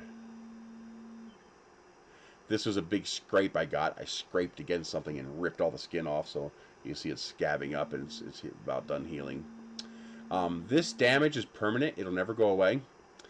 Back in 1997, I was at Ramtech 6, I believe, There's a rocket launch in central PA, and I got sunburned so bad that I was a lobster when I went to work that night. That weekend, we left to go to Orlando, Florida for TSA Nationals that year. And midweek Wednesday, I stopped going to events at the Nationals. Mr. Ringen told me to stay in the room because after that, I don't remember anything. I don't even remember coming home. The drive from Orlando to PA. My entire leg was covered in pustules, pimples, like pus, all yellow pus. All this area you see here was all pus. I got a skin infection that was so bad that when I showed doctors the picture, I'll find the picture eventually. I brought it with me. I know I have it. I just got to find it. This is before digital. The doctor told me that I was probably close to death. He said that you were probably near death with that. He's like, you should have gone to a hospital. But I didn't have health insurance. So I guess we didn't realize how bad it was. And but there's about 4 days where I don't remember a thing. Like I have no idea what happened in those 4 days. Until it started healing. So this scar tissue has been there for my entire life. Since I was 18 years old. 17 or 18, I got the scar tissue and it never went away. The doctor says it's permanent. But this little wound is there, and I think the fluid coming out of it is what's keeping it from healing. So I don't know. I made an appointment with the doctor December 20th. So I gotta wait a month before I can see the doctor. I tried putting a Band-Aid over it, and the nasty area got bigger. So I took the Band-Aid off and left it off, and it went back to this. But it's about the size of your pinky fingernail, and it just won't close up. And it just prodigiously, this, like you can see, there's a trail of this clear fluid. It's not pus, it's not cloudy, so there's no infection. Actually, the flow probably prevents an infection. It's like it's constantly rinsing itself, so an infection probably can't take hold. But it doesn't get bigger, but it doesn't get smaller. And I suspect this leaking fluid is what is preventing it from healing. Like, it's literally, because the fluid is coming out, it can't close up. And the fluid just never stops. So it never closes. I'm thinking about attempting a compression bandage one evening. Put something non-stick on there and then wrap it tight. Not real tight, but a little tight. Zinc salve on it, what would that do? I'll go get it today if I think it'll work. And I think part of the reason this never heals properly is lack of blood flow. I suspect there's improper blood flow going to this area here. You can see it stops right here. And this skin over here is perfectly normal because that's the skin that was facing down on the grass, so it didn't get sunburned. Yeah, I think this doesn't heal properly because there's inadequate blood flow to the surface.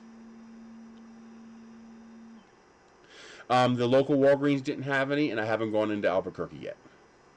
So I either have to wait until Walgreens gets it, or just, the next time we go into Albuquerque. Maybe next Tuesday when we go in to see a movie, I'll stop by a local store there and see if they have something. Normally I would go to Walmart, but I thought I saw somebody. But our Walmart's permanently closed for now until they, repair all the damage from the fires. But yeah, it's annoying, but, it doesn't hurt or anything.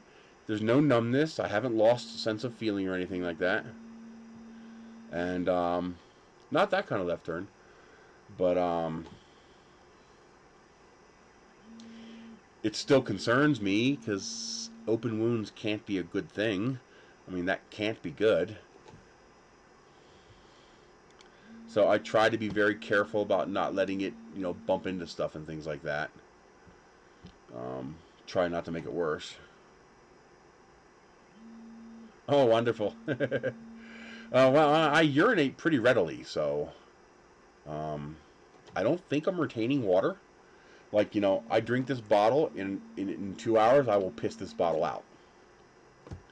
So my body's not retaining water. I know when it is, because my urination goes down, and the swelling in my ankles goes up. And usually it's because of something I ate that causes me to retain. But I don't typically have a problem with retention.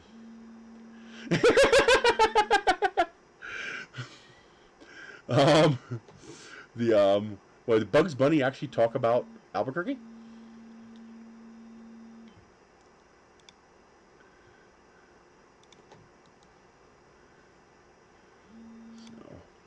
So, we are done the segment, and we're continuing with making the parts for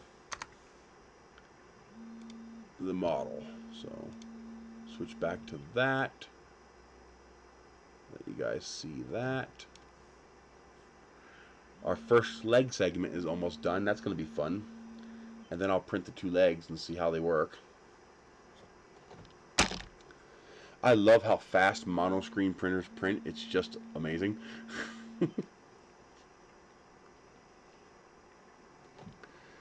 Okay, so this is 93. That's the old one.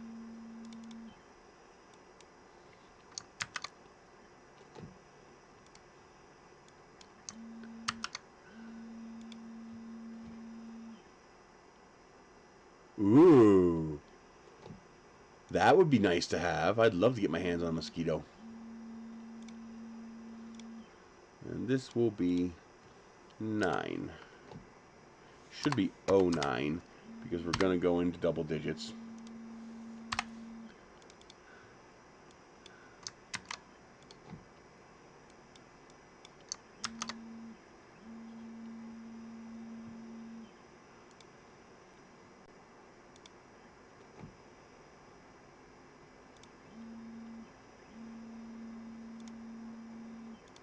And now we are 10.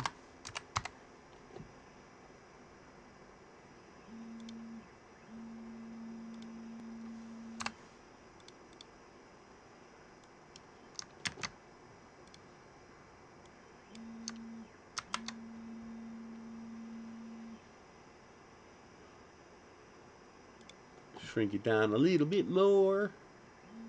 Export. 11.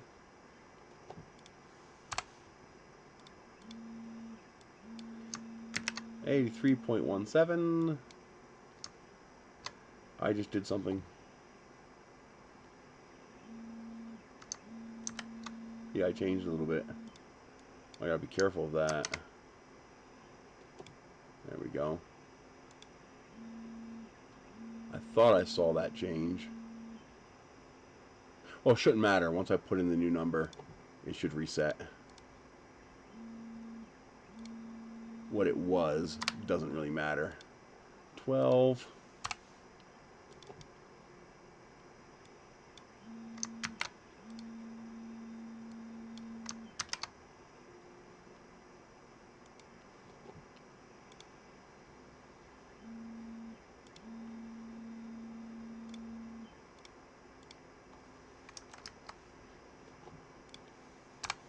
Few more left.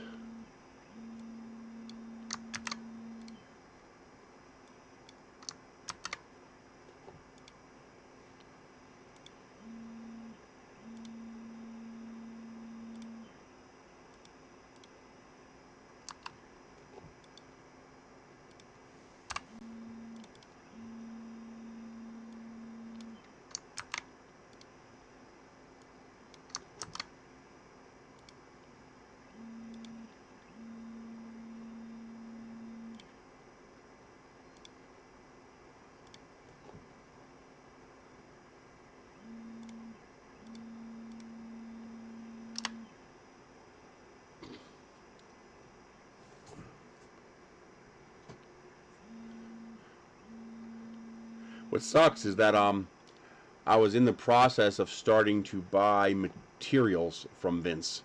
You know, get materials from him, like canning lids. Because there was a few 200 packs available. So I figure having vac bags, canning lids, and rings and jars would be valuable to have on hand in a, you know, economic decline scenario, depression, recession, because people would do more canning out here, so I could barter. You know, I could trade, hey, well, what can I get for 100 can lids? And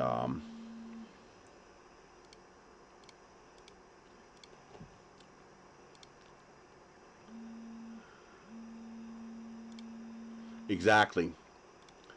And I never did because I got kicked out. So nothing I can do about it now.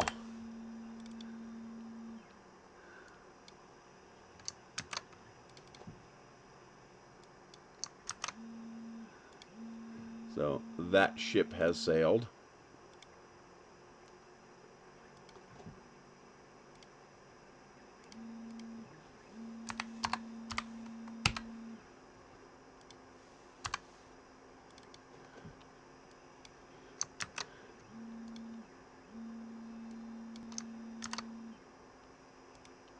See, the thing is, people like, you know, it's amazing when I hear people, you know, stocking up on gold and silver. I was like, you know, in a true economic decline scenario, not a Tatawaki event. In a Tatawaki event, we're all dead. But in a severe, nope, never found out. No one has gotten a reply as to why. They will not tell anybody, and it pisses me off. I mean, considering all the work I put into the program, it's not just free stuff. It's a full-time job. You know, I put in 40 hours a week doing reviews. You know, so it was legit work. You know, I at least want to know why. You know, tell me what I did wrong. You know, to such a life-altering, you know, devastating loss. You know, the least you can do is tell me why.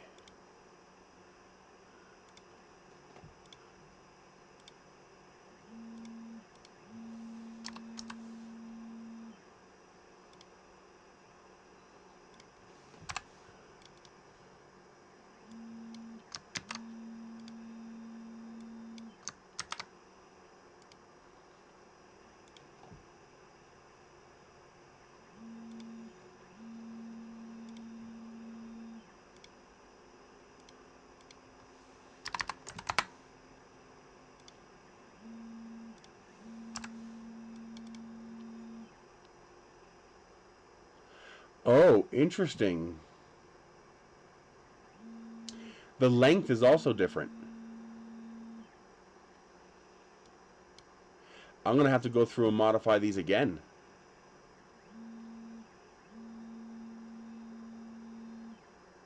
Notice this tailpiece, how this tailpiece is longer? It's probably the same exact piece, but it's also skewed horizontally. I didn't realize that.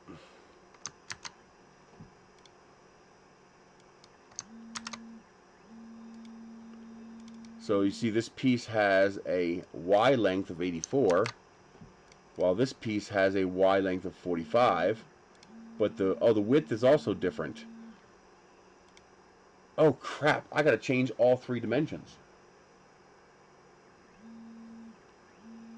I mean, not the end of the world, it's a pain in the ass, but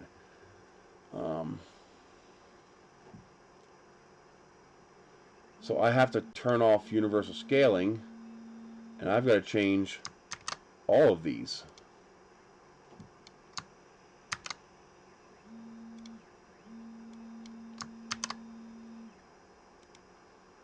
See? Now it's a match. Oh man. I didn't even see. Yeah, it is identical. Yep, it's identical. Crap. Okay, so the last one is correct, but I got to go through and I'll do that later. I got to go through and modify all the rest of them.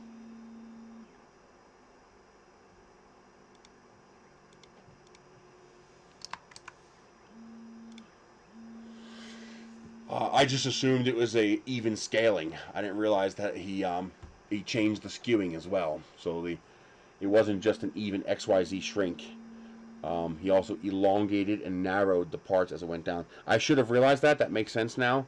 If you look at the dragon tail, you can see it narrows left to right more than it does in height. And you can see the barbs getting flatter and flatter on the end. Actually, it looks like I might be okay at these beginning ones. I just broke my dragon. Damn it.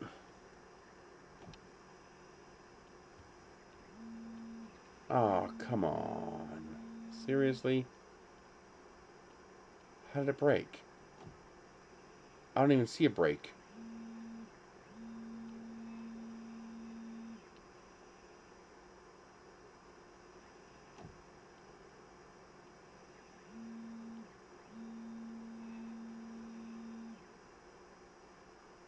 Crap. Now I gotta print another one. But it looks like these first 2/3 might be relatively even scaling, but it's these last ones where he started stretching it. So I'll have to go through and check all those dimensions and adjust them as necessary.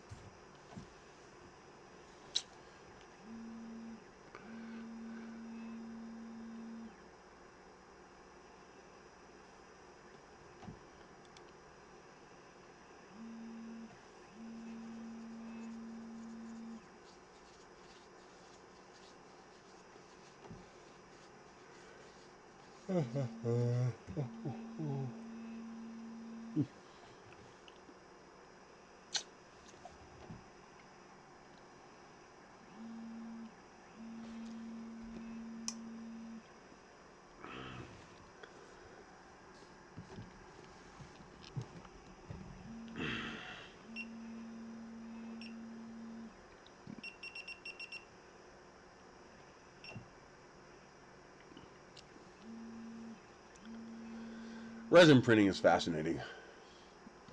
It gives you such clean results. The finished part is just so clean. Especially if you can manage to do it without supports. Yeah.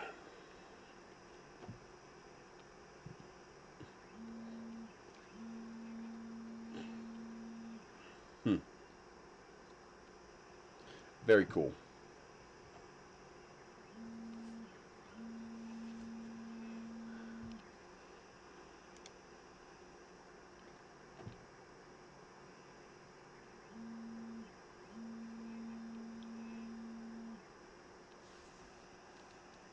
Oh, the dimples look okay. I don't know how well the legs are going to stay put, but we'll see. Now, worst case scenario, I get rid of the dimples and I put a hole from the backside here going through the leg and into the other leg. You know, like a typical dowel rod size, 1/4 inch dowel rod. And then before putting the tail segments on, I put the legs in and shove the dowel rod through and glue it in place. That will work if these dimples don't work. Or just print pins, like that. Just smaller. They wouldn't have to be quite that big. For the big one, when I make the really gigantic one, I want to make the pins hollow in vase mode. So I'm going to print the pin like this in vase mode. And obviously this last little chunk can't be vase mode, but that's okay. The reason I want to do that is that I want to have a hole in the top of the pin here.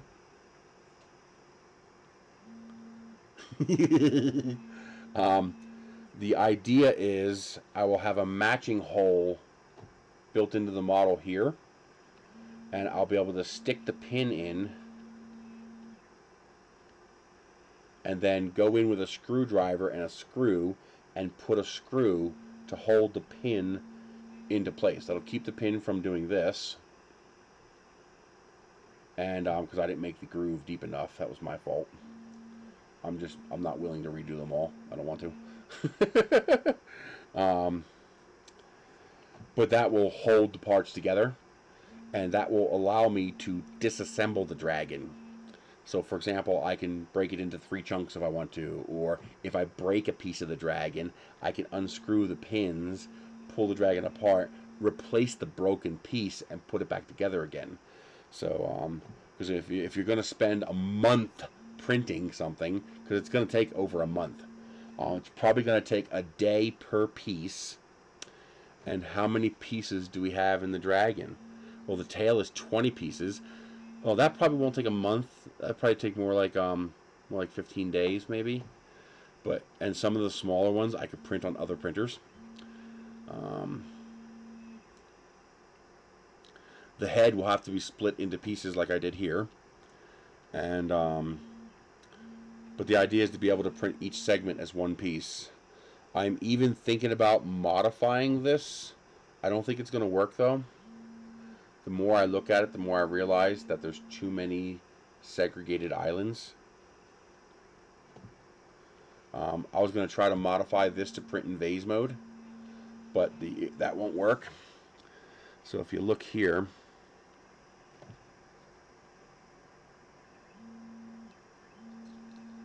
come on, there you go. So you can see these points here are each an island. You see how this point, and then it goes down here, and it goes down in here. So each of these points is their own island. So this is not vase mode compatible. I was thinking I could, you know, have a cut through here and a cut through here to allow this to be vase mode printable, but it won't work. You'll have too many issues with the points. They won't be right. So it would take a complete redesign of this part. I would have to put ribs between these scales to link them together to allow it to be continuous vase mode printable. And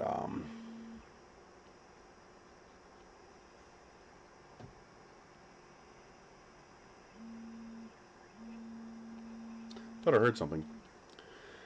So that won't work, which is a pity, because that would probably cut the print time down to, you know, 8 or 10 hours per piece, and cut the plastic usage down, because it's gonna take a lot of plastic, because, you know, I can't use vase mode, therefore I have to use 2 perimeters, because your inside perimeter is always going to be sloppy no matter how good you are. So that means 2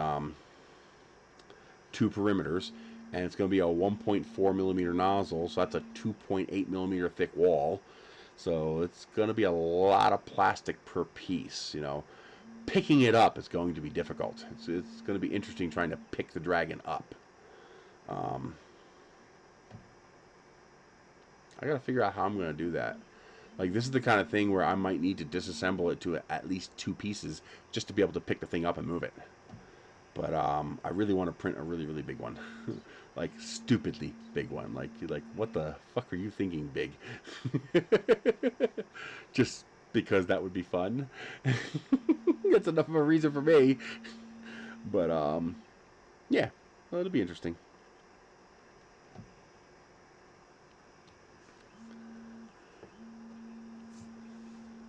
This thing's just working flawlessly so far. I mean, except for when I got the settings wrong for the particular resin I was using, its consistency is very impressive.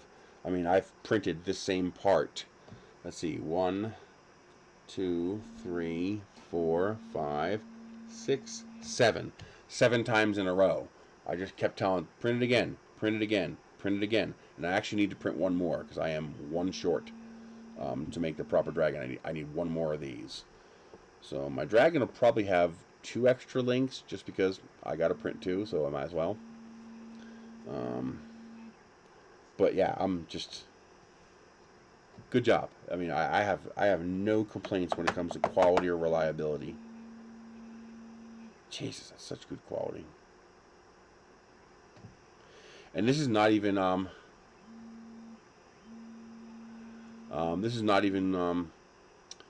high resolution. It's a low res model, and I'm printing up 0.1 millimeter layer heights.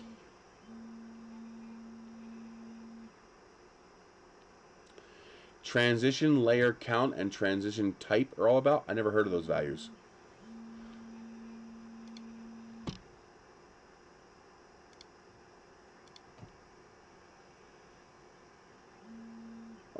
It must be your software.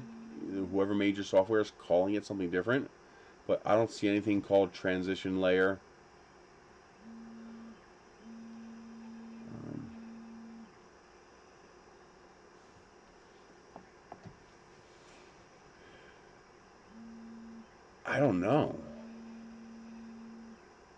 I can't even think of an analog for what they would mean by those words.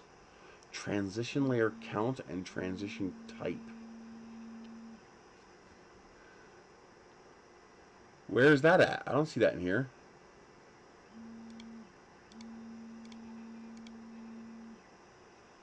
There's nothing in here called transition layer or transition layer type. Here's Chitubox. There is no setting in here called transition layer, count, and transition type. This is settings.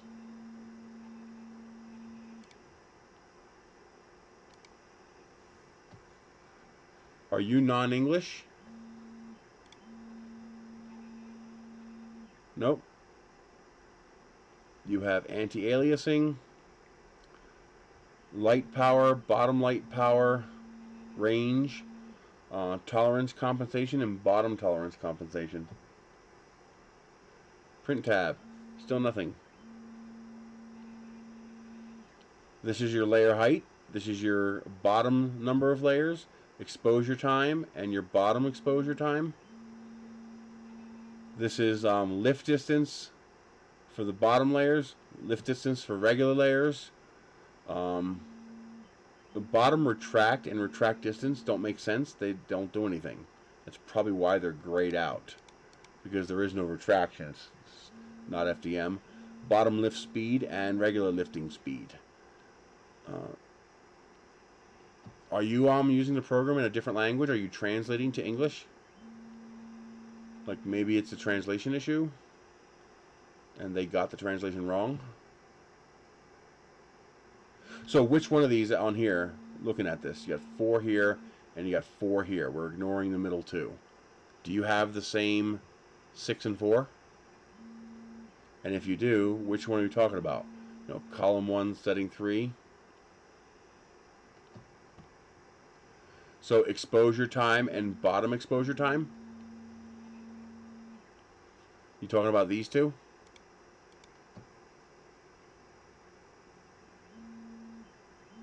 Oh. Oh, so it doesn't make a sudden shift from 6 seconds to 2 seconds. It gradually shifts from 6 seconds to 2 seconds? Okay, that makes sense. So if what El Mariachi is saying is, if I'm understanding what he's saying correctly,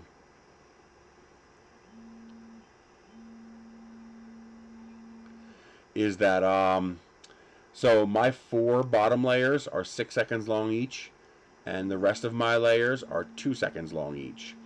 If I'm understanding what he's saying right, for some printers you have a transition option. I guess that would be helpful for the larger printers especially.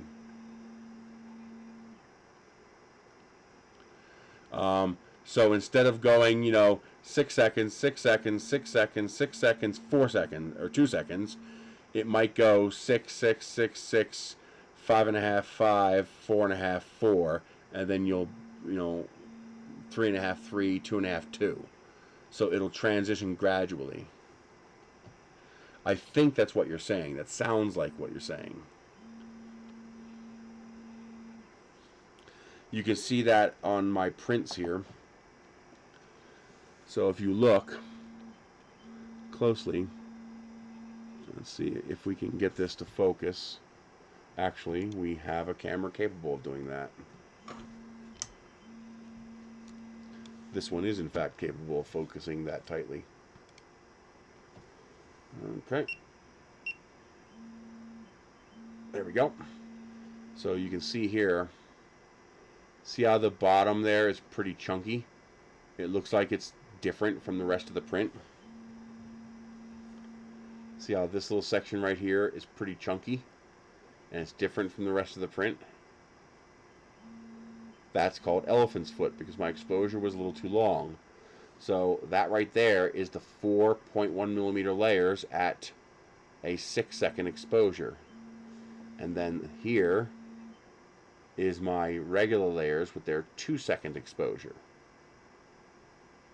So transition would, instead of having this abrupt change from 6 seconds to 2 seconds, it would gradually change, making this interface look a whole lot smoother and probably reducing the chance of tearing.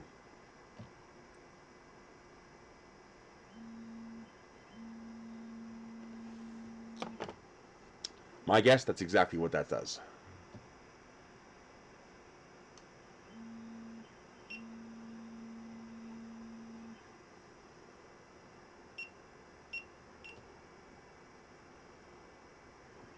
we go. I broke my dragon. I'm so mad.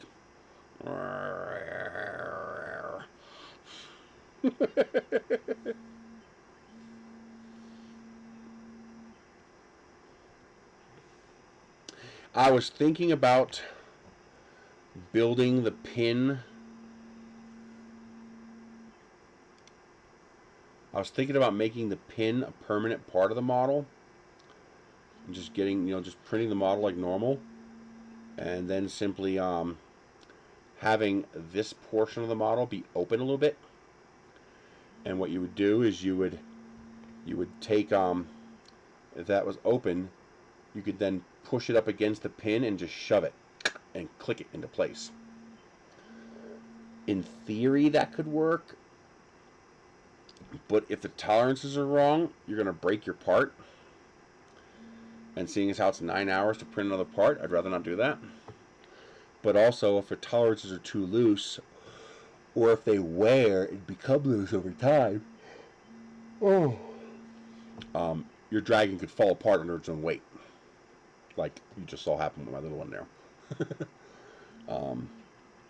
So it's still something to consider. I may try it, just because that would make it a little bit easier to put them together. You'd just be able to go click, click, click, and snap the parts together. So, we'll see.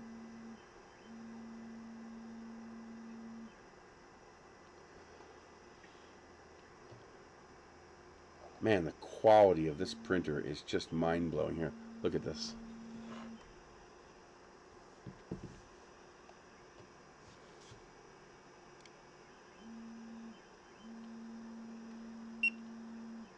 There we go. Look at that. And these are thick layers. These are 0.1 millimeter layers.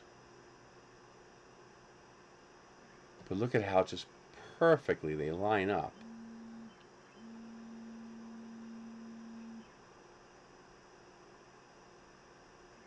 That is just so good.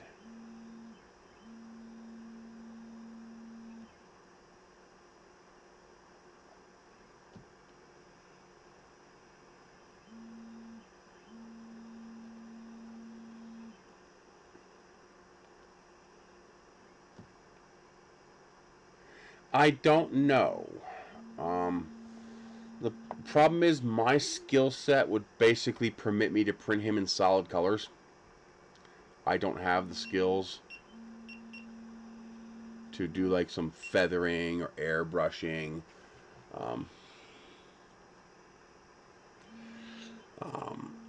I don't really have much skill in that regard. The gray dragon actually kind of looks cool. But that's part of why I made it separate pieces like this. Because now, in theory, what I can do, I would probably do it with something like this. This scale, 250%. Because I could print each of these in a different color.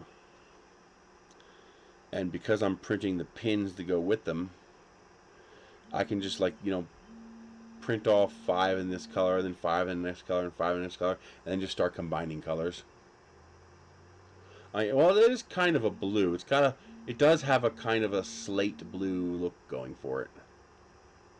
It actually looks kind of cool for a dragon. A slate blue dragon is kind of cool looking.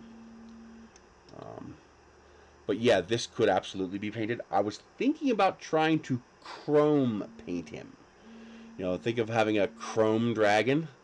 That'd be kind of cool, because this surface is smooth enough that chrome paints would work, because you need that smooth surface for chrome paints. So I was thinking about attempting a chrome paint job.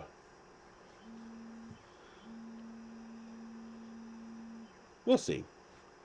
Yeah.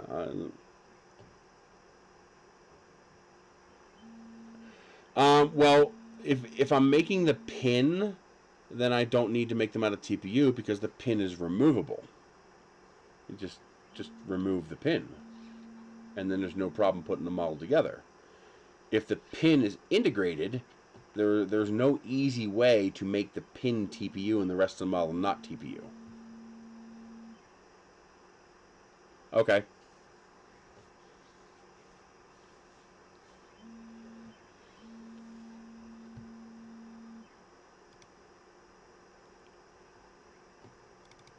Is that my mini factory?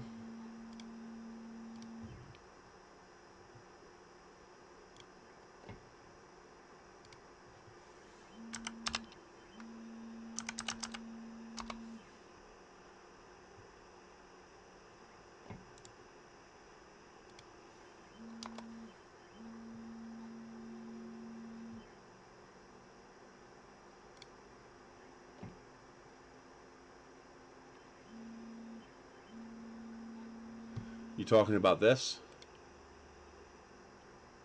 Front of sarcophagus with the labors of Hercules?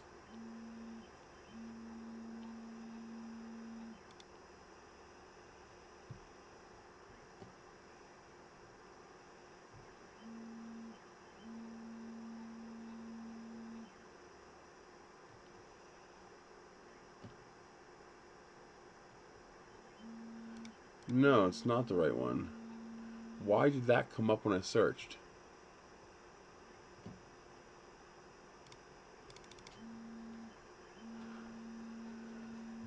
I can't use it the way you typed. The way you typed is not a valid link. I understand why you did that because YouTube would delete it. mmf.io/o/86492. Oh wow, steampunk alphabet. Holy crap. Yeah, let me give you guys a link.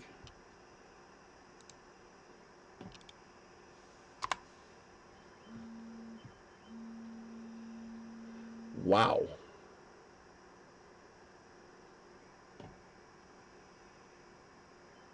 That's cool. I can't afford that, but that's cool.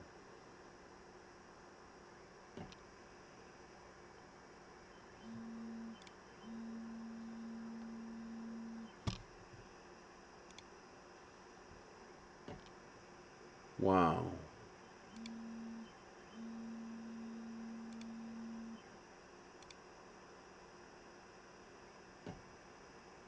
That's amazing.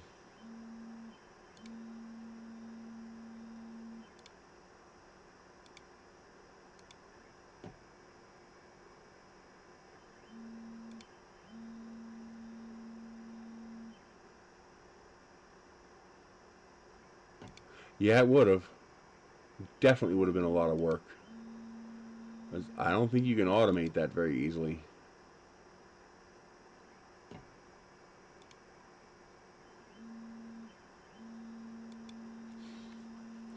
Now, don't get me wrong. I can't buy something like this because, well, I can't afford to spend $36 on it. That's just a lot of money for me at my income level. Even if someone sent me $36, I would have to buy food or pay electricity with that. But $36 for that much work is not bad. I mean, that's a cheap price for what you're getting. I mean, just think about how long it would take you to make one of those. Now, keep in mind, digital files are just that. They're digital files. He only has to make it once. And then he can sell it 1,000 times and he doesn't have to make it again. So it's never going to be worth as much as someone who actually makes you the letters. But just think how long it would take you to model one of these. I can do this. I can model something like that in Tinkercad even. Just grab a whole bunch of 3D models and parts and start jamming them in there. But I figure it'd probably take me a full day to make one letter. It'd probably take me a full day, and then I probably would not want to make the other 25. It is. $36 for 26 letters is a really good deal. I mean, that's genuinely that's genuinely a bargain. Wow.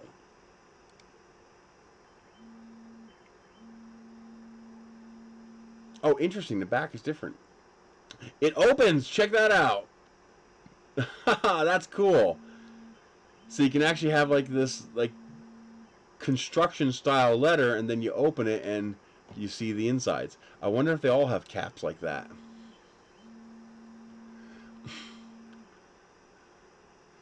Now you see something like that? I'd want to print that in like clear PET G. And then you paint the outside, but you don't paint the inside. And then you run programmable RGB LEDs through the letters, so that they just randomly flicker on and off and change colors now and then. That's cool.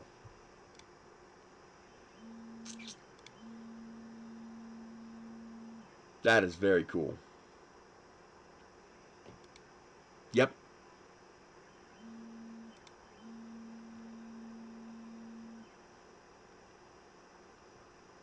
How do I save that? I guess I just bookmark it.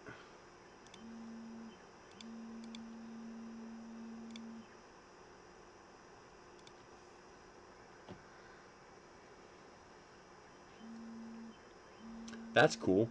Actually, hydro dipping might be a cool way to paint a dragon, too. That is extraordinarily cool.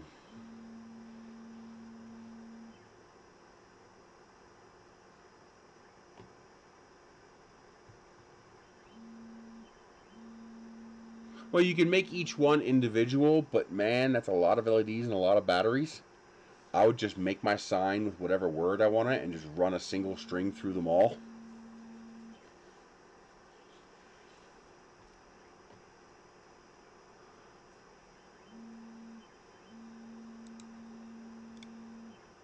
And 13 of the letters are free, so I could download a couple of them and just to play with.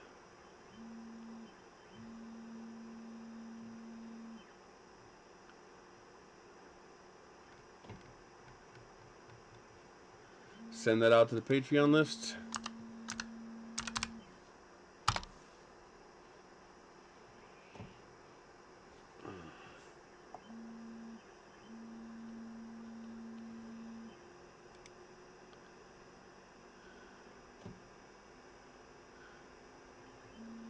Let's see. New.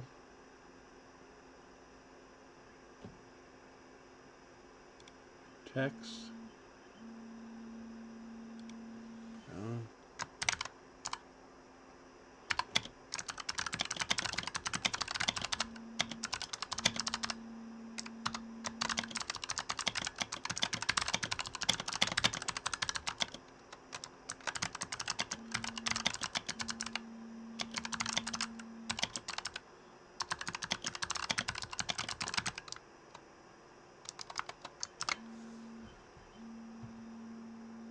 There we go.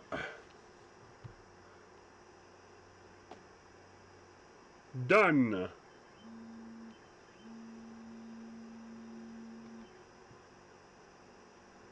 And while we're in here, I might as well show you guys this stuff. So you can see here.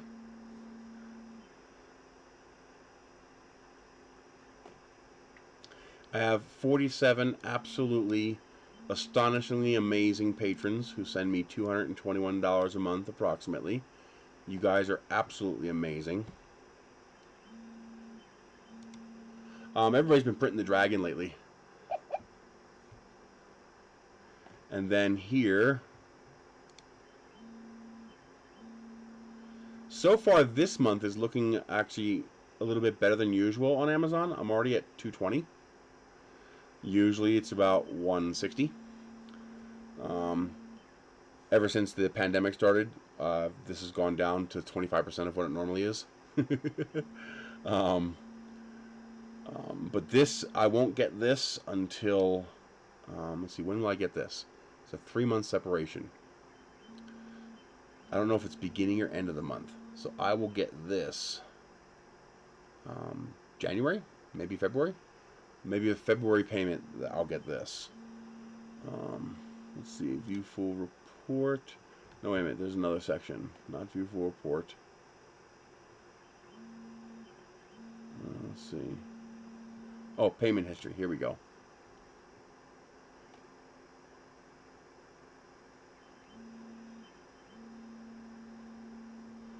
So you can see here, here's like last month, October 30th, I only got 157. Ouch. So November, I will be getting 198. So that should get sent to me like next week. 214, that was pretty good. 306 this month, that was nice. I had a couple of months that were about 300 right there. But you can see the huge drop off. So here is what I was doing: 860, 750, 865, 950, 600. You see, it was pretty decent. And then it's just a sudden hard drop. Those couple months were pretty good. Oh, that's 2020. Yeah. Wow, I don't remember getting payments that big. I guess that's why we were doing okay. But here's what it was before the pandemic. It's like, wow, what a drop off. It happens, you know, just. But you know, it is what it is. And then you combine the amounts that I get from you guys now and then, you know, on the stream here, for example, and I'm about 650 a month, maybe close to 700 a month. Sometimes I'll get side work, like the photography thing, although I lost most of that to tow fees. That sucked. And then, for example, last night I did a focus group. It was a legal focus group. I'd never done one before, but 3 hours and you get paid $125. Okay. It was fun. I mean, it was mentally stimulating and it was fun. I can't talk about what it was. It was about a legal case, and they do these focus groups to figure out what they want to do. And so, for example, I'll make something up. You know, like they might start a focus group on the dragon to determine whether people would prefer pins or whether people would prefer slot insert. And so they'd hold a focus group where they'd bring people together and give them the data and ask questions. The people would ask questions, and based on that, they would figure out whether they wanted to go with slots or pins. Well, same thing, but with a legal case. How many views are you getting per video? You might be surprised. So, a legal focus group, meaning it was about a potential court case.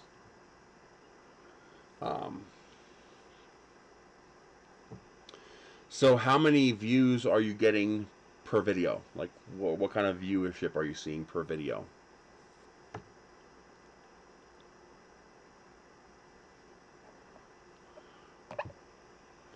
All right, that's done. We can transfer the legs over to the card now and hope they work. Beep, beep, beep. And they are probably on desktop. I think they're here. Yes. Rear leg right and rear left leg. Control C. Then you'll probably make over $100 a month. Well, how many videos? Like, how many videos per week are you doing? Are you doing 2 videos a week, 1 video a week, 3 videos a week?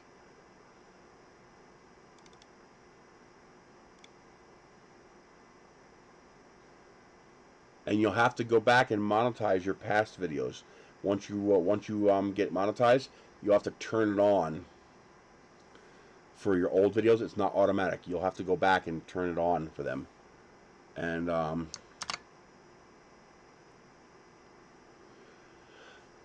but you'll start getting residuals from your back catalog content as well. So as your back catalog grows, your residuals will grow. So one of your older videos might make you, you know, a nickel a month or 50 cents a month. But if you've got 100 of those 50-cent a month videos, you know, all of a sudden that's $50 a month just from your back catalog. So 2 a week would be good, and 120 is a small back catalog, but that's okay. What kind of are you getting? Let's see. What's good is the 5K. If you can consistently get 5,000 views per video, that'll help a lot. Yeah, I don't know if they have a bulk tool to turn it on. Oh, another reminder: do not use my PO box. That will be gone starting December 1st. So, if you've already sent something, I should get it. But otherwise, don't use the PO box because I'm getting rid of it. The PO box is $58 a year for the 2 or 3 pieces of mail that I get per year. It's not worth paying $118 a year. They doubled the price of the PO box. More than doubled, actually. No, that is double. It's more than doubled. So they more than doubled the price of the PO box. I was like, I don't want it anymore. You keep it. Greedy bastards.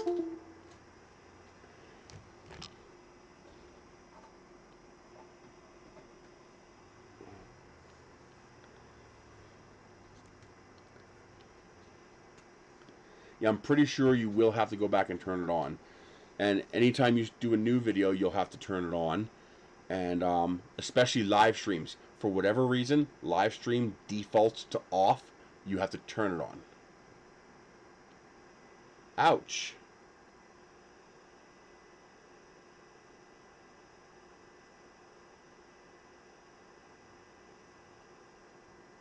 No, they didn't justify it just because they can. Enough people will pay that they don't care. Which means for people like me, you know, fuck you. We don't matter.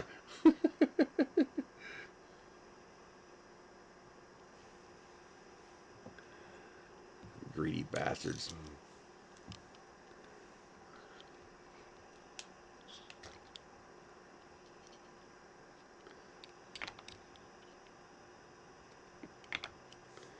Just remember, when cannibalism becomes a thing, you heard it here first, okay? Just remember, you heard it here first. You know, 20 years from now, when we're in a golden age, the second golden age of the United States, and the country's doing great, and people are doing great, and, you know, people's like, well, how did this happen? You know, well, we started eating the politicians. It's like, you know, don't forget, you know, Nerys is the one who started that. He's the one who's been harping on that for decades. What happened to him? All the rich people got him before we finished eating them.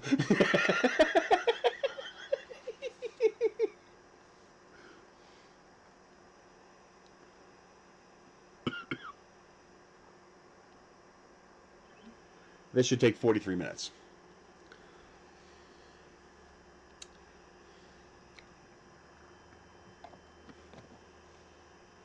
Well, lawyers aren't necessarily bad. Some of them are scum. But, okay, here's the thing.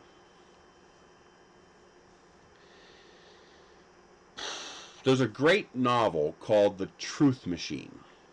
Fantastic book, actually. No.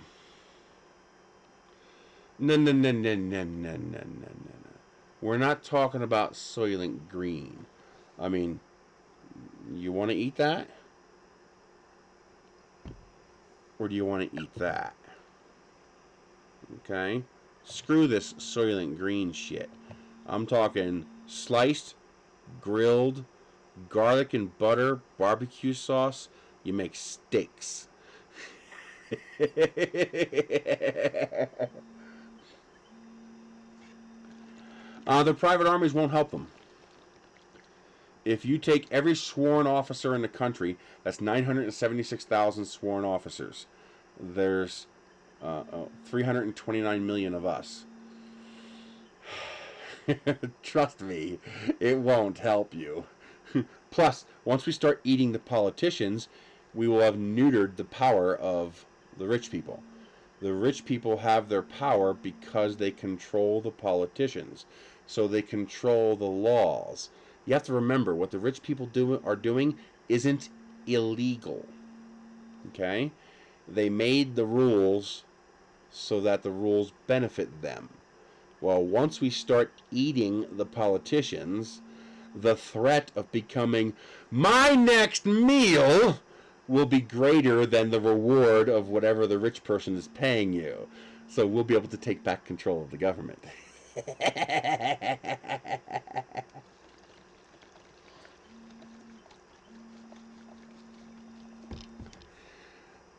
Trust me, people have you show somebody being eaten as Soylent Green, it doesn't do anything. Okay, there's nothing. It'll affect the person eating it, but it won't affect anybody else watching that person eat it. Now, if you as a politician watch your comrade get chopped up on live CNN, grilled on live CNN, and then fed to 1,000 hungry Americans live on CNN, yeah, you're going to have a very different reaction to that. Oh my God. They did the same thing on the train. What was that movie with the train that kept going around the world? I forget the name of it. There was a couple versions of it and a remake of it, but they were recycling people for food. Snowpiercer, that's it. Snowpiercer.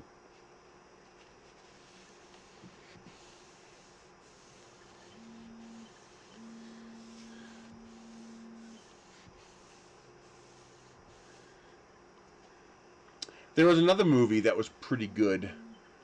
Human nature kind of movie. Nobody did.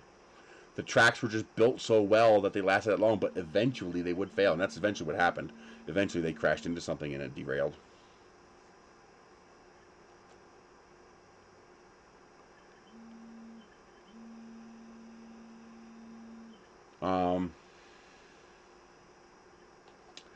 You just have to, you get some poetic license. You just have to let that part go. It's like, how does warp drive work? Well, it doesn't. We just accept it. It's just part of the universe. We just accept that it works.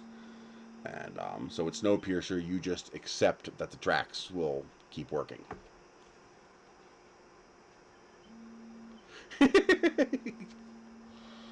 Actually, the longevity of your tracks depends on the ground they're sitting on. If you got good solid ground, those tracks will last decades. Well, for some of us who can't let it go, it is. I don't have a problem letting it go. Now, some things bother the fuck out of me. Like you, there are some things that piss me off.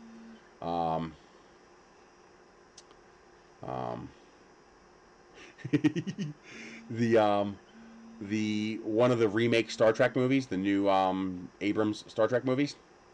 Now, first of all, I like them. I think the Star Trek movies are great. I love the updating. I love the modernization.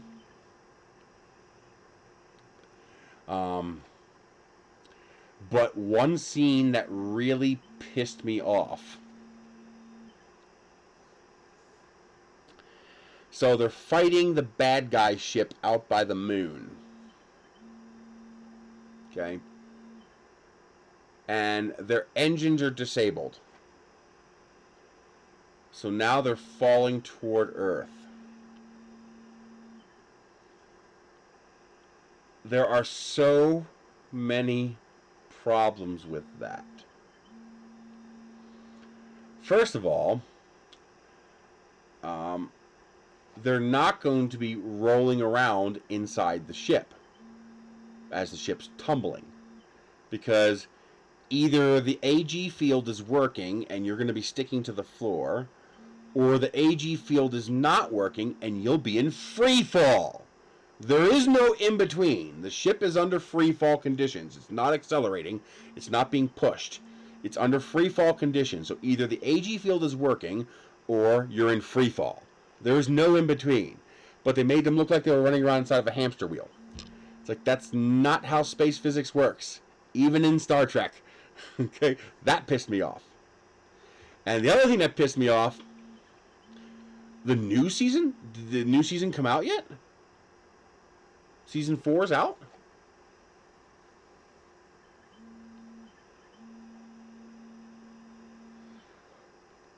Yeah, but why would the AG field pull you sideways? The AG field's in the floor.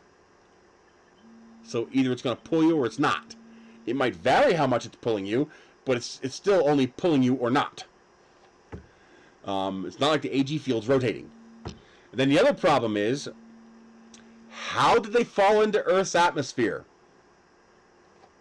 How does that happen? They're out by the moon! Now, one person says, well, they're in orbit, so they wouldn't fall. Well, no, they don't necessarily have to be in orbit. Remember, we only have to be in orbit because we launch spacecraft ballistically. Ballistically means I thrust, I turn off the thrust, and now I'm just free flying. If I don't want to fall into Earth's gravity, I have to be in... Yes, I got the blueprints. And they show anti-gravity plates in the floor. But, so the orbit is not required. There's nothing wrong with them falling to Earth. So here's the thing.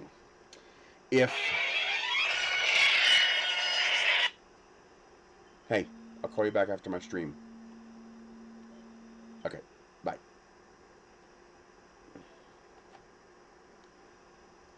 So here's the thing.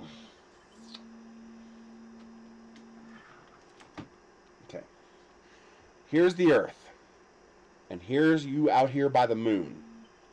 If I turn off my engines, I will fall toward Earth. Because I'm not in orbit. And I don't have to be in orbit, because I'm a starship with an antimatter drive. I can just hold myself in whatever position I want. Okay? What's escape velocity from Earth? Any velocity you want. What bread? Escape velocity is any velocity you want. You could escape Earth's gravity well at 2 miles per hour if you wanted. What we mean by escape velocity is how fast do you have to be going to escape Earth's gravity ballistically, meaning without any further thrust. Orbit needs about 17,000 miles an hour, while escaping Earth requires about 25,000 miles per hour. But that's only ballistically. Our ships can't just go all the way out to the moon. We go coast all the way out to the moon. So if I want to go coast, I need to go 25,000 miles an hour. But if I have unlimited thrust, oh, I didn't know that. Cool. I love baking bread. There's nothing better than baking bread to smell in the house. Oh, I love the smell of baking bread. But if I could turn my engine on and simply leave my engine on, if I had basically unlimited fuel, I could lift off from the Earth at 2 miles an hour and go all the way to the moon at 2 miles an hour. Because I would only have to generate 1 G of thrust plus 2 miles per hour. So enough thrust to negate Earth's gravity plus 2 miles per hour. And I can go all the way to the moon at 2 miles per hour. Now, I don't want to touch the moon. Because when I get out to the moon's going to go... Okay? Because the moon's orbiting. So I'm going to have to, once I get out to the moon, I'm then going to have to turn sideways and start going this way until I'm going the same speed as the moon. I'm going to have to chase the moon, basically. When you do a Hohmann transfer, you don't have to because that's accounted for in your orbits. All right, so the Enterprise could be out there by the moon, not in an orbit. It could just be holding itself there with its engines. Now, of course, once you turn off those engines, gravity will take effect and the ship will fall toward Earth. In about 3 days!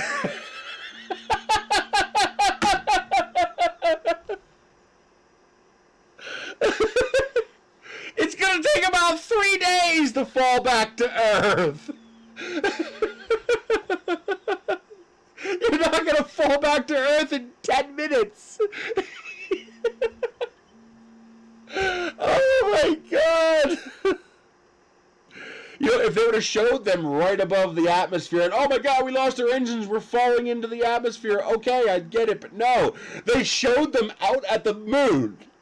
And then 10 minutes later, they're falling into the atmosphere. It's not how it works. Oh my god. See, one of the things I liked about Roddenberry's Star Trek is that one of the things that he did, especially with the TNG, is he had a science advisor.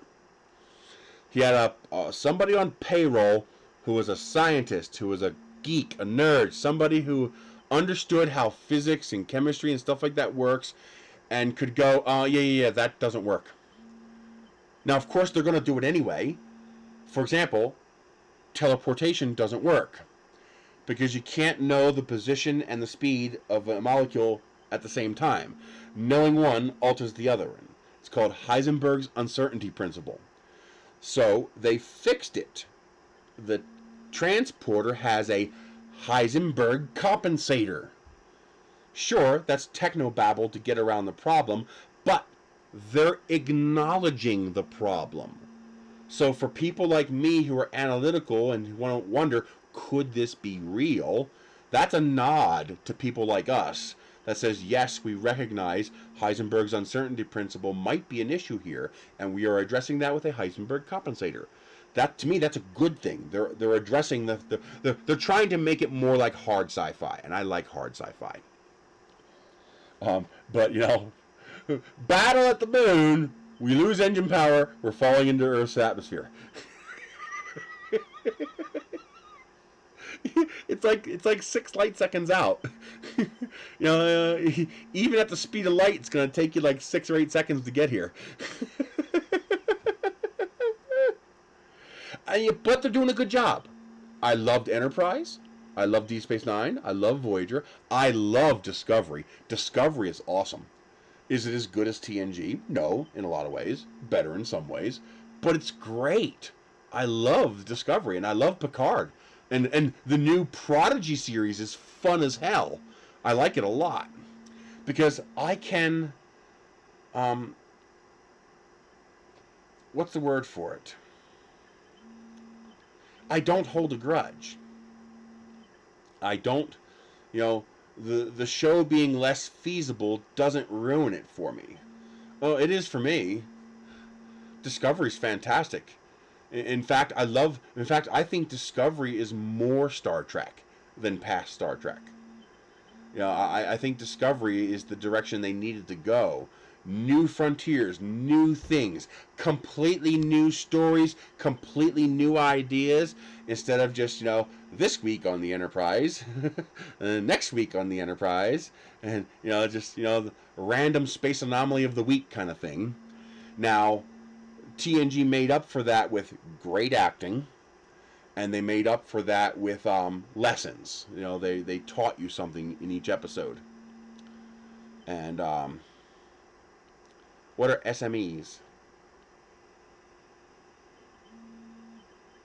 Yeah, see, that's the other thing. You get Star Trek people who say, how could Enterprise have better technology than the original Star Trek? Because the original Star Trek was made in the 60s, you moron! This is more advanced than what they had in Star Trek. So, of course, when you remake a series, you've got to update it with what we know now. Oh, man. Even all the mechanical switches don't make sense in Enterprise. They did that as a compromise. Those mechanical switches make no sense. Most of our hardware doesn't use mechanical switches. We all look at Falcon 9. Look at a modern 747. Okay? It's all fly-by-wire live displays. So of course, the first Warp 5 starship is going to have all fly-by-wire live displays. But they went to switches to, you know, to try to make a compromise between what it should be and what Star Trek Kirk was. You know, it was a compromise. And Discovery went even further, because that's what we should do. Yeah, but mechanical switches well, see, you're wrong. Mechanical switches are not more intuitive, precise, or reliable to use. They're only more intuitive, precise, and reliable to use when you only have 10 of them. Have you ever seen the inside of the space shuttle? Let me educate you.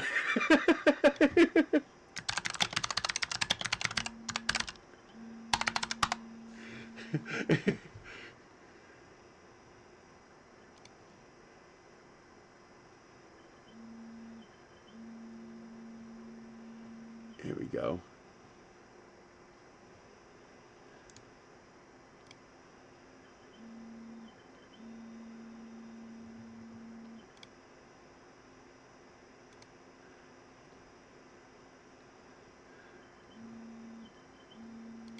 I don't want to, really, I hate this shit. I'm just going to pick one until I have an actual image. There we go. Seriously? The one I pick is a fucking thumbnail? You gotta be kidding me! Come on! What the hell?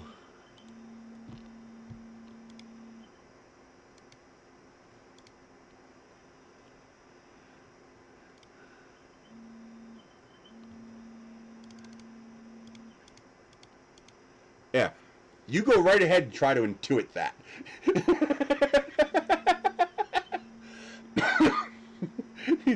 Without hundreds of hours of training, you ain't touching one of those buttons.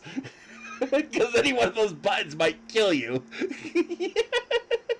Like, even the trained astronauts don't touch the buttons. They pull out their checklists. Okay, Master Arm 1, engage, click. Master Arm 2, bypass, click. You know, OMS to OMB, click, press. They go through their checklist because you push one of those buttons wrong, you die.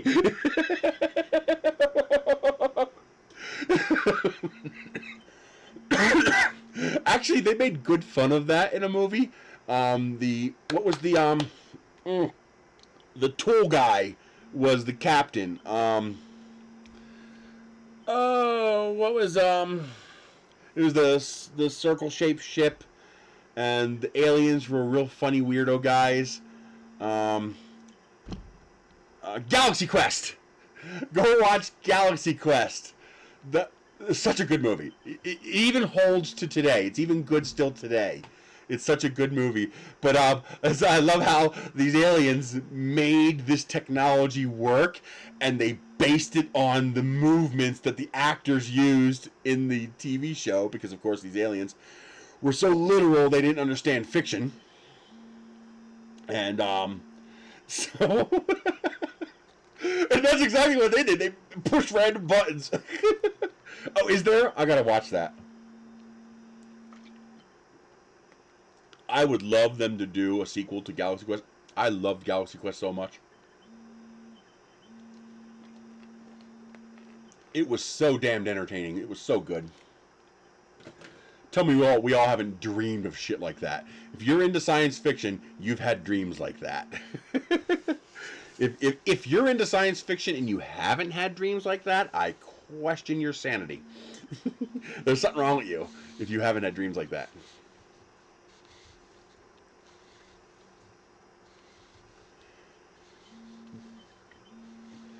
Well, no, you got to remember everything has changed. No, the whole printer is tilted because the table is tilted, but that doesn't affect the print as long as you don't let the level get too low. So this whole printer is well, you can't see that. This whole printer is tilted a little bit this way.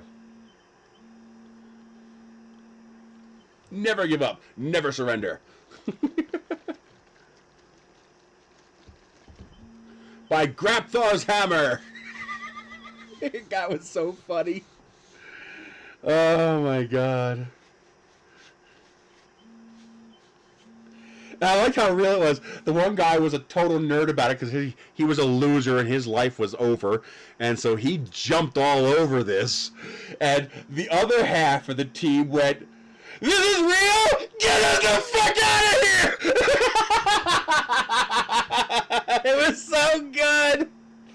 Oh my god, I mean, that that was so legit. Like, that really would be how it works, yeah. You'd have the one nutso guy going, yeah, I'm going to be a captain, and the rest of them going, we're going to die! Oh my god. Site review site? What's a site review site?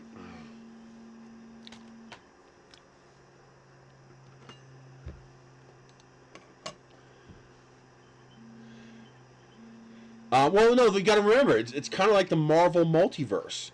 Those timelines still exist. They're just different. You know, if you were to jump timelines to a different timeline, you'd have the original TNG and Picard. Oh, the Amazon thing. No, it's gone. The no explanation. They won't tell me why. Just gone. Spaceballs was good too. I enjoyed that. Ludicrous speed. They've gone plaid and combed the desert. No, they didn't disable anything. I can still get in. I can't get anything. See? It just gives me this message. So, nothing you can do about it. It sucks. It sucks hardcore. Because that's gonna hurt. That's gonna hurt a lot.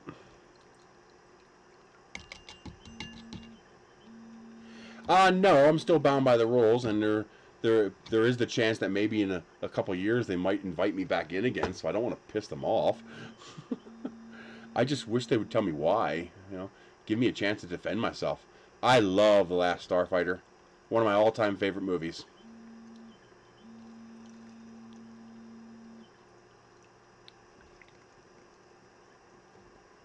Yeah, Last Starfighter was fantastic.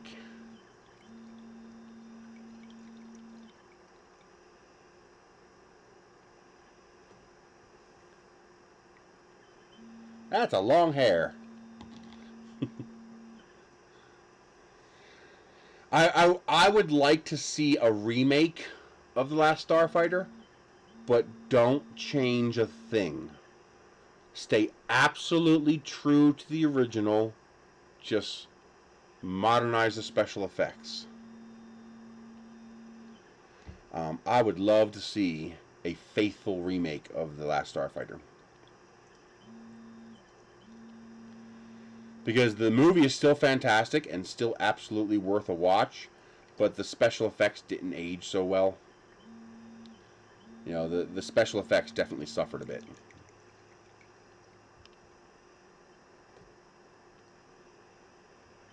Yeah, for real.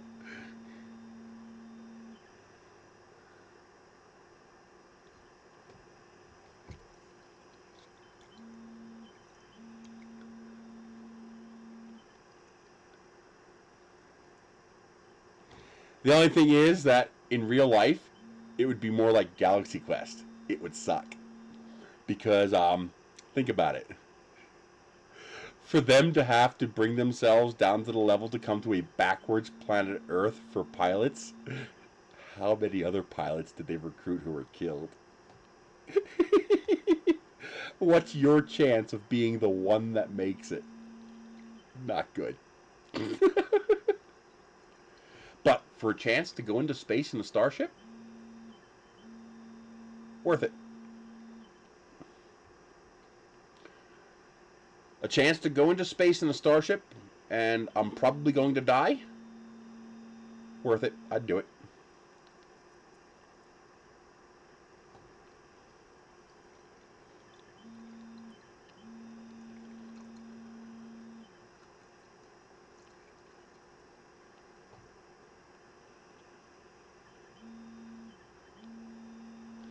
Alright, there is a leg segment.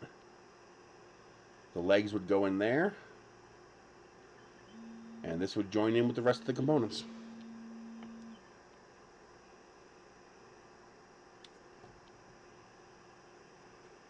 Yeah, that was awesome. He was damn near speechless after that. That's why I believe this to the bottom of my heart. What's Quark Episode 1?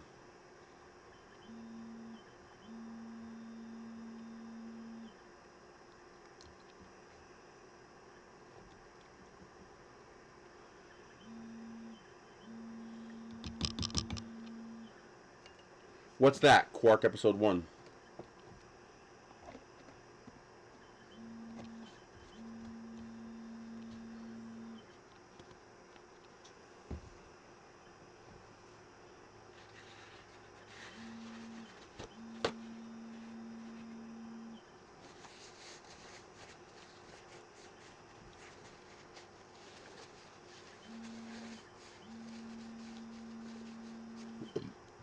Let's find it.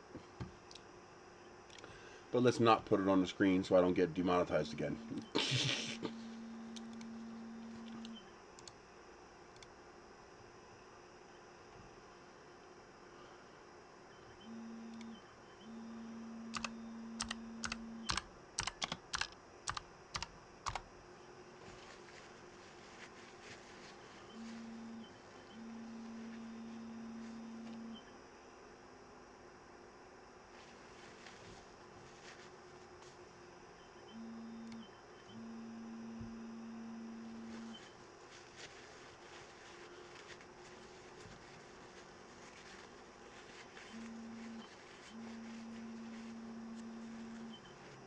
Oh, it's a space series.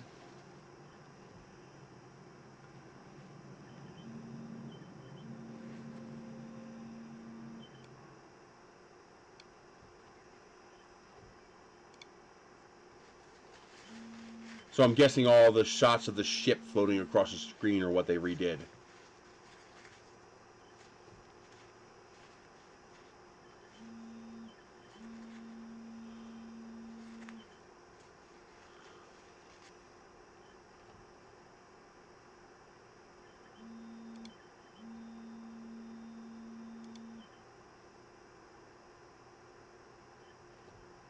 Cool. I'll have to watch this later. That looks just like the kind of crap I'd be interested in. I love quirky old sci-fi shows. I don't have to add resin into that. There's plenty of resin. Yeah, there's like a ½ inch of resin in there. Yeah, remember, this edge here, can you see it? This edge here is not the bottom of the vat. That's about right here. So you got all this resin. There's a lot of resin in there.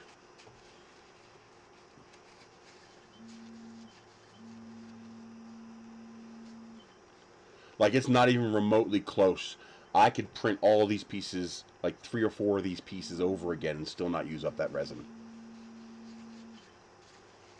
Because I'm only using about, let's see here. Like, this leg here is only consuming, I am using the JO resin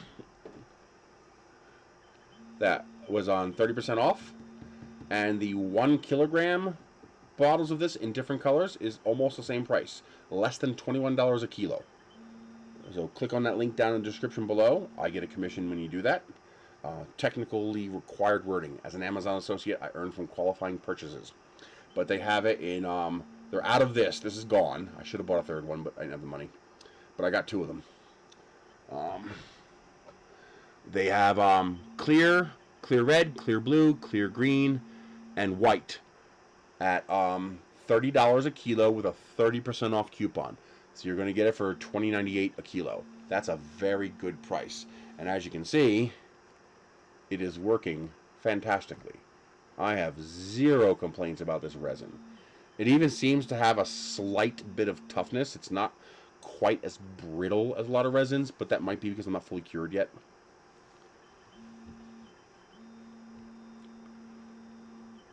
Yeah, it's a good price. I'm very pleased with it.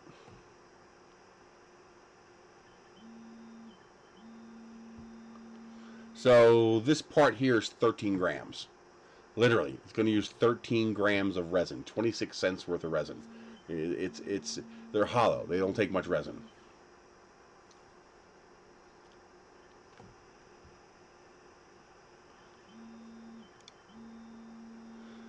All right, time to find out. I'm pretty sure those were the back legs that I put in there.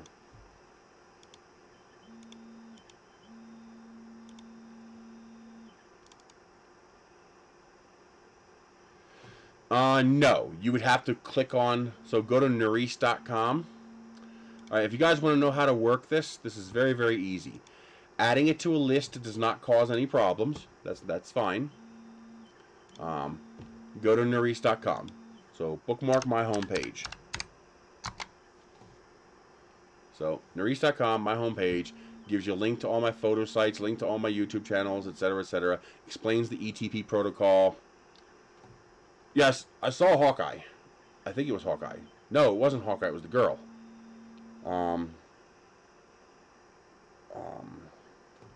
Who's the girl? I think that's the series I saw. But just click on right here where it says Amazon shopping page. So just click on that. It takes you to the Amazon homepage. Then do whatever you want to do. Search for whatever you want to do. Go to your lists, whatever you want to do.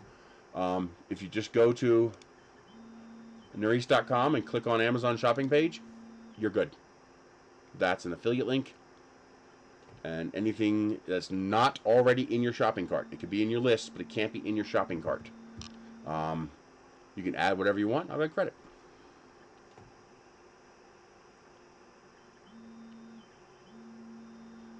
What was the Black Widow? Black Widow was the one I watched. So they also have a Hawkeye one released now. That's cool. Black Widow was a movie. So Hawkeye, they're doing a TV show? Cool.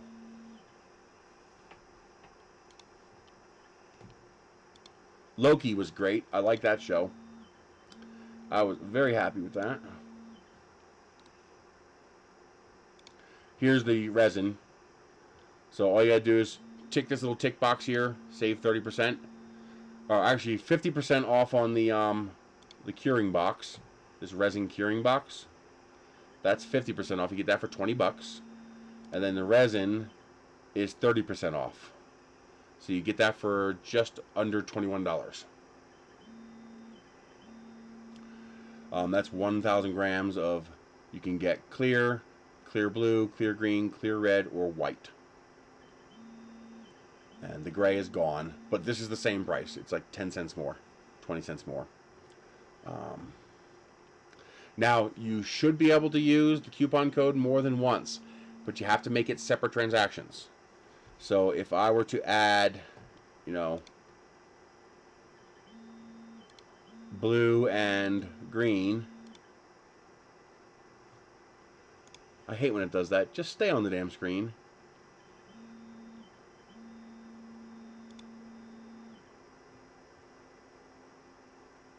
And then go to proceed to checkout. Okay.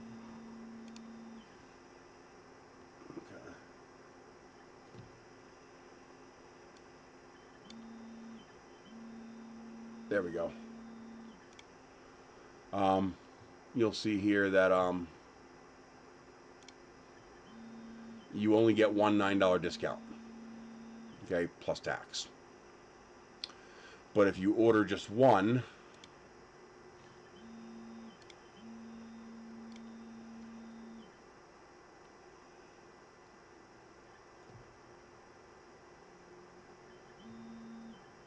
what are you doing? Don't do this. Did you really have to do that, you asshole? I hate when, why would it do that? Why? Why? Why take me to that screen? I deleted something. Don't take me to the screen and plaster my shit all over the screen. Arrgh. So delete.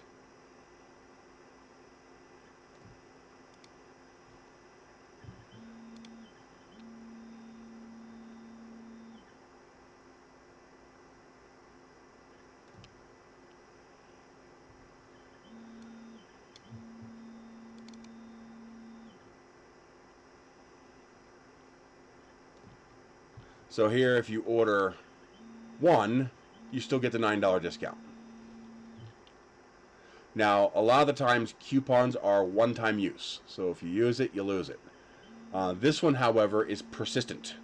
So you could order the one bottle with the $9 off, and then go back in and order another bottle and get $9 off, and then go back in and order another bottle and get $9 off. I know you could do it at least 3 times because I did it. And it was allowing me to do it the 3rd time. I just didn't finish the order. So I know it should work at least 3 times. And so as long as you have Prime, so you don't have to pay shipping, then you can theoretically get as many as you want at $21 a bottle until they run out. That's pretty cool. And that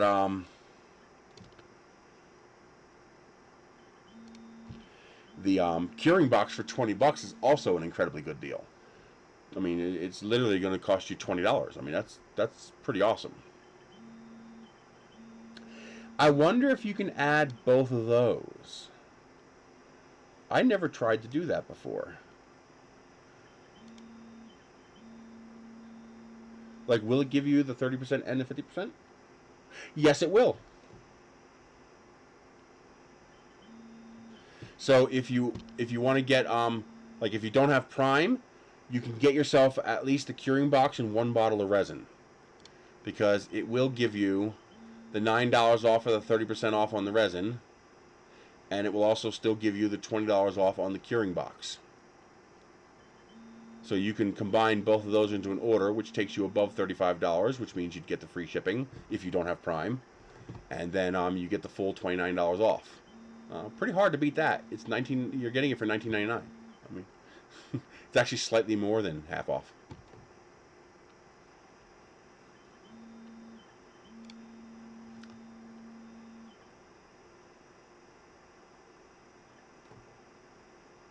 No. If you ordered 3 of them separately, they would probably come in the same package. So it doesn't change anything on their end. The reason they do that is because it doesn't have to do that. There are some things that I order. I can order more than one, and it will give me the discount on each. It depends on how they program the coupon.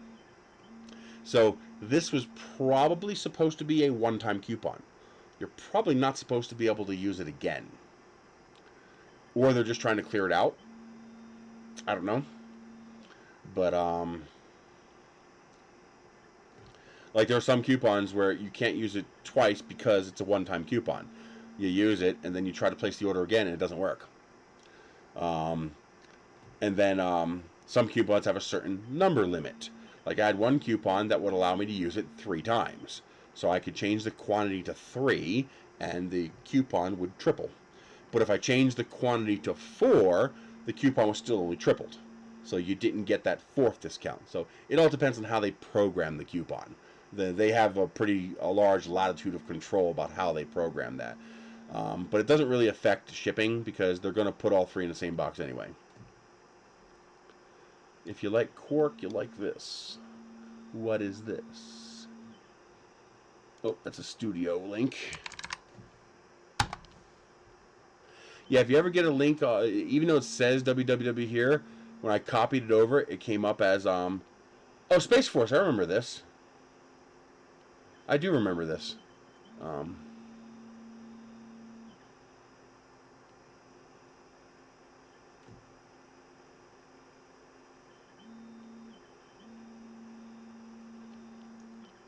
Why would you return 3 of them? They weren't good?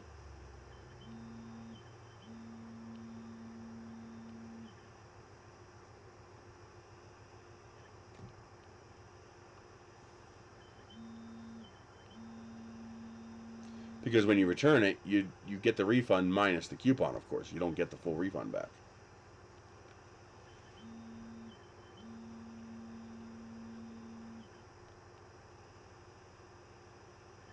Oh, this is almost done good. And this is right leg. Oh, okay. So it was lack of performance. Okay.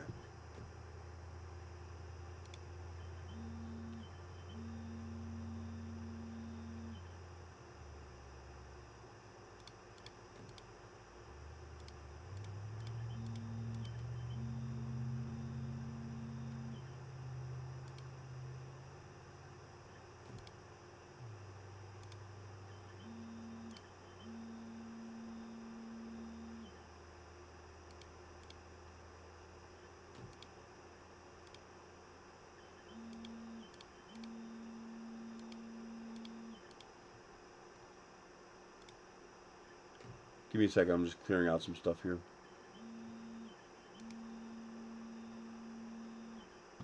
You know, as far as the review program goes, it's going to suck. It's going to be... Yeah, of course. Doesn't function well, to me, is a valid reason to return something. It's going to suck. It's going to be hard to adapt. I'm probably going to have to go get a part-time job. So maybe deliver pizza 1 or 2 days a week. Since there's a Domino's right there and they're paying $9 an hour. And because I don't actually make enough to survive. I ran the numbers. I'm making about $20 more than what my bills cost. And that doesn't leave you enough for anything. Like I couldn't even buy another bottle of alcohol if I needed it. Thank God I already have 30 of them.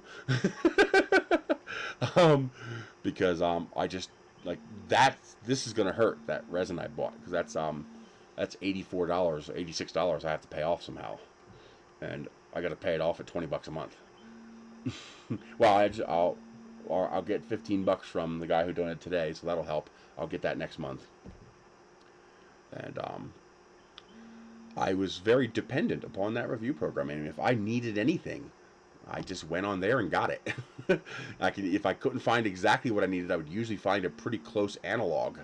You know, anything from, you know, thermal cameras to, you know, titanium little box cutting knives to a coffee cup with a spinner inside that's heat powered. So you put hot liquid in it and it uses a tech between the top and bottom temperature and it makes it spin. It's pretty darn cool, actually. You know, from Ryobi batteries. I got more DeWalt batteries than I can shake a stick at. So you having access to that resource permitted me to live on a lot less than what would normally be possible. Like I'm probably gonna have to, when the EBB program is done and I don't get the $50 discount on Comcast anymore, I'm probably gonna have to get rid of my gigabit internet. I'm probably gonna have to downgrade to regular internet and pray the stream doesn't suffer. Because I can't afford $100 a month for Comcast. I won't be able to afford that anymore. So I'll probably have to get a little part-time work, unless I can find enough gig work. Like I'll get $125 from that focus group last night. You know, if I can get 1 or 2 of those a month, I'll be good. You know, I'll be golden. But I don't think there's that many of them available. And they also don't want the same people in those things all the time. And thank you, Michael. I appreciate that. He just increased his Patreon pledge. That's very, very generous. And I want to say thank you again to the Patreon last week who reduced their pledge from $5 to $1. You know, you might think, why would you thank them? Because they could have turned it off to 0. All right? The fact is, they're probably struggling a bit, and I 100% get that. The fact that they still think I'm worth supporting at all is a big thing in my book. So that's a big deal. That means a lot to me. And you know, I've only got 47 patrons, but they're very, very loyal patrons, and that's substantial to me. But you know, but I overall I did everything right. You know, I have almost no debt. You know, I still owe $3,600 on the Kia that I'm paying off. And of course I'll have the EIDL loan to pay off when those payments start in March, but that's $60 a month. I can manage that. You know, just by downgrading Comcast to regular internet, I can manage that bill. And then any extra work I can get will help offset the difference until, you know, the pandemic crap settles down and people start spending like normal again. And then, of course, then my affiliate income will go up. And it also doesn't hurt that I kind of fucked this all up over the last year. You know, the long-term COVID effect, which, you know, messed with my head, and, you know, so. And, you know, I have substantial resources in what I did get. So if a kitchen appliance breaks, I've probably got 2 or 3 others to replace it with. You know, I have multiple air fryers, multiple little ovens, multiple griddles. You know, I even have a gas range up a cook. I have a griddle and grill outside I can use. I have a burner outside I can use. I have plenty of stuff. You know, extra toilet seats. I got toilet paper for the next year and a half, maybe 2 years. I've got extra freezers, so if something like that fails. If the fridge fails, it's $100. It's not a big deal. You get a used fridge for 150 bucks. You know, I got extra computers, you know, so, you know, it's not like, you know, if I have 4 cars, so if one breaks, I can just switch cars. You know, just, I don't have to fix the broken car. I can let it sit until I can afford to fix it, and then I can switch cars if I absolutely have to. So, like, I'm not desperate. I'm not, like, in really, really bad shape, but I also don't have a lot of wiggle room. And that's, I told everybody from the beginning, one of the things I like about being what the hell? Oh, that's one of the edges of the model. Okay. One of the things that I like about being self-employed is that I control my own destiny. So if I succeed, it's because I did a good job. If I fail, that's my fault too. So that's not, you know, I can't blame the CEO of McDonald's, you know, because I'm not working for McDonald's. You know, I'm working for me.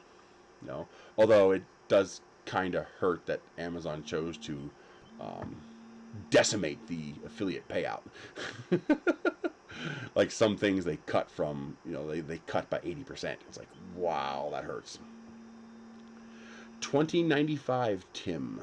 What's that? Oh, 2095? What does Freedom 95 mean?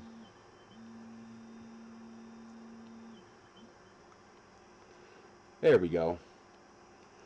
Okay, the limits of the print volume were a little bit more than I thought. It cut off a portion of the model I would have preferred not to cut off, but that's okay. We're going to let that drain a bit. But, you know, let's see. If we take, how much do I actually make? Well, I make about $221 on Patreon. I make about $200 on Amazon. I make about $70 a month on YouTube. And I usually make about $100 miscellaneous. That's $591. So let's call that $600 a month. Times 12. That's not right. That's $7,200 a year. So I'm probably closer to $8,000 because there's a couple of months that do better. So like the holiday months are usually a little bit better. So probably about $8,000 a year. So what does that equal? Divided by 2,000. That equals $4 an hour effective pay if we call it a 2,000 hour work. So I make less than minimum wage. But I don't have to suck a corporation's dick to make it.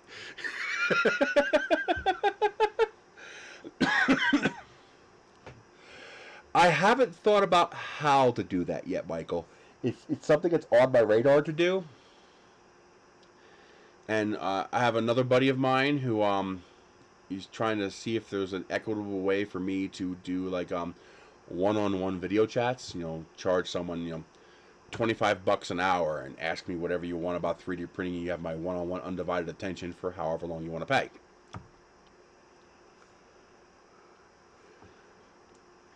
Well, that's the problem. You can't pay cash on the internet because we don't have teleporters yet. The closest you're going to get to that is direct from your bank. So that would be something like Zelle or Venmo or Cash App. That's going to be your closest to a cash analog on the internet. With Zelle probably being your best bet because it's probably built into your bank account. So when you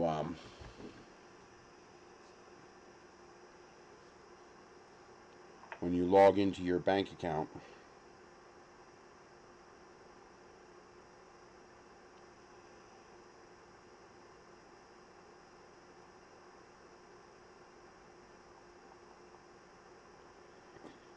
on on mine, for example, there is an option here.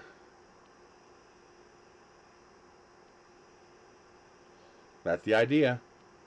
I mean, I would like my channel to be bigger, but I don't want the live streams to get too busy. You know, 200 seems to be about the max number before it starts to get too busy. So right there you see send money with Zelle. So that would be direct bank to bank. That would be the closest analog you can get to cash. You know, there's no credit involved. There's no credit cards. It's like a check. You're writing a check and sending it to another person, but it's instant. And but be careful, because it's instant and non-reversible. So if a scammer gets you to Zelle them something, it's gone. It's like sending Western Union. That money's gone.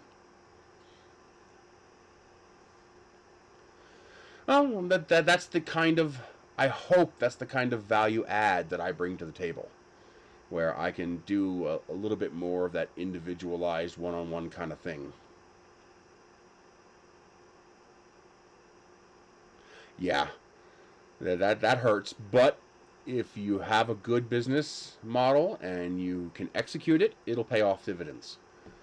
You know, it'll be very nice to be able to go, you know, fuck you to that corporate overlord and be able to be your own boss. Now, that's a lot harder than most people think. You know, running your own business is a what do you call that? It's an act of passion. It's something you do because you want to do, because you want to control your own destiny. You want to control your own life. You know, I'm never going to be able to retire. That's never going to happen. I'm going to have to work until the day I die. But if I enjoy what I'm doing, it's not a big deal.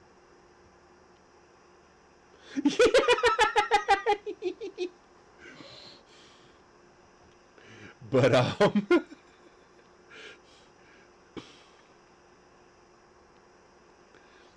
it's fine by me, man. I appreciate it. I mean, I've got to get off my ass and start making regular videos again, because the regular videos is where you make the YouTube ad revenue. You don't make a whole lot of money from a 6-hour live stream, because the only people who are going to watch a 6-hour live stream are the people who are in the live stream. Most regular people aren't going to go, oh, 6-hour live stream, let's watch that. No, that's just not how it works, because the reason it's tolerable is because you have that back and forth interaction. But when you're replaying it, you don't have that back and forth interaction. And I have completely slacked off on making regular videos, and I need to stop that. I need to start making regular videos. I only have a couple of printers that are even operating right now, because just laziness. You know, now that I'm motivated by this, I'm just super, super excited with this dragon. I'm hoping that will get my motivation back. And, you know, now I've got 3 printers going, making parts for this dragon. And, yeah, well, see, what people don't realize is that mega corporations make you rich. You don't get rich running a small business. If you can live somewhat comfortably. Well, I don't think there's a minimum length, but obviously the more of the video people watch, the more valuable that is to advertisers, because your content is more compelling. And that's why YouTube has a minimum subscriber count, because that's eyeballs looking at the video, and they have a minimum watch time. Because look at the one guy. I'm even subscribed to him. He's got 13,500 subscribers, almost as many as I do, and he's never released a video yet. 0 videos. Okay, so subscribers aren't the cat's meow. They aren't the end-all be-all. You've also got to have view time. People have to be watching those videos, and that means you have to be regularly releasing videos. Now, live streams help with view time, because it's a cumulative thing. How's that? How's what? Well, think about it. If there's 10 of you in here watching a 1 hour of my live stream, that's 10 hours of view time. Now, how many, assuming a person watches 50% of your video, A 12-minute video means 6 times 50. No, 6 minutes. And let's say you get 1,000 viewers. 6 times 1,000. That's 36,000 minutes divided by 60. That's 600 hours. That's with 5,000 viewers. Okay? If I can get, 600, or let's say, 200 people to watch half of my live stream, because it's funny, it's a meme, that's why. Once it took off, everybody wanted to participate. So so that's 600 hours of view time that I got from 5,000 people watching the video for 50% of its runtime. Now, if I can get 200 people to watch half of my live stream, I just got the same view time as a 12-minute video watched 5,000 times. Okay? But this is also where eyeballs comes in. Because the advertiser doesn't care about your view time, he cares about eyeballs. But view time is indicating interaction, which indicates channel success, which is going to get you in rotation more. So live streams are good for boosting your view time, but not good for boosting your eyeball count. Like right now, I have 33 people in here. When I was doing live streams back in Pennsylvania, I was getting 200 people in here. And that's because I fucked up and, I ruined things over last year. That's my fault. The people I have left are my dedicated viewers. But, the algorithm has stopped generously. And there's ads in live stream. And usually it happens when you load the live stream. So you'll load the live stream, you'll see an ad, and then the stream will play. And then, of course, afterwards they'll add.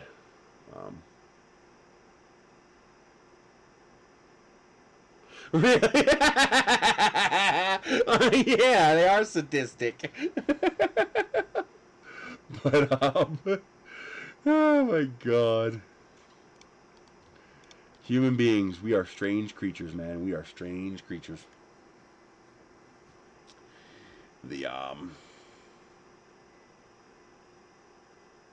Well, that'll do it too. So, I still get ad revenue from you. It just comes out of your YouTube Premium account. And, blood and gore. It's always good for ratings.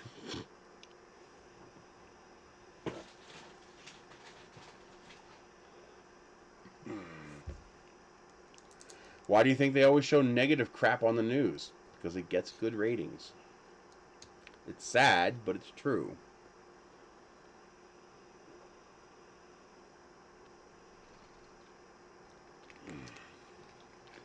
Why does the average person shit on people who are worse off than them?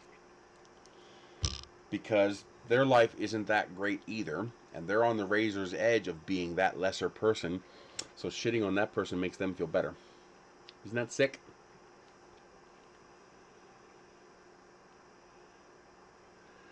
You're leaving Edgewood for Albuquerque? You're here in Edgewood?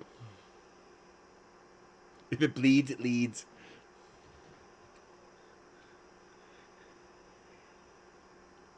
So, outgoing bot, you're in Edgewood? Oh, I don't care. Jan, I make $70 a month on a good month from YouTube ad revenue. You using an ad blocker is not going to change that. So maybe I would get $70.01. Okay, trust me, it's no big deal. And, and there's other ways to support me. View count helps, watch time helps, Patreon helps, PayPal donations help. Just don't use YouTube Super Chat. But, signing up for Ibotta and Fetch, that helps. I believe Ibotta is still good for today. If you sign up for Ibotta and use one coupon, I get $10. So that's a pretty big, payday for, you don't have to pay anything. And, you work in Edgewood? So you live in Albuquerque and work in Edgewood? What do you do? Usually it's the other way around. You know, live in Edgewood, work in Albuquerque. I've never heard of somebody working in Edgewood, living in Albuquerque. I mean, obviously it happens. It's unusual enough.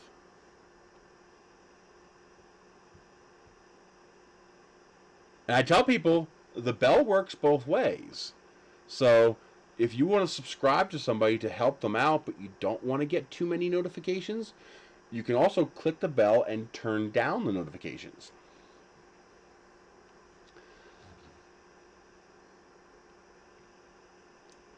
I got to start making those little graphics. You know, the little subscribe third and get your bell on thing and stuff like that, because apparently it does work. And I'll have to like do something 3D printing or something. I don't know. I have no idea. I imagine it would still help. I mean, they have no way of knowing you're muting unless you mute it in the YouTube app. If you're muting it on your PC, how would they know? You know? I imagine it would help. I'm not telling you guys to go game it like that, but you know, there are plenty of people who turn my streams on for background noise. Like they'll just have it playing while they're cooking dinner or they're doing something else, and you know, they'll pay attention every now and then when they hear something that catches their ear. And you know, there are people who do that. I do that too. You know, I'll turn on one of what's his name? Oh, I forget his name.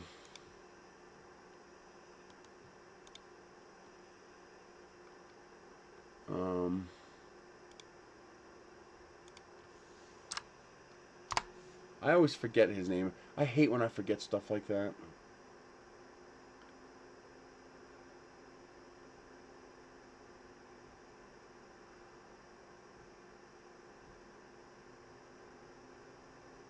He's the guy, he has the big live streams where he plays and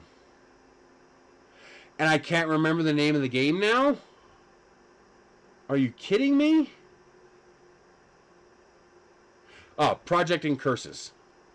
I love watching Project and Curses. He's good at playing the games, and it's Forts. The game is Forts. And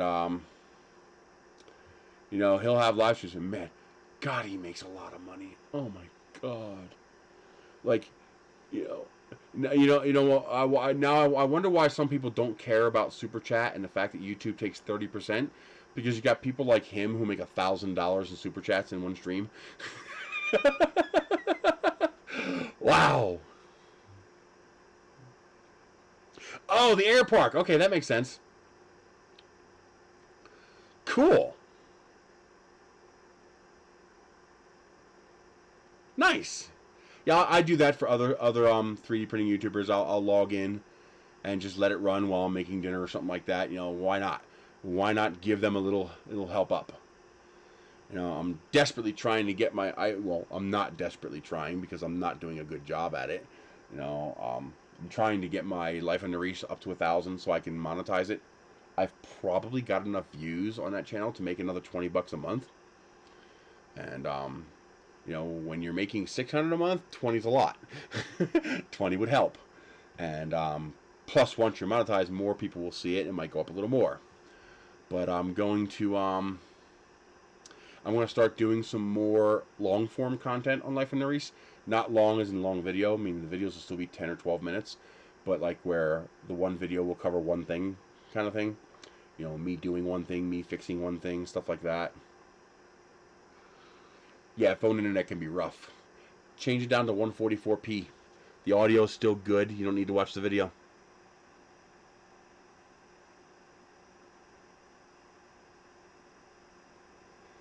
Let's see, not so much the blood and gore, but more like warts and all, which is closer to real life, like your live stream this week that snowballed downhill real fast. Exactly. Once you're making enough to make a living, it stops mattering. But when that 30% is the difference between you paying the electric bill and not paying the electric bill, it makes a big difference. But when you're making, you know, 1,000 per stream and you're doing 4 a month, that's $4,000 a month. I don't know if he makes that much altogether, but you know, he does have he has a live stream right now. It's actually a tiny stream, I've actually never seen a stream of his that small. It must have just started. He's only got 432 people in it. That's like unheard of. He usually has thousands of people in his streams.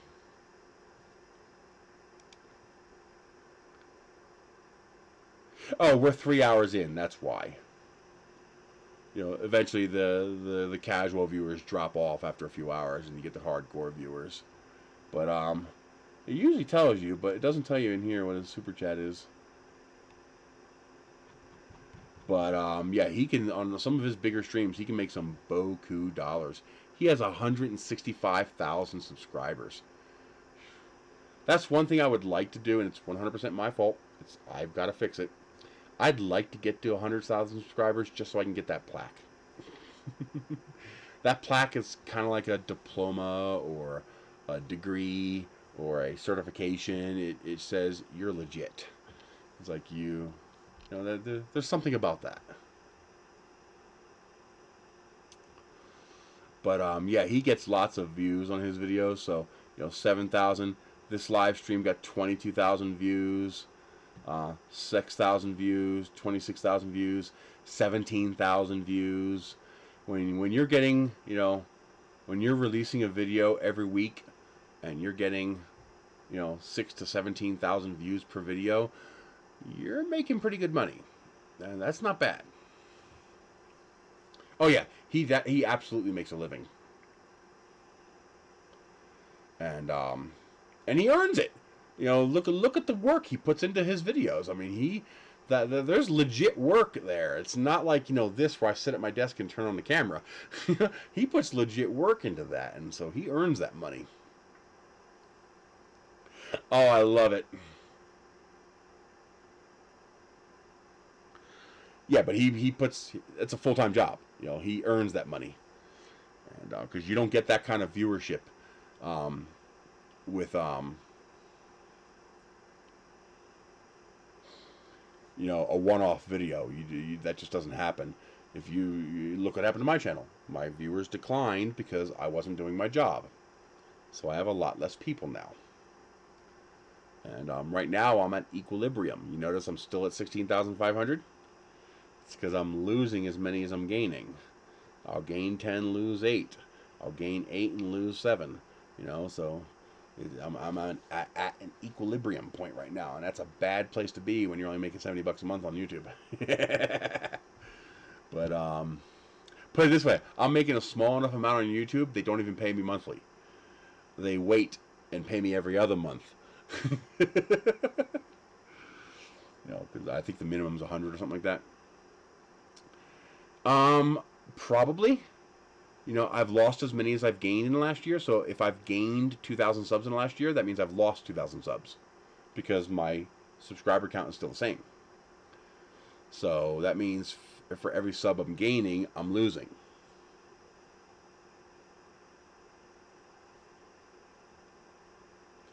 It's not hard work. It's not like, grinding at McDonald's. Because, I don't care what anybody says, McDonald's is hard work. You couldn't pay me enough to work at McDonald's. It will destroy your soul and your body. And my sister's getting ready to quit. She's working for a movie theater, and they won't pay her the going rate for that type of job in the area. She's not even asking for more. She's just asking for the going rate. What the market says is a proper pay for that job. Not even counting the fact that she's being asked to do 300% of her job. She's basically being asked to do the job of 3 people because they don't want to hire more people. People say, well, people aren't applying or people are not coming to the interview. Well, it's because you're offering them $11 an hour. You can't live on $11 an hour. You can't do it.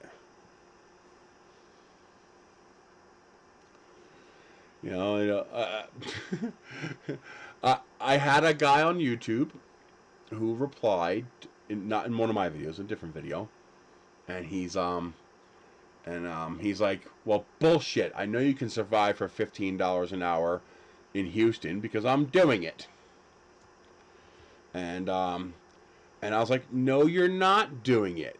And people say, how could you be so arrogant to tell the person who's doing it he's not doing it? I was like, because he's not.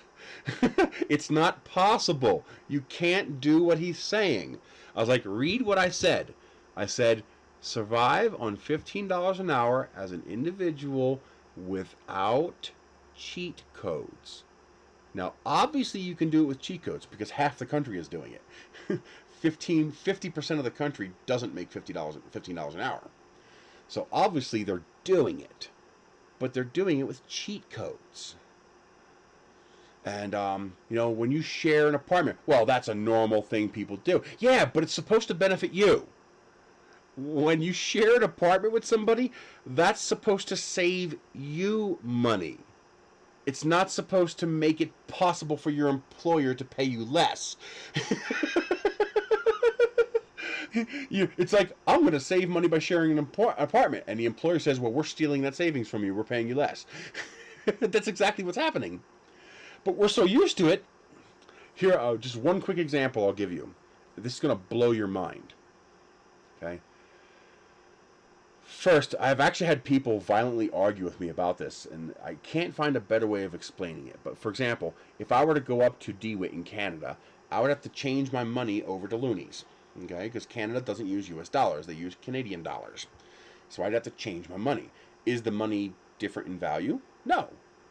You know, let's say it's $15 Canadian for $12 US.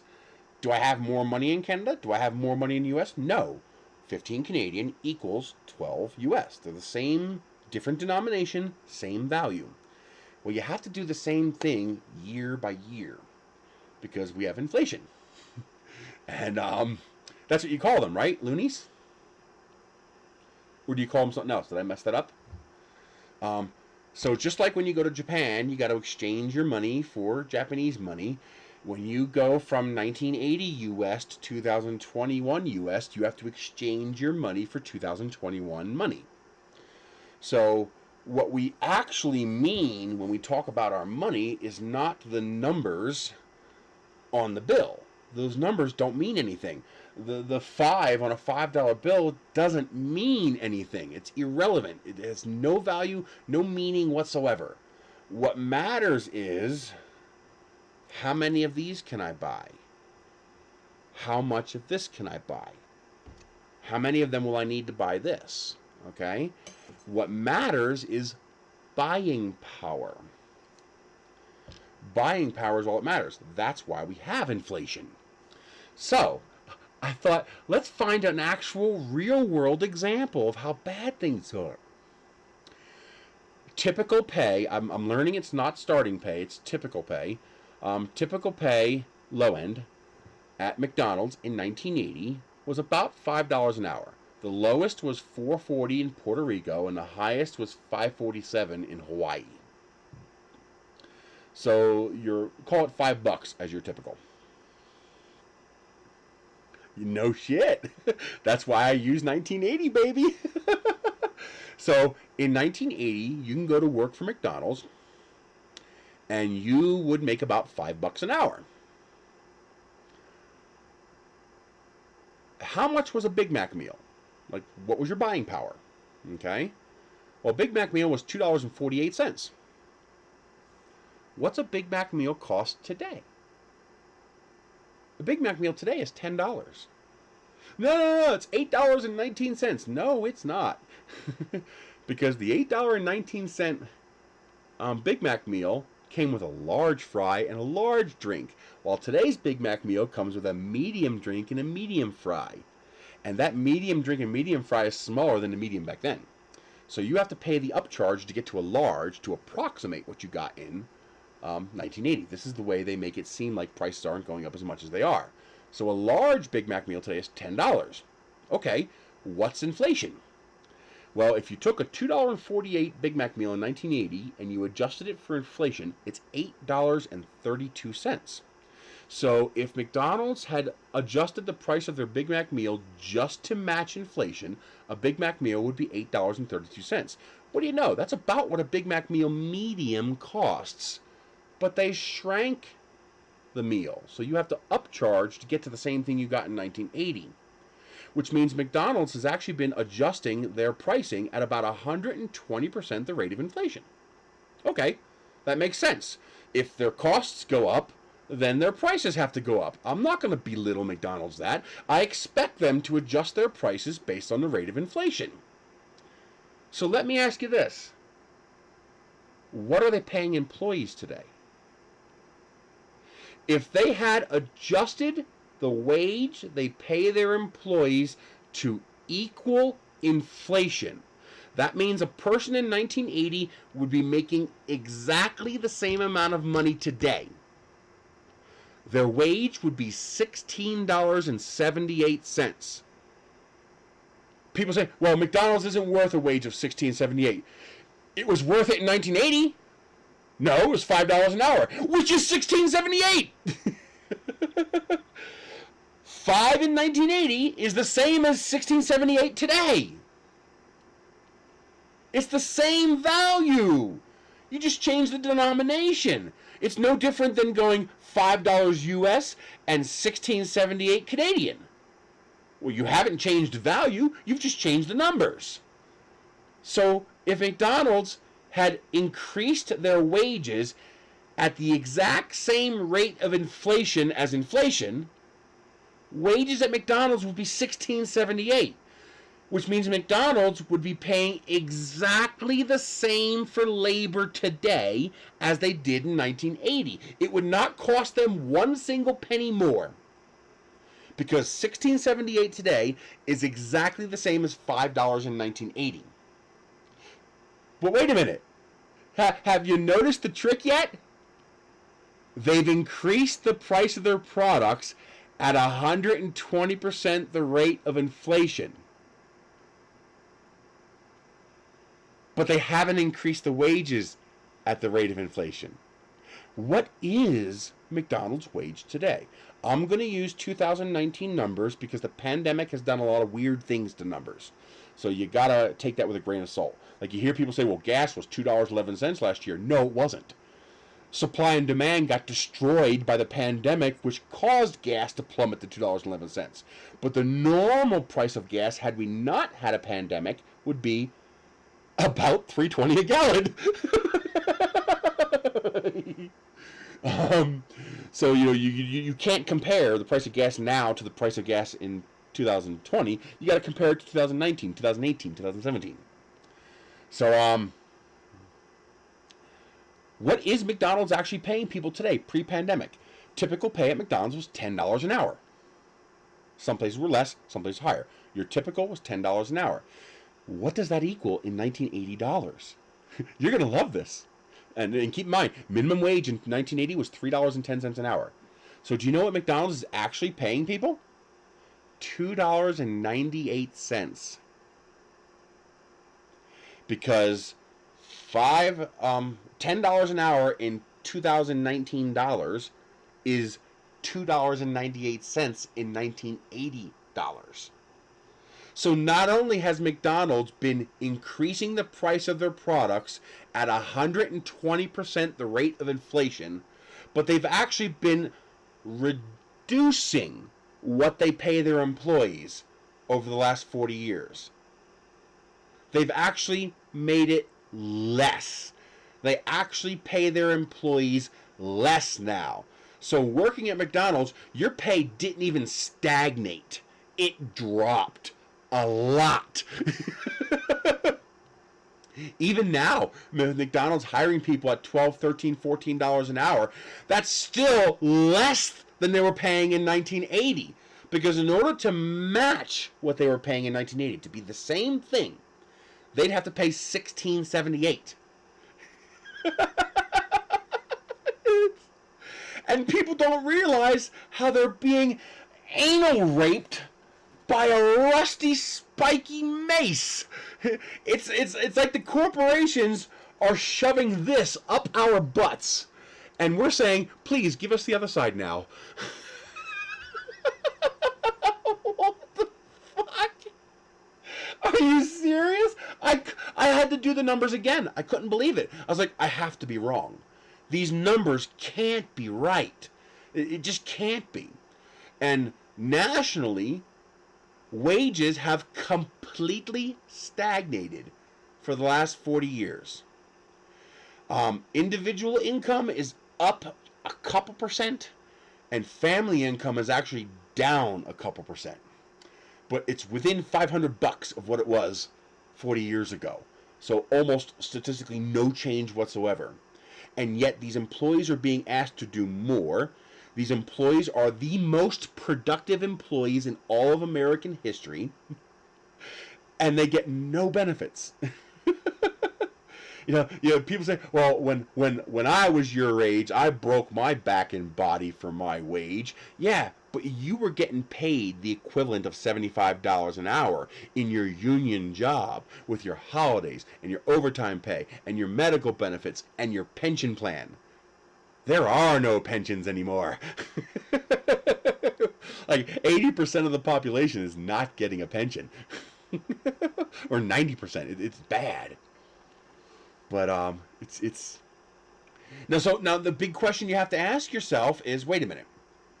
If McDonald's has been increasing the price of their products at 120% the rate of inflation, I have a feeling they've been matching the price of inflation, and I suspect if we could actually look at the data, we would see that this increase to 120% is recent, and I think it's in anticipation of them being forced to pay people properly, and they don't want to give up their profit.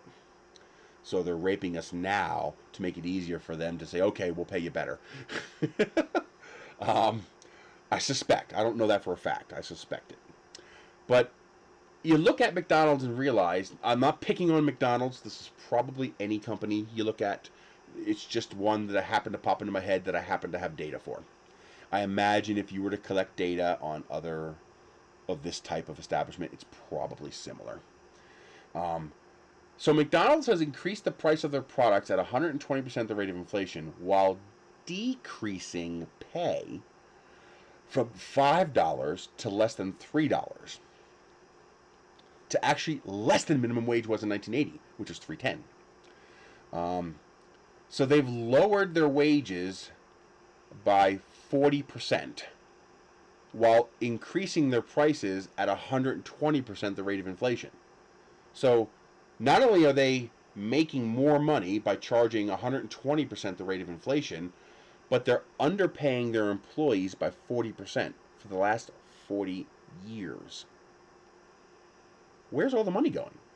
Because they're not losing money to inflation. They're increasing their prices at 120% the rate of inflation. They're not losing customers. They have more customers now than they've ever had in history. They're not losing sales. They have more sales now than they've ever had in history. So where's the money going? It's going into their pockets.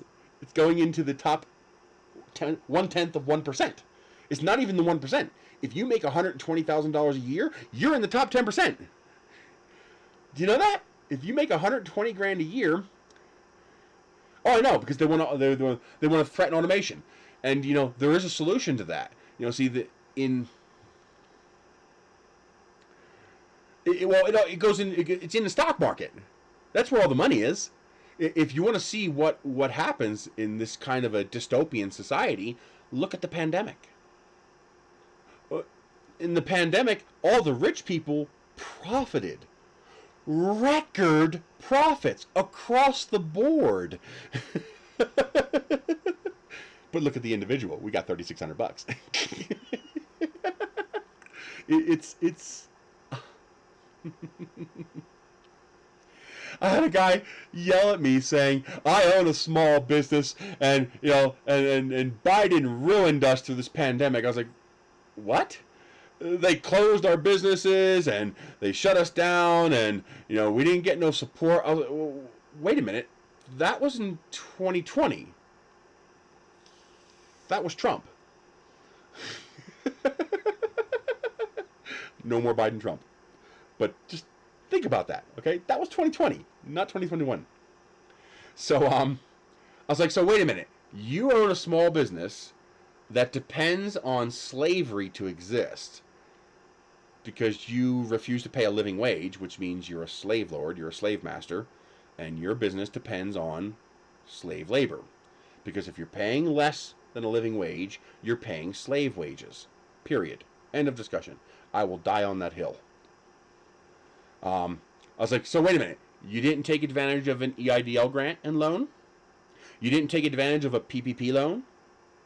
You didn't take advantage of mortgage forbearance.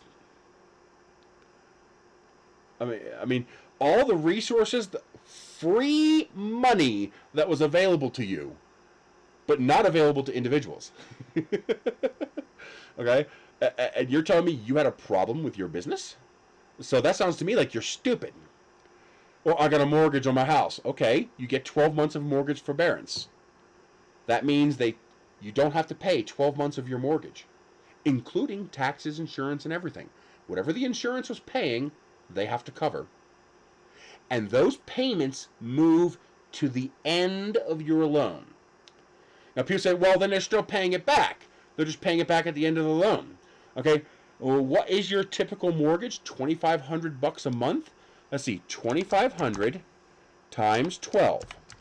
So they just got a $30,000 interest-free loan. Because those 12 payments that went on the end of the loan, they're not allowed to amortize interest on them. It is like a cost-avoided loan payment, which is why banks didn't like it. Because they see $30,000 that they could be charging interest on for the next 15 years it takes you to pay off your loan. Because those payments are on the end now. No. Those payments go to the end and they freeze. No interest. So that's a $30,000 interest-free loan that no American got. Corporations got it. Homeowners got it who had a mortgage, but not homeowners who paid off their house. They didn't get nothing. But homeowners who are carrying a note, landlords who are carrying a mortgage, that their renters are the ones actually paying the mortgage. That was the whole point of that forbearance. The whole forbearance was so that you could forgive some of the rent that these renters can't pay because we, the government, told them to stay home, and we, the government, told your businesses to close. So we're giving you 12 months in free mortgage payments in exchange for take it easy on these people. It's not their fault. But instead, they want to collect all that rent, but they still got the mortgage forbearance. Now, there's more to rent than just mortgage. I mean, you still have utilities, you still have maintenance and updates to the property, but that's a tiny portion. All right? The bulk of it is your insurance, interest, taxes, and principal. Okay, that's the bulk of it. And your mortgage payment, that could be a $6,500 a month mortgage for a big apartment complex. Okay, for like a 10 unit or 15 unit apartment complex. So that's $6,500. Let's say you got one $6,500 in a place where it's cheap. That's a $78,000 interest-free, tax-free loan. So if you're able to pay your mortgage, you can now take that money and instead invest it in the stock market. And if you got 15 years left on your loan, that's 15 years that you can accrue 7% interest on average. That's what you're going to get. If you suck at it, you're going to get 7% out of the stock market. Okay. The problem is 7% doesn't mean nothing to $1,000, but it means a lot to $78,000. Go bring up a mortgage appreciation or an interest appreciation calculator. Punch in $78,000 and don't even amortize it daily. Amortize it monthly and see how much money you have after 15 years. You'll take the $78,000 and make your last 12 payments that got pushed to the end of your loan, and you'll pocket a huge chunk of money. Once again, a benefit that benefits the rich and doesn't benefit the poor. You got it, DeWitt. Thank you for joining in. He's all the way up there in Canada. Are you on the east side of the... What time zone are you in? Like, are you like on the east side of Canada or the west side of Canada?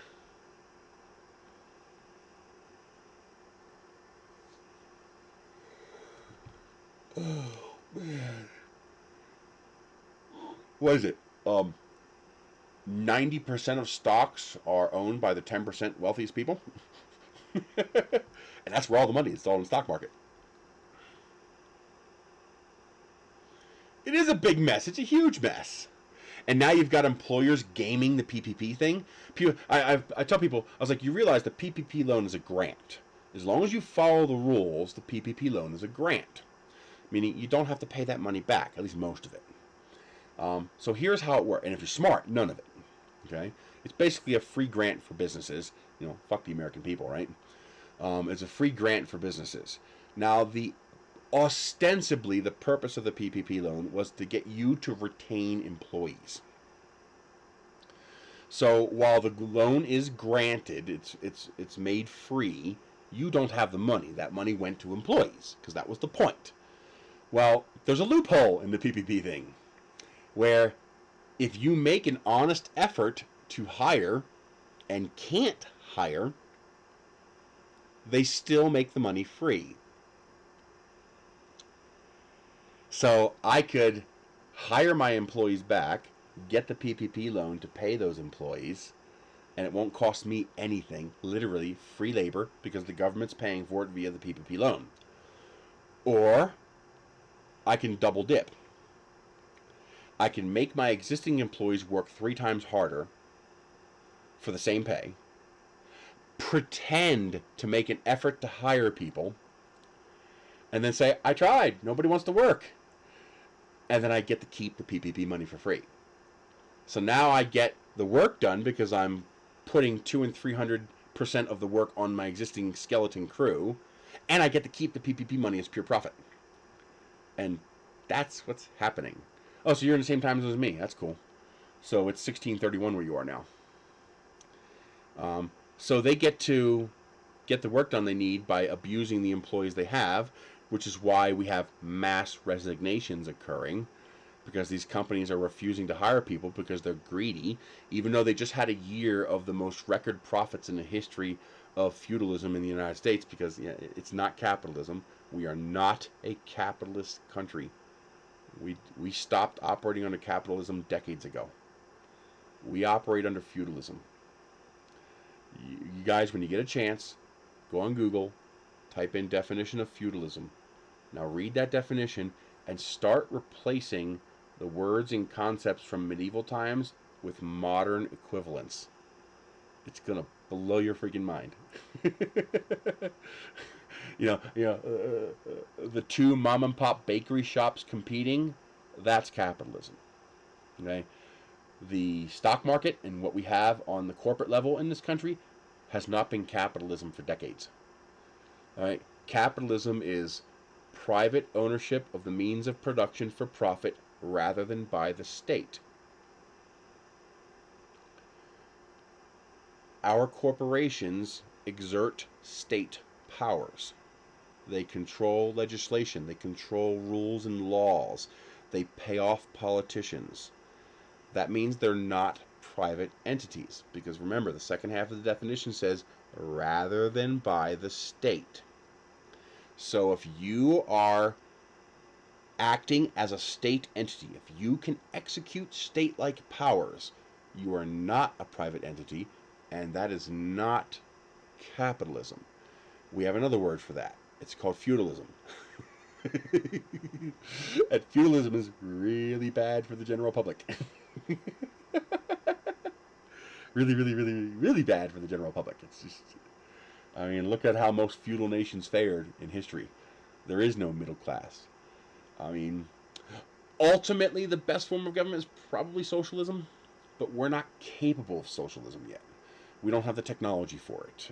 It might sound a little weird, but socialism can only work in a post-need society. Like in Star Trek, socialism can work. In Planet Earth 2021, socialism can't work. You can have socialist aspects, but you can't have pure socialism. It won't work. Because socialism has an Achilles heel, and that Achilles heel is greed. The government controls the socialist structure, so the corporations will put themselves in a position to control the government to control the socialist structure. As long as you have that, it can't work. It'll always fail. It'll inevitably fail. I mean, look at Cuba. Cuba is an example of why socialism can't work. No, Cuba is an example of what happens when you have imperialism. Because the imperialist United States of America keeps destroying Cuba and preventing them from working. Whenever a country tries to enact a socialist structure, the United States either embargoes or invades that country. Because we can't have our own citizens getting any ideas about a system of government that might work better. We can't have that. We can't have a working example in the world, because God forbid if people goes, whoa, wait a minute, that can actually work. No. So we invade or embargo any country that tries. You know, look at what we do to North Korea. Look at what we do to Cuba. Look at what we do to any nation that does something we disagree with. We don't need a Robin Hood. We need a good old fashioned alien invasion is what we need. Sometimes I wonder, just fantasy talking here. Sometimes I wonder if these rich people know something that we don't. Like, really know something that we don't. Because I have to keep wondering, why are Musk and Bezos trying so goddamn hard to get off this planet? Like, Musk isn't pushing a space race. Musk is trying to get to Mars. That's Musk's objective. Elon Musk wants to go to Mars. He wants to die on Mars. Why? Why try so hard? Why is he rushing so fast? Does he know something we don't know? Is there like an asteroid about to take us out and he's trying to get off before it gets here? I don't know, but it makes you think. It makes the conspiracy juices start going. It's like, he's trying awfully hard to get to Mars. Of course he knows he's mortal. He's going to be dead in 30, 40 years no matter what. So why try so hard? Well, it could just be he's trying to make a name of himself in history. But, I don't know, maybe there's a big rock coming that they know about, and they're not telling us, and that's why he wants to get the fuck off this rock before it hits. It makes you wonder. Maybe scientists have, data on, where, plagues and viruses could head in the next 10 or 15 years, and he wants to get the fuck out of Dodge before the shit hits the fan. Because he's trying real hard to get out of here. Well, you have to have a little bit of narcissism. You have to have a little bit of eccentricity to do what these guys do. My problem is, do you have to fuck over the rest of the planet to do it? I mean, do you have to screw over the people helping you do what you're doing? It would cost you nothing. Like, literally. The amount that it would cost you is so inconsequential to your overall wealth, it's meaningless. I mean, why? Pay all your people properly. Lead by example. Set the example. You're literally the richest person on this planet. Lead by example. I mean,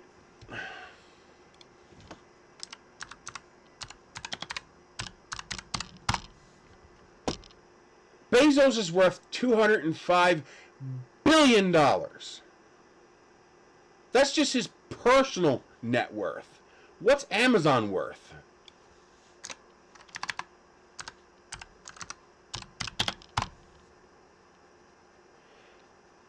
Okay, that doesn't tell me anything.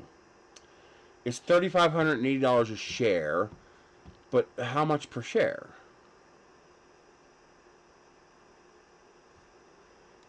That's November.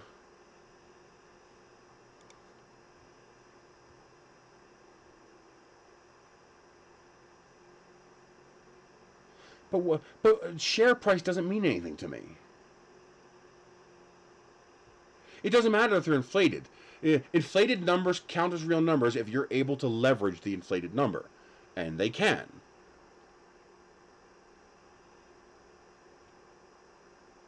Oh, here we... No, wait a minute. That's share price. What are they worth? How many shares are there?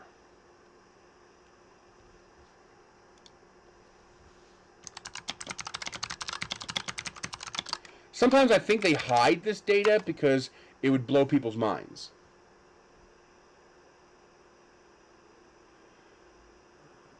Even this doesn't help me. It says shares outstanding 507 million. Average volume per day 3.59 million. Average volume over the last 3 months 3.17 million. Float 456 million.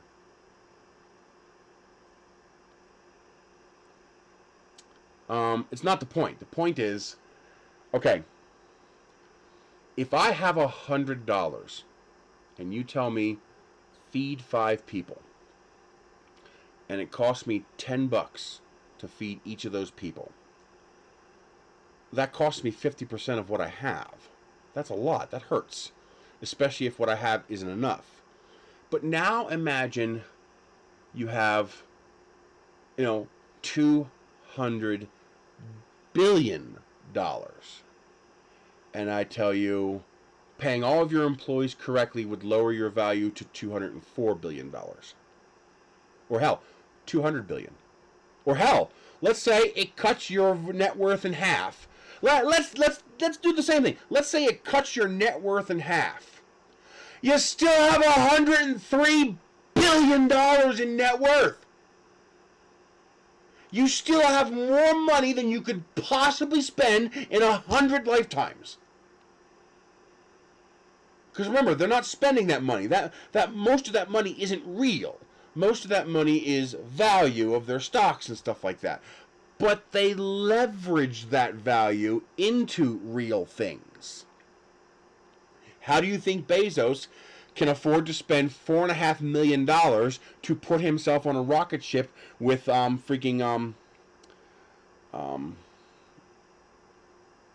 you fucking kidding me?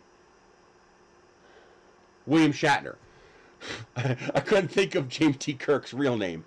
I mean, you can afford a $4.5 million, flight to put Shatner up in orbit.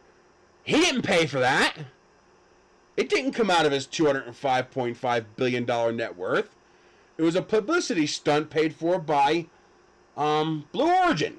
It's a write-off, literally. It's a tax write-off. Okay, when you have that kind of wealth, you don't have to spend your money. People will give you money. And they'll give it to you at interest rates you can only dream about. The average homeowner with a mortgage pays 75% interest. It's 3.98%. That's APR. That's not interest. That's annual percentage rate. Amortize it over the whole loan. You're paying 65 to 75% interest on the most risk-free loan available. You literally, the only way you can have a lower risk loan is to loan money to Bezos. It's the only way you're going to have a lower risk loan. Oh, but they can stop paying. But you have the house, and the house is appreciating in value. Where's the risk? There isn't any. Not commensurate with 75% interest.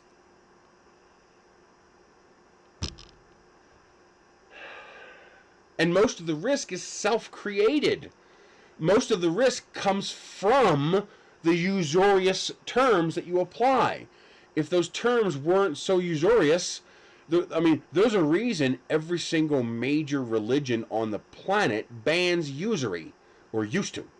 Okay, religion isn't completely bad. Religion usually has good intentions. They're fantasies; they don't exist. They're made up fairy tales, but they have good intentions. Don't eat pork. Well, because at the time people were undercooking pork, and it was killing them. And how do you explain to people little microbes are killing you that even I don't know exist, but I just know that if you undercook this stuff, it kills you, and we just know when you eat this stuff, it kills you, and we don't know exactly why. It turns out it's microbes, bacteria in the food that'll kill you. It's science, it's fact, but we don't know why. And I'm a shepherd for my people. I'm their religious leader, and I want my people to live. So I indoctrinate don't eat pork into my religion, so that people will believe it comes from a higher power. They'll stop eating pork, and they don't die. Okay? So religion's not bad. It just becomes bad. Okay? Well, faith is good, religion is bad. Religion is evil. Faith is fine. But when you organize religion, when you make it corporate, that's when it becomes religion. I see there being a difference between faith and religion. Faith is what you believe. Religion is your for-profit church. So there's good intentions in a lot of these religions to get people to do the right things. So the reason most religions banned usury is because usury is bad. Usury ruins civilizations, ruins people's lives, destroys societies, destroys currency. Usury is a bad, bad thing. And the U.S. used to have anti-usury laws. In fact, most of us still do have anti-usury laws. But then a couple of states like South Dakota and Delaware figured out if they got rid of their usury laws, all those fucking scavengers would come to their state and open up shop. And now we have credit cards with 32% interest. And home loans on $300,000 houses at 75%.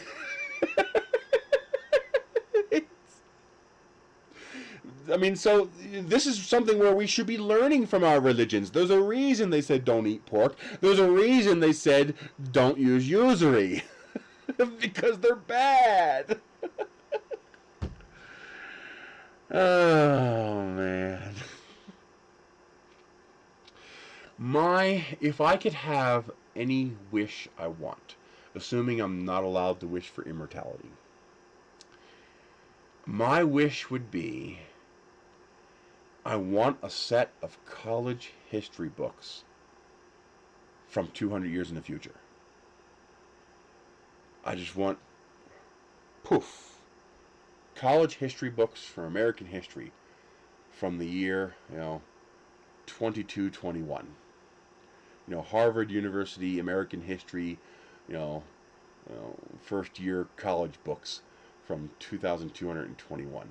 Because I want to see what we write about this time.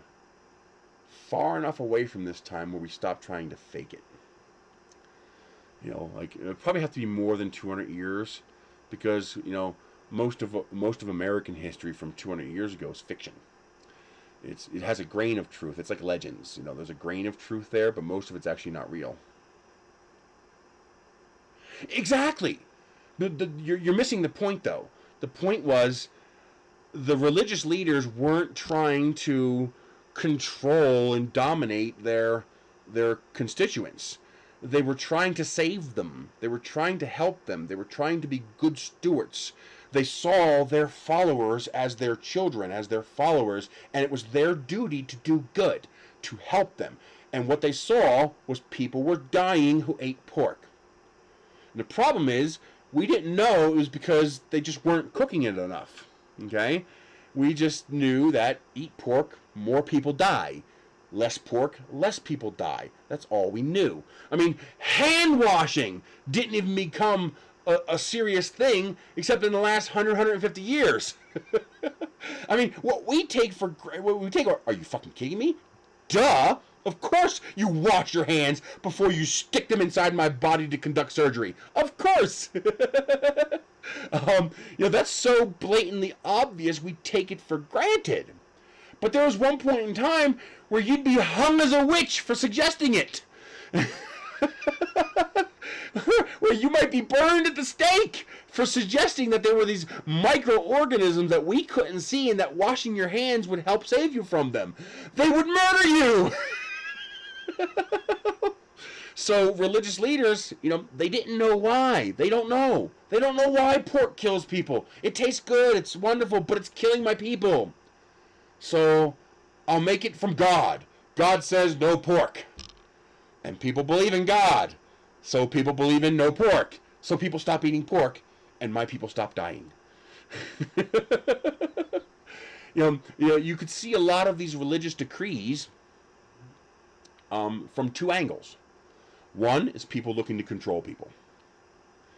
The other is, I guess you can call them the nascent form of modern scientists. These are people who have working brains who realize, okay, this is not supernatural. There's something wrong with the pork. The pork is killing people. The pork is killing people. I need to stop my people from eating pork. I can't give them a logical reason, so I'm going to use my religion for good. And I'm going to make it a decree from God that we don't eat pork. And now my people don't die. And same thing with usury. They realize that usury destroys societies. All the wealth transfers to the wealth. It impoverishes the rest of the society, and then the society eventually collapses. What's interesting? This is a fascinating bit of history. Well, that's because the people don't know better, though, Ron. That's the problem. They don't know better. Have you looked at our education system?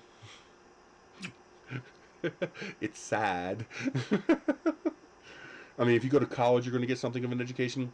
But if you only go through high school, just the changes I saw in high school from when I graduated in 1994 to 1997, the last year I helped out the TSA team go to nationals, and where I got to experience what they were experiencing in school, the change was dramatic.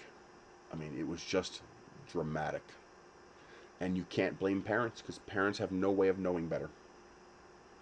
How could my father know that the education that I got at Harry S. Truman High School in Levittown, with a median income of $80,000 a year and some of the highest taxes in the entire state, putting the most funding into these programs in the entire state, having some of the best neighbors around, some of the wealthiest resources around, and getting an education that was 10 times better than the education he got in 1950s. What metric does he have to gauge that the education I'm getting is inadequate? He can't. There's no way for him to do that. No, it doesn't work, because I'm doing great. I got a 4.8 GPA, and I'm acing every one of my classes. Again, I have no way of knowing, because I don't have another education to compare it to. Okay? People who find out are people who move. People move from here to here and they go, oh my God, what a difference. Now they have a metric to compare it to. If you're in a poor neighborhood and you can see a wealthy neighborhood, then yes, you might be able to determine, okay, there's something better there, but you're not allowed to send your kid there. You can't say, well, that's a better school, I want to send my kid to that school. You're not allowed to.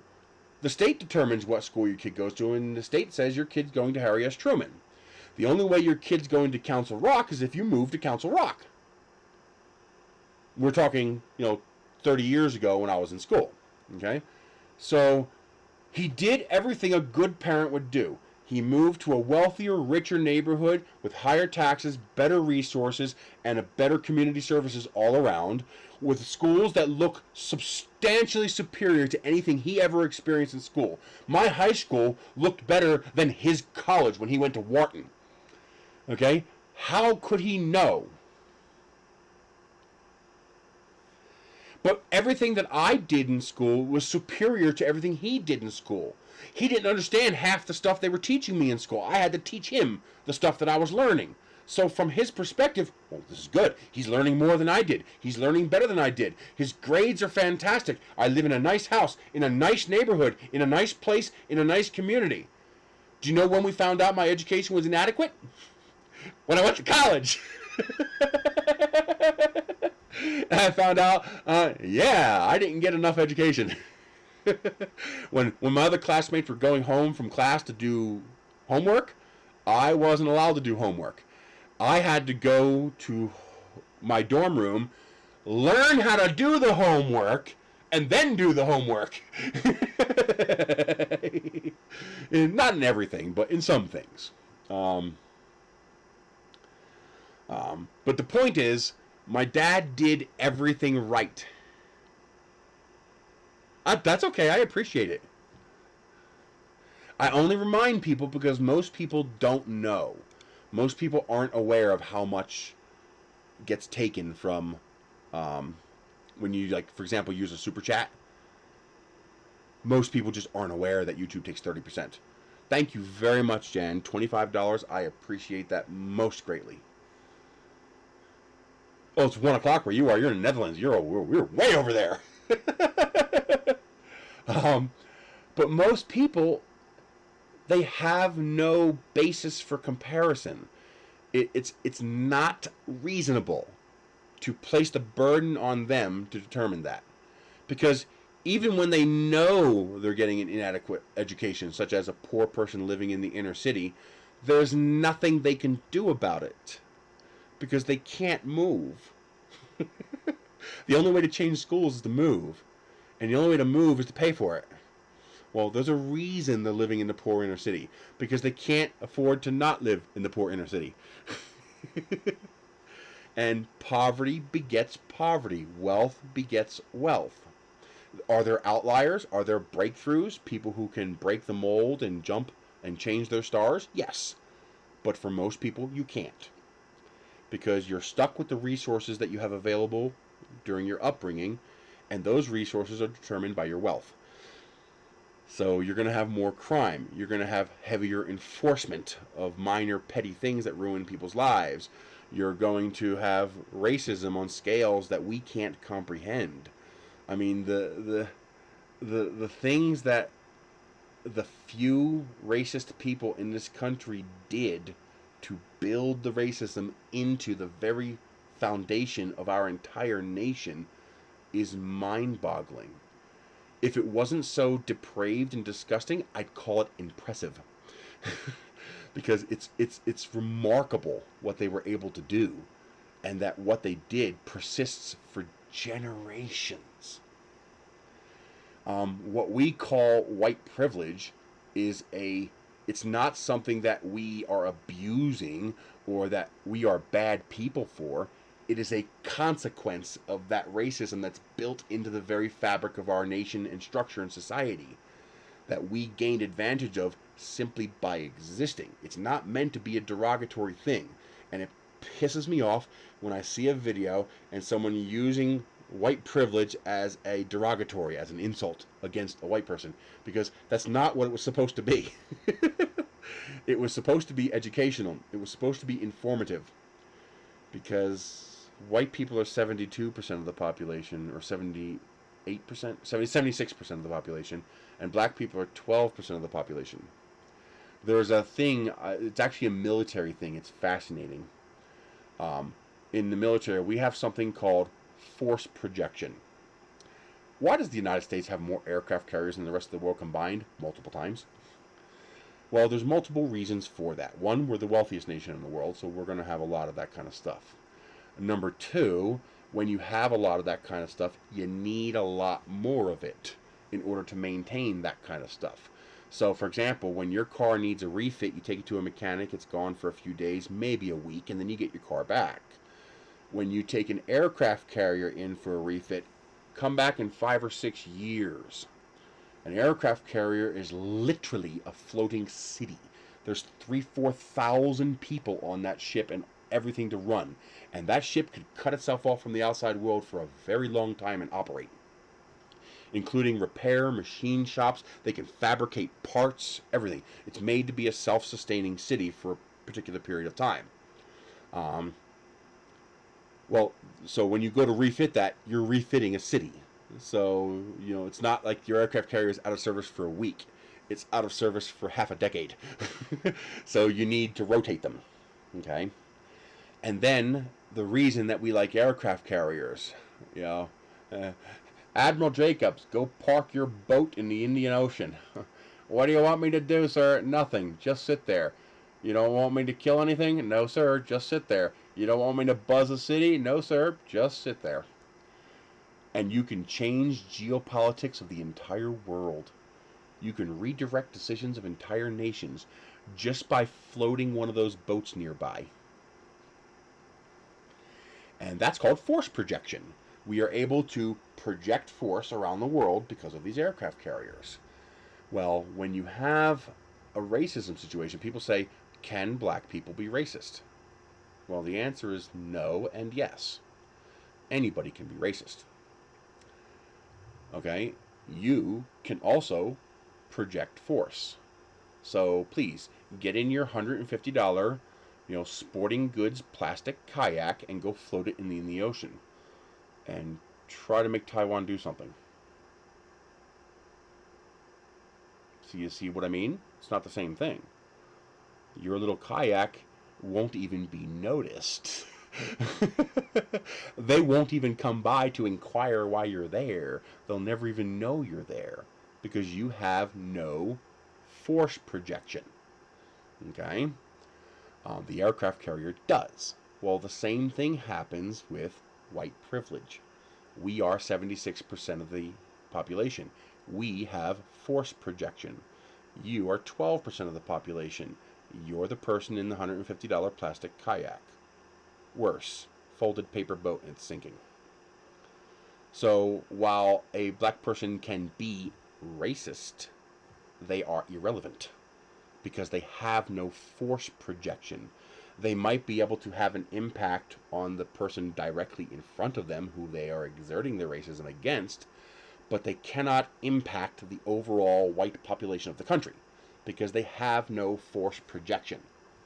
We have the force projection, which means the duty is on us to fix this problem because we're the only ones who can.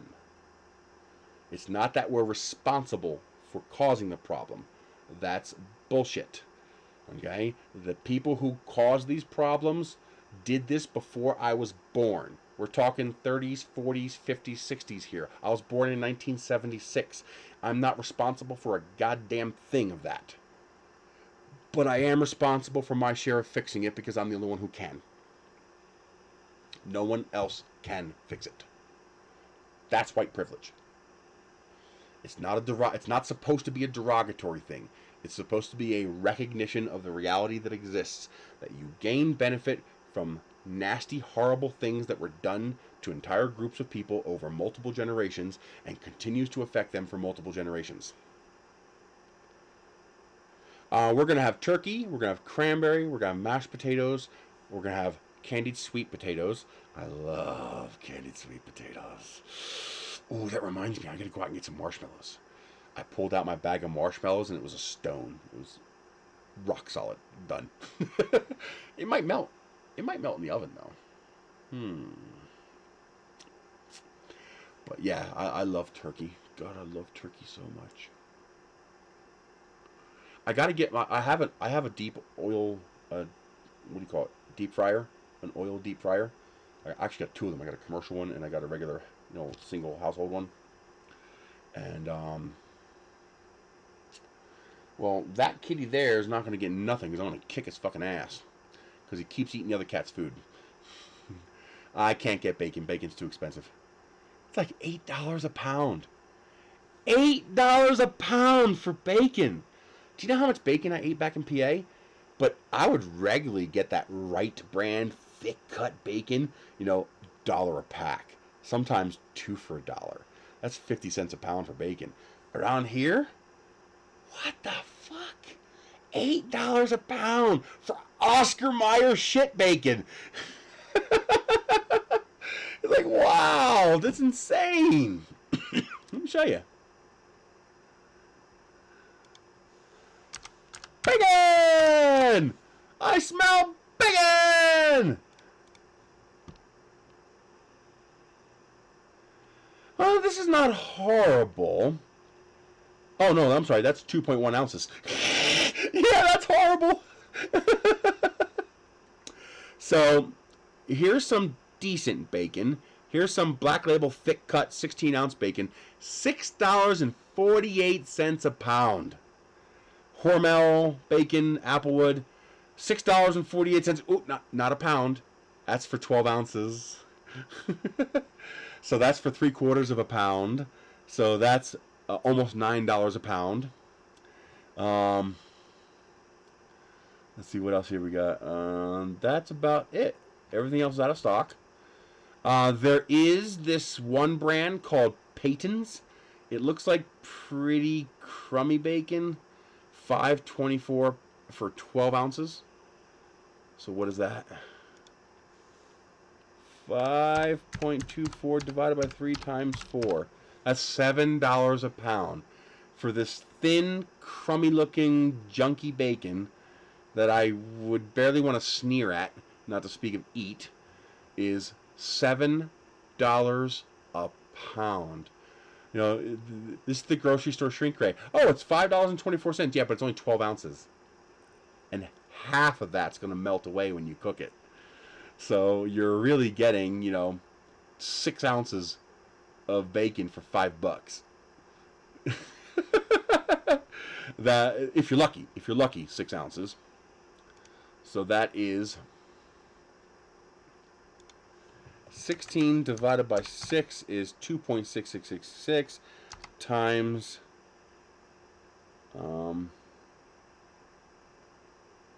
6. That's $16 a pound cooked for bacon. So your finished price, your final price, is going to come to $16 a pound. Like if you want to actually eat a pound of bacon, you're going to have to spend $16. You're going to have to buy 3 packs of that, 36 ounces, in order for you to end up with 16 ounces. You actually get 18 ounces out of that. Yeah, that's... And then as soon as you get to the decent quality bacon, it's actually cheaper. This higher quality bacon is actually cheaper because it's a 16-ounce bag. It's $6.48 a pound. But then you get the Hormel Applewood. It's 12 ounces for $6.48. So you're back to, what is that?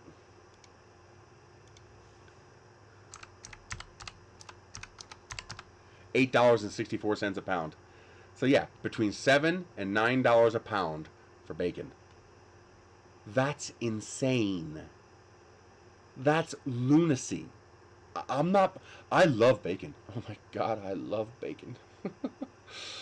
We're actually thinking about making a trip down to Albuquerque at like 8 in the morning so that we can go to the Golden Corral buffet for breakfast. Because breakfast is like $10. So just a plate of bacon would pay for the meal. just get a plate of bacon. There you go. You paid the $10 for your meal. Because I love bacon. I haven't had bacon in so long. Just because I'm not paying $9 a pound for bacon. Pre-cooked weight. Pre-cooked weight. Oh my God. What are you going to do? Even the garbage stuff is $7 a pound. Ouch.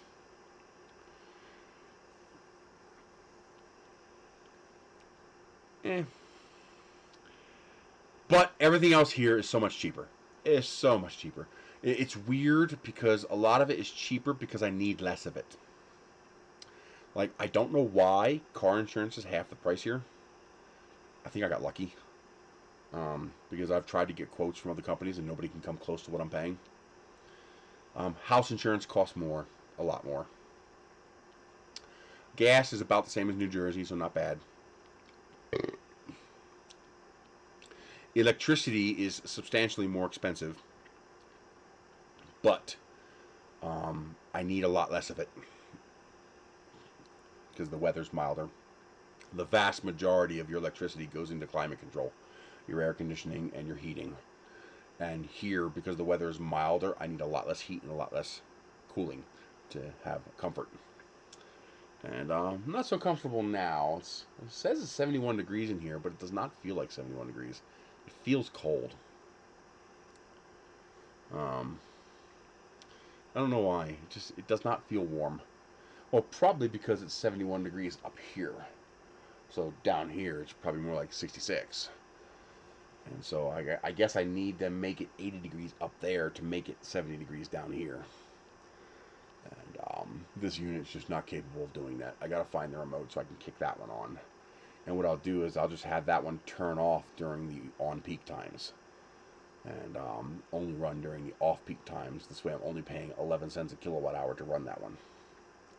If I run it 24/7, it costs me a little more than that. Summertime is 14 cents a kilowatt.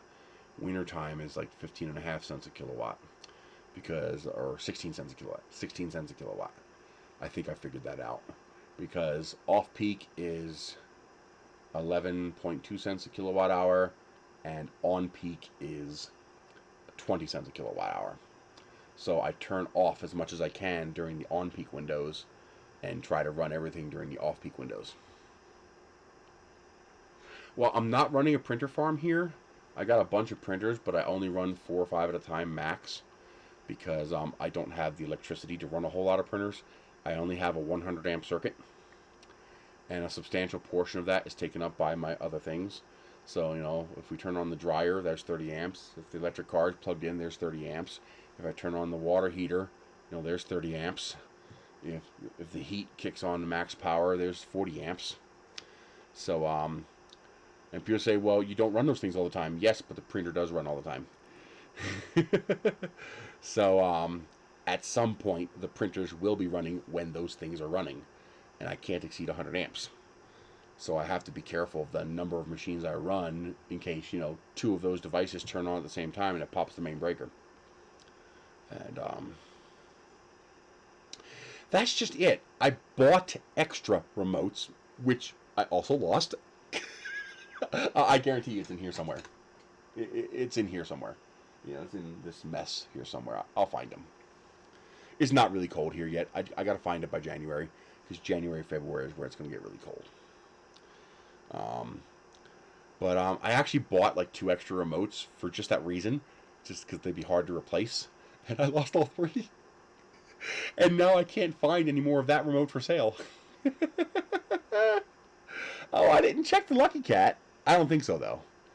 I had one of them on that little curio portion of my kitchen cabinet there, but then when I was cleaning the place up, when David came over to visit, I moved it somewhere, so it's now probably sitting in one of these boxes.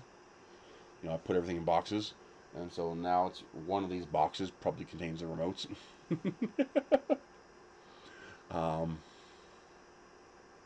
I'm a slob.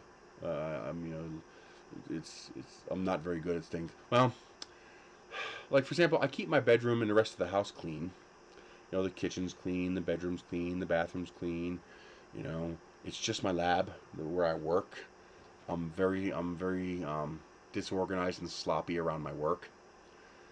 And it's probably a large part of that is how much stuff, and a large part of that is depression and laziness, and I don't know. I mean, you know, I don't think I'm lazy, because when I get into something, when I get into a job I'm doing, I do it for hours. You know, I'm gung-ho. I push all the way to the end, you know, and I don't think lazy people would do that. So I don't think it's laziness. I think it's something else. I don't know. I got to figure it out. Little by little, figure it out. You know, I've got most things sorted here. You know, I've reached an equilibrium point.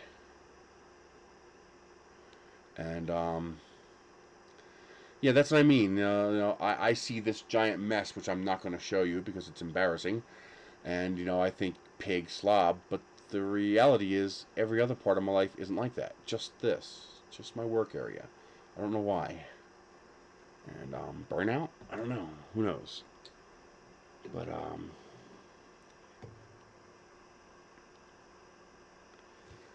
hang on, I want to get this arm in here so I can get the next one going. But there's our arm for our little critter. See, I just peel up the end, just like that, and it just comes off.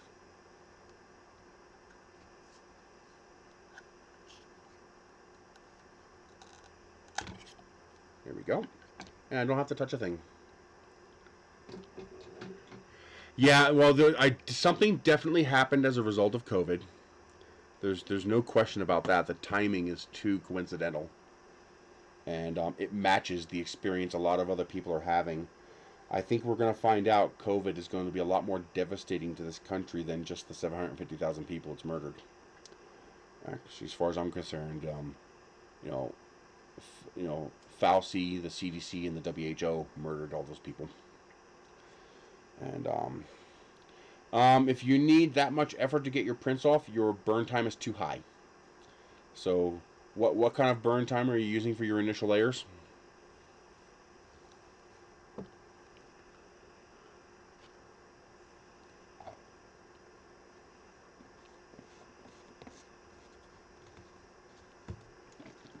There's something, you have what's called COVID long haulers. That is people who have long-term side effects. Well, see, well, do not take this as a derogatory statement. It is absolutely not a derogatory statement. You are relatively wealthy compared to me. So a purge is a feel-good thing for you, and you can organize, and if you're missing something, you can go buy it. I need to keep every single thing I have because I can't replace it. And well, for me, it's pretty simple. If it's a sticky surface, 60 degrees. End of discussion. Done. 60 degrees. If it's an ultra sticky surface with lots of overhangs and inadequate parts cooling, I do first layer 60 and then I slowly drop it down to like 45. That stops the heat coming off the bed and causing overhang issues on your model. Depending on the model, if it's got a good solid base and that first layer went down really good, I'll even turn the heat off. And that will make your print quality go up quite a bit. If it's glass, you usually need hotter. You usually need 65 or 70 degrees depending on the printer. So, for example, a modern printer like the Viper or the CR6 SE, 60-65 might actually be sufficient. If you have a older printer like a CR10 with its 12-volt heater, smaller heater, lower power heater, and that big thick glass plate on top, you actually need more. You need 60 degrees. The reason you set it for 70 is because by the time that heat gets through the heater, the plate, and the glass, it's actually about 60. And so yeah, you need about 70 in order to get 60. Your biggest issue with a glass bed is not going to be temperature, although too high will absolutely cause curling. It'll make the plastic too elastic and it'll actually... So you might be just too cold. Start at 65, try it, do the exact same thing at 70 and the exact same thing at 60. See what it does. But here's the trick with glass. Cleanliness is next to godliness. With glass, you are depending on vacuum suction forces between the glass plate and the glass-like surface of the filament. There's actually nothing holding the filament onto the glass. What's holding it is kind of like, I might be explaining this wrong, and maybe I am wrong, but it works mechanically to explain it this way. It's kind of like a suction cup. Does a suction cup work on your dashboard? No. It's not a smooth, shiny surface. You can't form a vacuum. You can't form suction. Glass is similar when it comes to filament. The glass surface has to be spotless. The other problem you have, especially with a CR10, is differential temperatures. So you're going to have differential elastic rates. And this can, like for example, I was printing on the belt printer. And for the fucking life of me, I could not get a goddamn thing to stick to that bed. Everything is, well, it probably is half a cleanliness thing. Sometimes what you're using to clean is the problem. So, for example, Windex, bad. Windex leaves a residue. And that residue acts as a, what do you call it? A release agent. And it prevents the filament from sticking.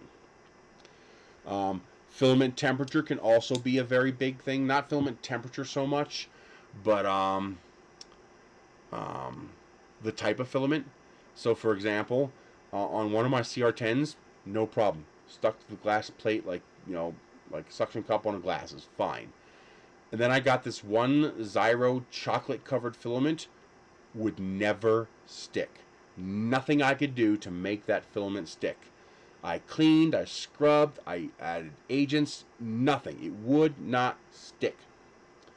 The issue ended up being the filament. That filament simply would not stick to the glass. There was something in the filament that was acting as a release agent on the glass, and it would not stick. Because as soon as I took the chocolate off and put the silver on, worked perfectly. Stuck down like glue, perfect first layer. So sometimes it's just the filament. That's why I tell people have 2 glass plates and put a sticker on one of those glass plates. So if you have a troublesome filament, swap the plates. Swap the plates and increase your offset from 80% to 90% in the slicer to compensate for the thickness difference. This way you don't have to adjust your bed knobs, because you don't want to do that if you can help it.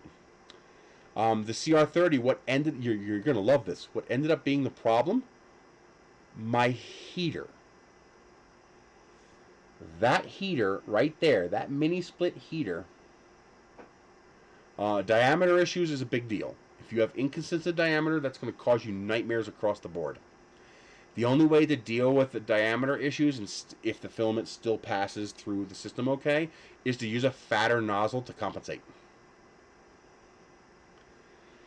So like for example, if I have a filament that just won't work right on a 0.4 millimeter nozzle, I just stick it on the Chiron with the 1.2 millimeter nozzle, and when you're extruding filament with that fat a layer thickness, it doesn't care. It's staying put. It's not going anywhere. One of my favorite pink filaments is Sakura Pink by 3D Cellutech. It is such a gorgeous dye. It's a very subtle, underspoken. It's a bright pink, but it's not a neon. It's a sakura. It's a soft pink. And but that one particular brand, that Sakura Pink 3D Cellutech, is one of the nicest. It's like this pink. It's like this quartz pink on this keyboard. It's just a really, really nice pink, and that's pretty close to what that Sakura Pink looked like from 3D Cellutech, except shiny, of course, not matte finish. I would have killed for that exact color in a matte finish. Oh, that would have been amazing. So anyway, the CR30. You know how I fixed the problem? I put a 4-sided box, 3 walls and a top, over top of the printer. The air coming off my mini split was blowing over this table. I couldn't feel it. It wasn't enough for me to feel it, but it was enough to alter the thermoelastic properties of that plastic as it was coming down that belt, and it kept causing the parts to simply detach from the belt. Drafts are real. If you have any kind of draft in your room, I'd even go so far as to muffle the registers in the room so that the air coming out of them is not blowing out of them but diffusing out of them. Have it make a couple of turns so that that air can't create a current in the room. So like a diffuser that runs it under the couch, for example. You want to prevent that air from forming a current in the room, especially as winter comes in and we begin turning on the heat. You can totally make a print fail just by going up to it and going. I've watched prints pop right off the glass, and I'd be sitting here, I'd be like, and I hear it go. I'm like, what the fuck? And it would go. I was like, you gotta be kidding me! I just realized that went,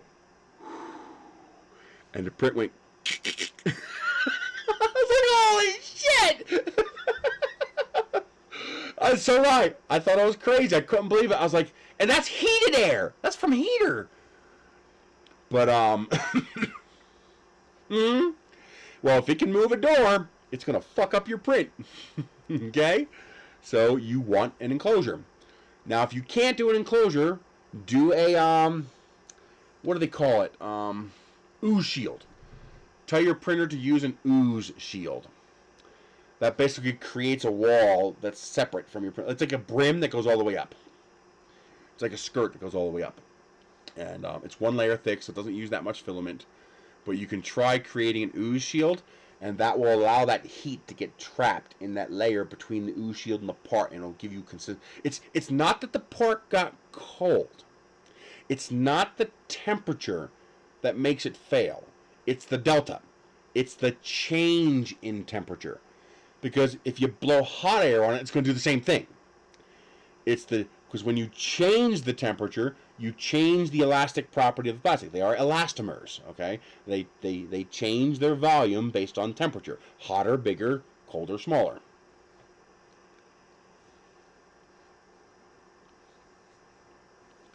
If you guys haven't seen it, I do have an entire video.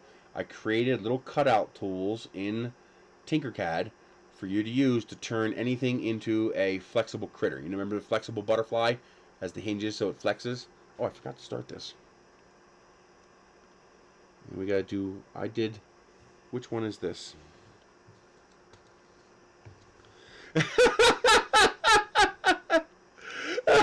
That would be hilarious. Somebody walks by your printer and the printer goes it's like, you bastard, get over here.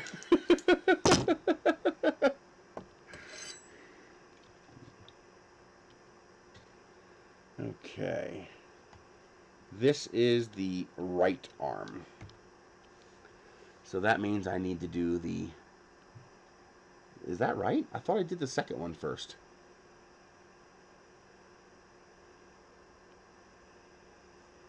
Am I looking at this right? That's definitely the right arm.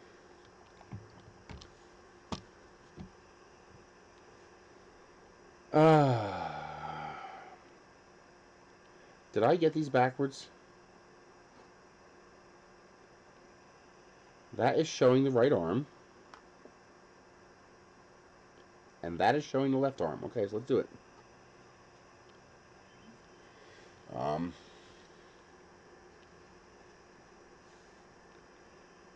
Sweet.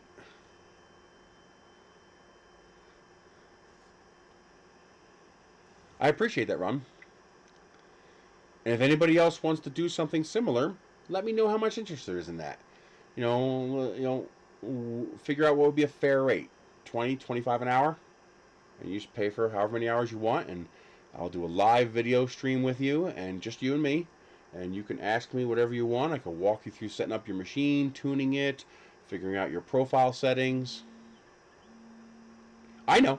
But I'm saying if other people want to do that as well, I'll schedule time for them as well. Not at the same time as you. Separate. One-on-one. We don't know how much interest there is in that. There's no way of knowing until we try. And but glass is particularly susceptible to drafting. So put something around the printer and try it again. And put a box over it, a bag, anything. Put something over the printer so drafts can't get to that printer. And if you're worried about being too enclosed, get a box big enough to cover the entire printer and take both ends off of it so it's just a cylinder, and just that'll act as a draft wall and stop errant currents of air from getting in there.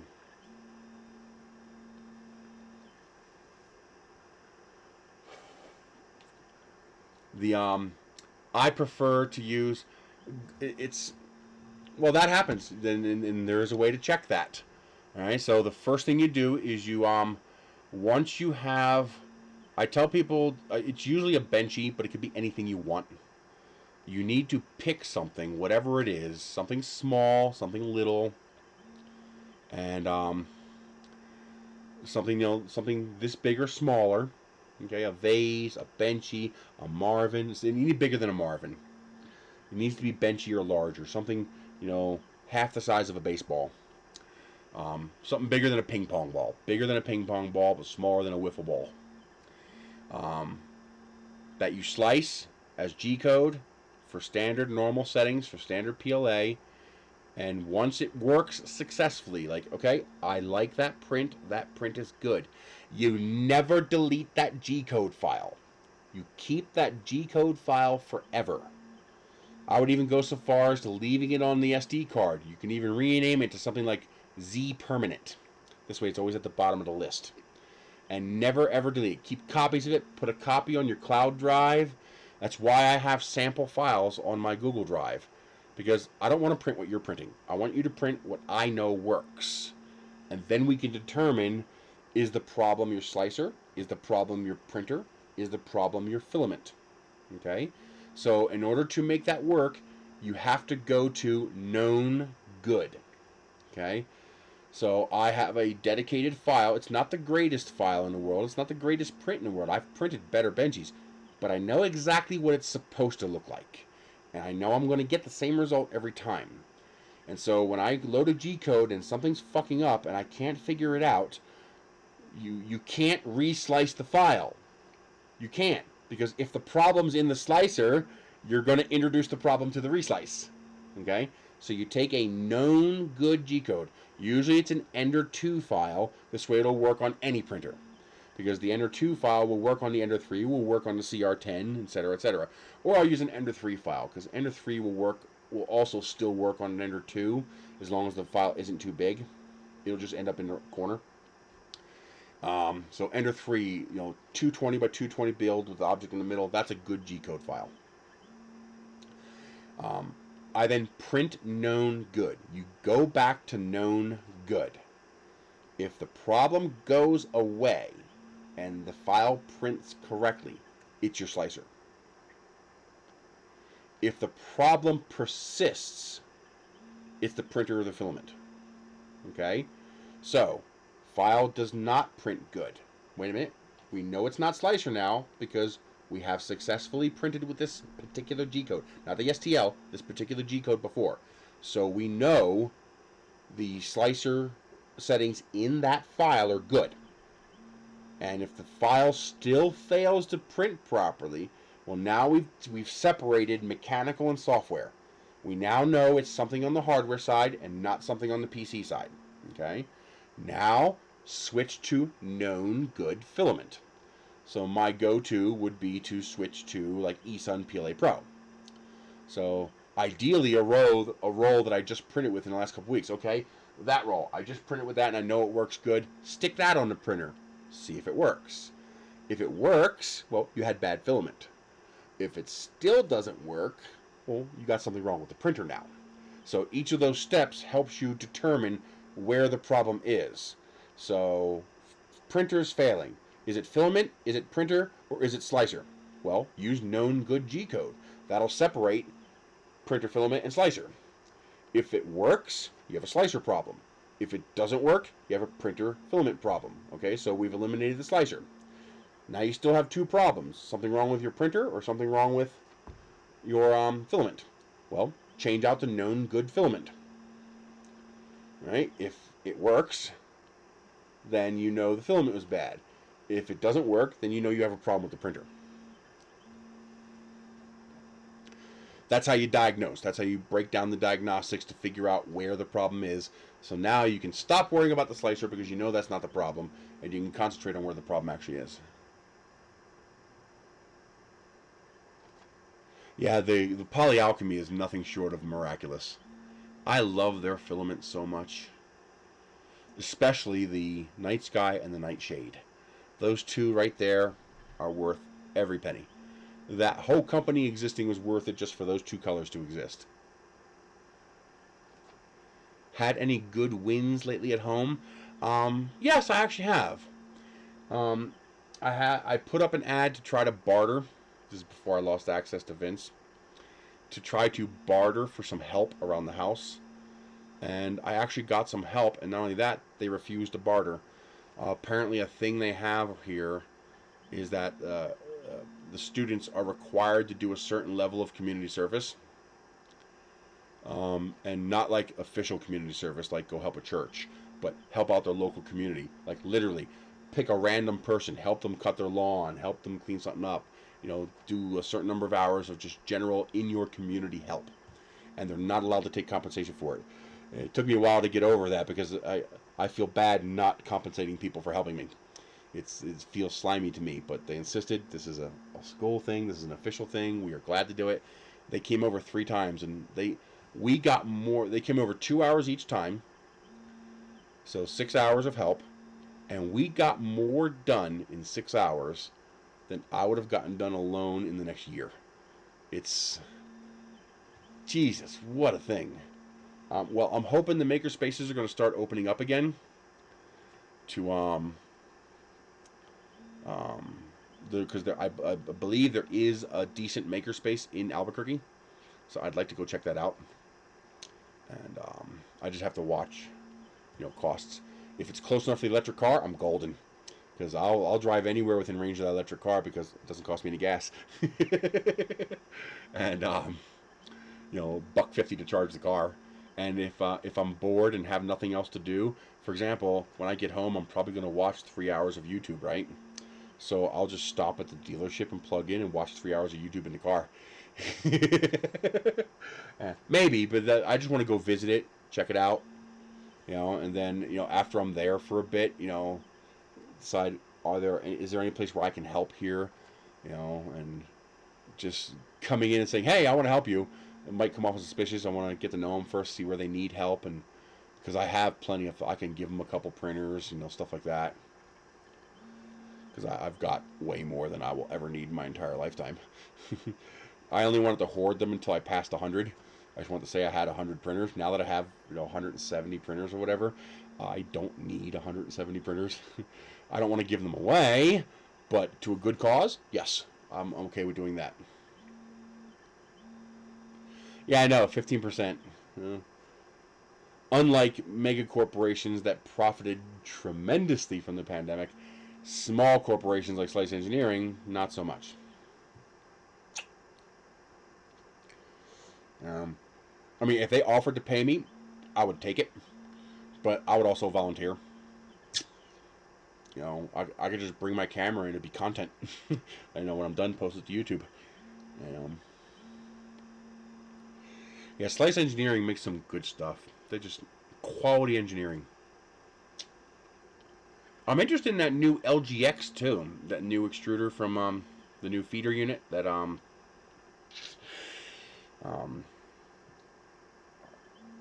don't think so. Let's see. I have to go to the grocery store and the post office, but that's about it. Oh yeah. Now I got free wall mounts from the review program, but yeah, you can print all kinds of stuff. You battery covers. I especially like the ones that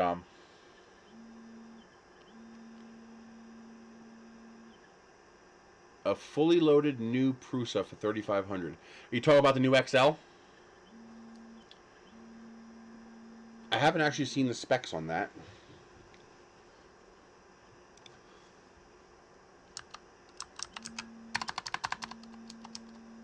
Oh, in case you think I was kidding about those prices, I wasn't. There's our bacon prices. And it's even higher in the grocery store. This is Walmart prices. It's, the best price is $6.48 for 16 ounces. This is about $7 because it's only 12 ounces. This one's $6.48 for 12 ounces.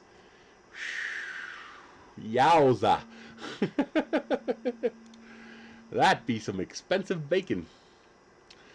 Oh my God, we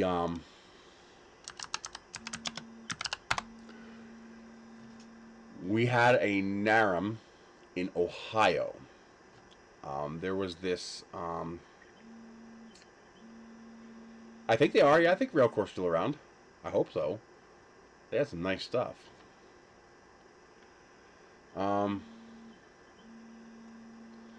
I don't know. I honestly have no idea. Producers of what? Producers of tool parts or producers of bacon? It's even more money. Like, for example, I was excited because as you know, I get food stamps. It's a godsend. It has actually allowed us to start eating healthier because now I can afford to get greens and salad and stuff like that. And well, they have something in New Mexico called double points. So if I go to the grocery store and want a $7 pack of bacon, it's $7. But if I go to a produce stand, a farmer's market, your dollars double. So you spend $20, it only costs you $10. So it's like getting half price. The problem is, so far, well, first of all, there's nothing near here. There was one place in Moriarty, 12.5 miles away. Their prices were higher than I pay at Dollar Tree and Walmart, by more than double. So even at half off, their prices were still higher than Walmart and Dollar Tree. Like pinto beans, they wanted like $50 for a bag. That was like, it came to like $2.12 a pound. But I can go to Dollar Tree and get it for $1 a pound.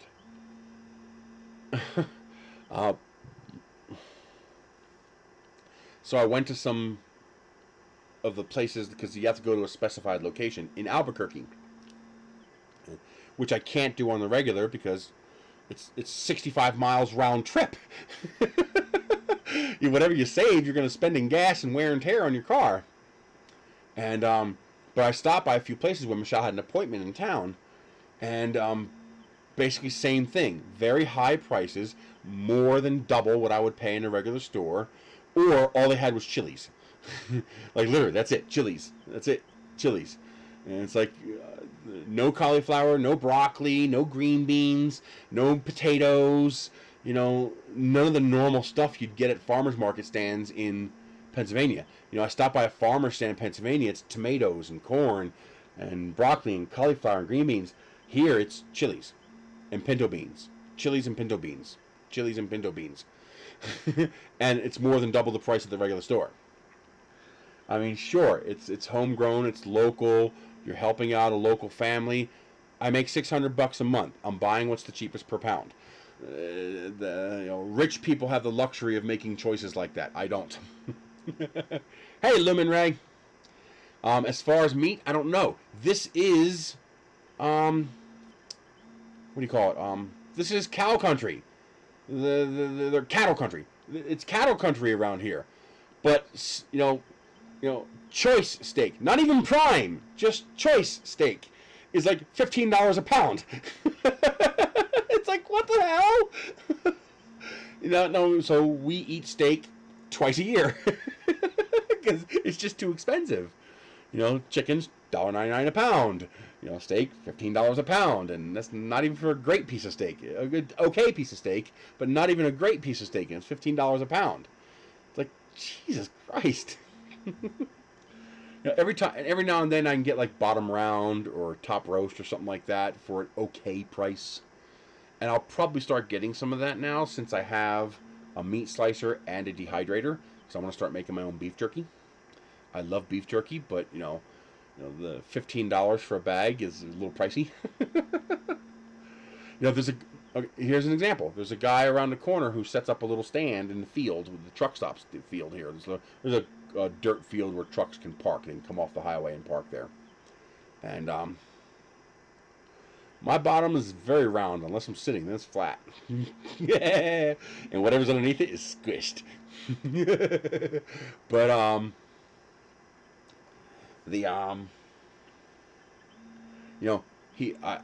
I smelled it because he was cooking out there with a big smoker. It smelled so good. So we stopped to get one. It was a turkey leg. He makes smoked turkey legs. $15. Not for a meal, for one turkey leg. Now, don't get me wrong, it was amazing.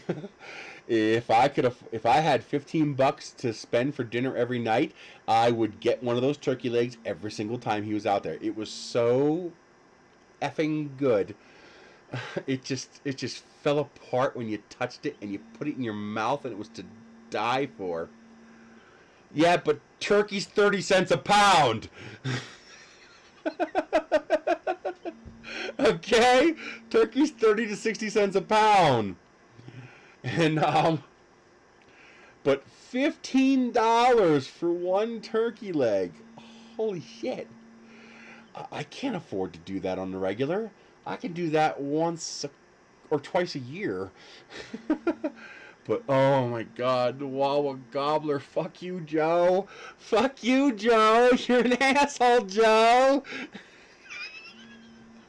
I miss Wawa so much.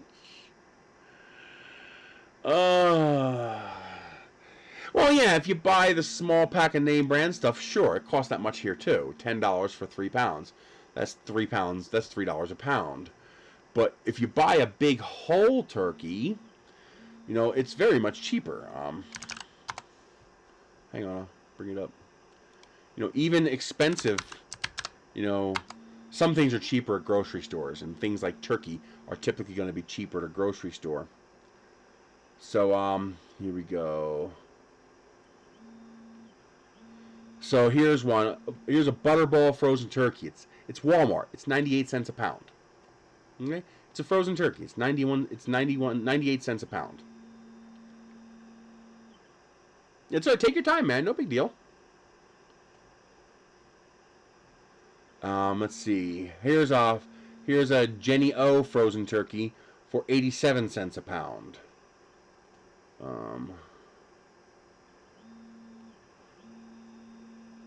Bone-in breast for $1.98 a pound. That's actually not that bad when you think about it. What we usually buy is these little bags of frozen breasts. It's boneless turkey breast, 3-pound bag. It's $10. But because of the Ibotta deal, I got 2 of those for $20.80 and got $15 back. Popeyes is pretty good. Although Church's is better. Yeah, Church's is better. I was surprised by that. I didn't think another place could beat Popeyes, but they have a Church's here, and the chicken's actually better.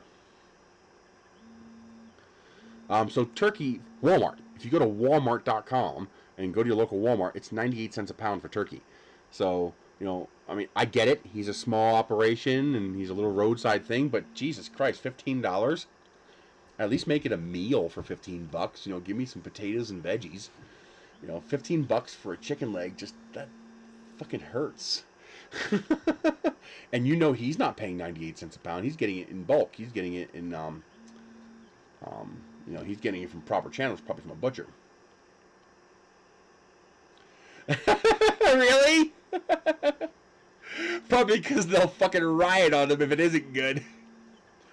Now, KFC still makes good chicken. Everything else on their menu is garbage, but their chicken's still good.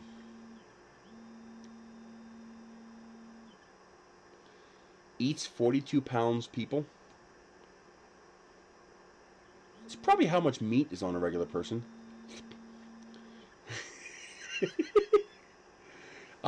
It's not great here. It's still pretty good here. You know, it's expensive as shit.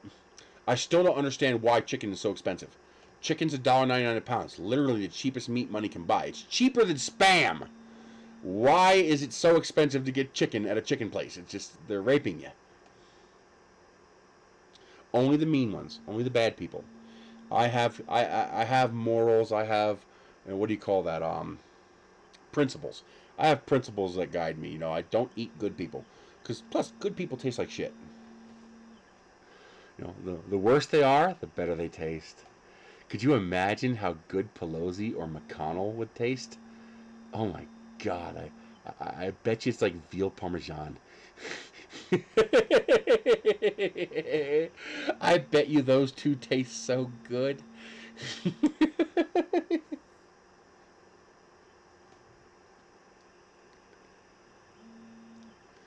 I'll send you some and you can freeze dry it, and I can have some Pelosi and McConnell dust to season my food with. Oh my God.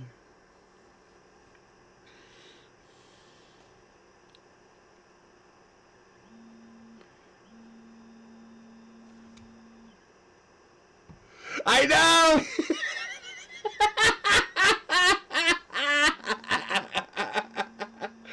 Oh my God. Well, you gotta remember, I mean, I'm sorry, but not sorry. This is the truth. You know, be thankful. I'm a very, very good person.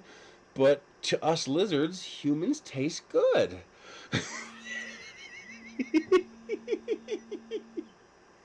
What can I say? We like humans.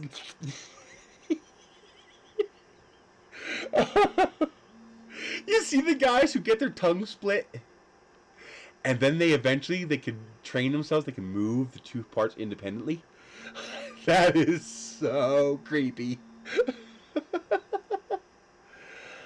There's not a whole lot of great Black Friday deals this year. Even though I don't have the money, I was going to put it on a credit card if I could find a good enough deal. The one thing that I wanted from that review program that was on that review program, and I missed it twice. I want that goddamn Ninja Dutch oven. Because I can't use a Dutch oven because I don't have an oven that will hold a Dutch oven. Trying to find it so I can show it to you.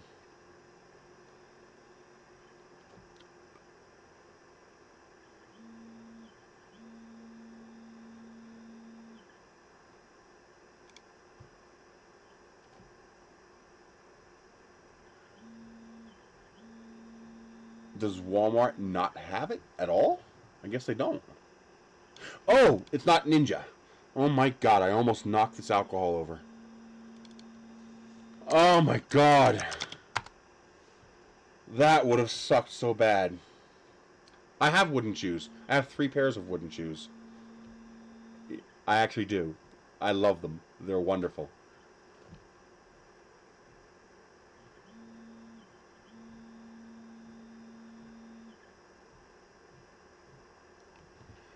Huh, I guess Walmart just doesn't carry it.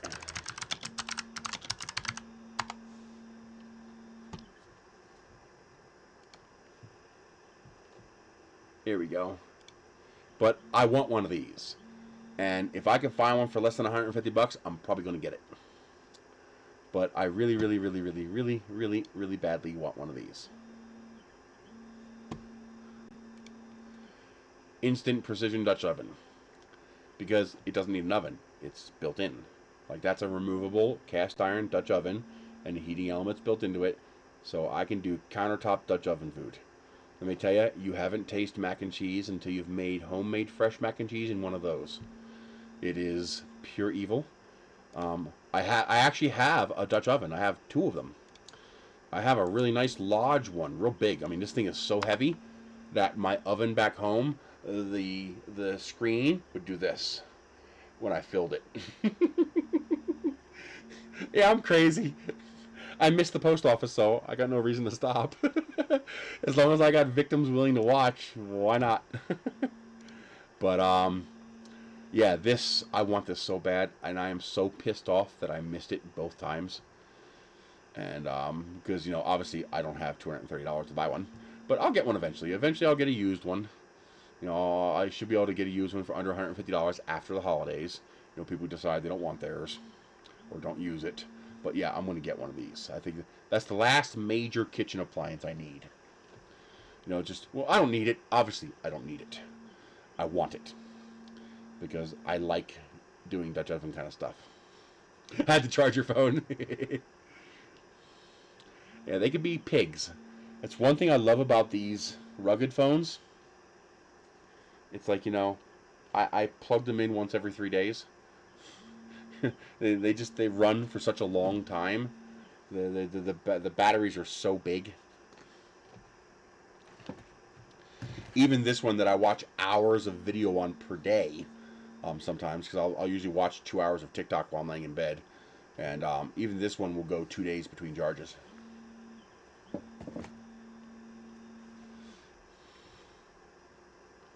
And the nice thing about 2 days between charges is the battery lasts longer, because you're not hitting that cycle time quite as frequently. But yeah, that is an amazing. My big one, the other one that I got, where's that at? It's here somewhere. It's got a 10,000 milliamp battery. I can go a week. I can go a week between charges. 2 or 3 days with heavy use. It's incredible. They launched a new web view yesterday. Who did? Oh, on Google? The little web view that allows apps without having to load the whole thing. Yeah, isn't that nice? You gotta upgrade your phone because your freaking $6 battery is bad. Wise? Yeah. I can't update. I can't update any of my cameras on Wise. Because if I update any of my cameras, I'll be forced to update the software, and if I'm forced to update the software, I'll lose the ability to download free 12-second videos. They took that feature away in new versions of the software. The problem is Android's becoming shit too. Like this phone here, you can't replace the battery. It's built in. Now that's kind of a give me with a rugged phone. It is cheaper to make them with built-in batteries, and this is only a $200 phone, so it's not like the greatest loss in the world. But when you spend $900 on a phone and you can't replace the battery that's going to be dead in 2 years, that pisses me off. It's one of the reasons why I like this one. I got this for like $100 or $130 on eBay, and it's an ultra rugged from Sanim, except it's AT&T, so it's got some AT&T bloatware that's annoying that you can't get rid of. But you know, physical buttons at the bottom, works wet and gloved, replaceable battery. You know, no, that's what I mean. If it's not user replaceable, it doesn't count. And so this one, the reason this phone costs more is because they had to put a proper frame and case around the battery so that you can remove this cover and it still be waterproof. So they had to do that. But yeah, this is a pretty decent phone. I like this phone. This is the Sanim XP168 or something like that. They're like $100, $120 on eBay. But you know, decent little phone, not bad. Doesn't have the greatest cameras in the world though. The main camera's okay. Front-facing camera's absolute garbage.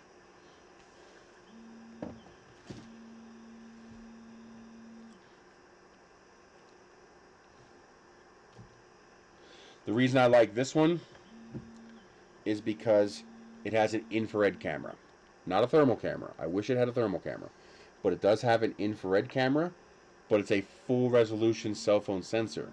So 13 megapixel camera that can shoot in complete darkness because it has 2 infrared LEDs that'll light up everything within 50, 100 feet.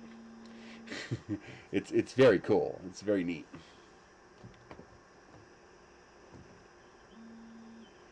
I don't know. I have no idea. I know what you mean, where it changes color based on whether it's hot or cold.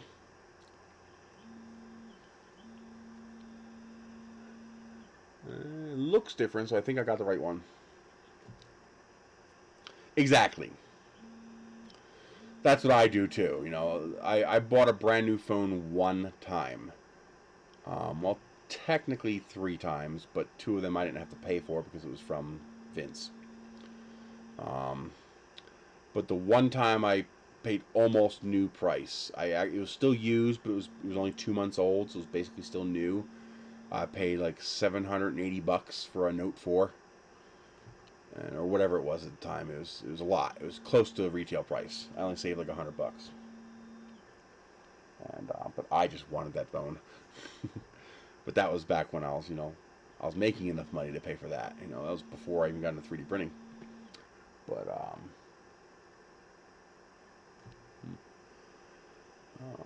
you should read my last one. There's some valuable information there. The battery can be replaced, just not by you. Yeah, I did reply to that. I said that you know, I only count it if it's user replaceable. I destroyed a tablet, a beautiful Windows 10 tablet. You know, it's a really nice one, Bang & Olufsen HP, beautiful tablet, and it was not bad. And the battery was bad, like it wouldn't even turn on unless it was plugged in. And I opened it the wrong direction and ripped the ribbon cable, and so now it's a paperweight. You know, $700 tablet. Not $700 anymore, but you know, back then it was $700 tablet, and you know, used was like $350, $400. It was a demand. People wanted that tablet. That's why I was willing to try to fix it, and I destroyed it. It happens. It happens. Hey, I got that $500 baseball bat in. I gotta say, it's actually a surprisingly good bat. I was able to give it like a 60% full swing, and it didn't throw my shoulder out. Thing's incredibly light. But yeah, I got this canned sausage. I got this turkey breast. I got this ham. I got a bunch of different kinds of coffee. every now and then I will, I'll grab like a cheap coffee that's less than $10, just something of an interesting flavor to play with. I'm looking forward to this. Dunkin' Cinnamania. I love cinnamon. Is the audio still breaking up? Time for me to reboot the OBS. Hang on. Okay, hopefully that worked.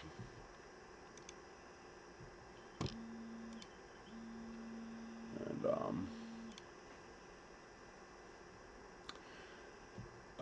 oh, this got delivered today. Yay! I've been looking forward to this. I was glad I got these before I got booted. 4-foot reef, pre-lit reef. So I'm super excited to play with those.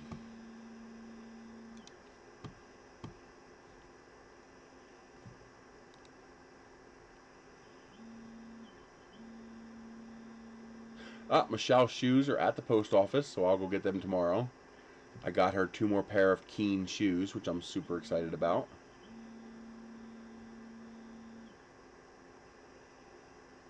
Plasti dip it? Why plasti dip it?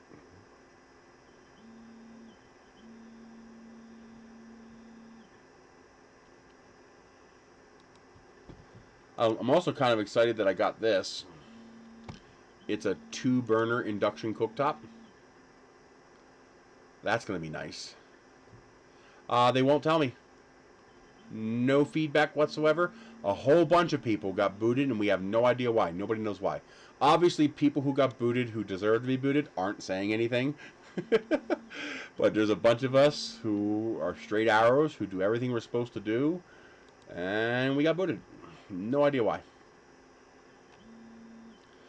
As a long-term investment, I bought a $30 bottle of vodka yesterday, and I have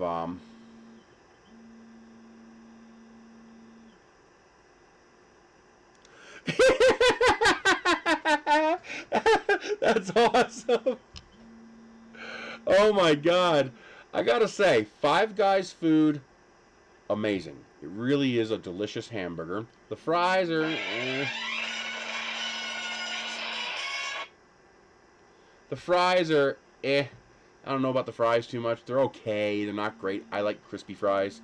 I don't like mushy fries, and their fries tend to be soft. Even when they double dip it, they're still soft. But the price, holy shit. That's a lot of freaking money. I've eaten at Five Guys twice in my entire lifetime. And I will probably eat there 2 more times in my entire lifetime because it is good food. But at that price, I mean, Michelle and I go to Five Guys, it's $40. You thought $10 Big Mac meal was expensive. Yeah! Ew.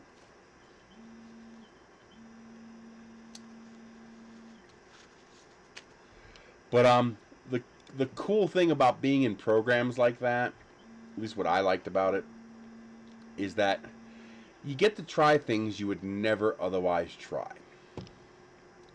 You get to play with stuff you just would never try otherwise because you're just not going to do that. So, I got this. And I got the 34-inch one. $500 baseball bat.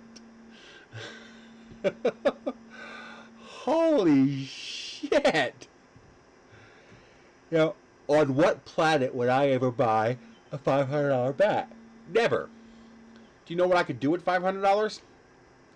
You know, I could buy 2 of those Dutch ovens.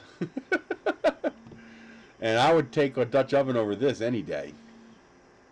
You know, if someone said, hey, I'll give you one of those Dutch ovens for that $500 bat here. Because the bat means nothing to me.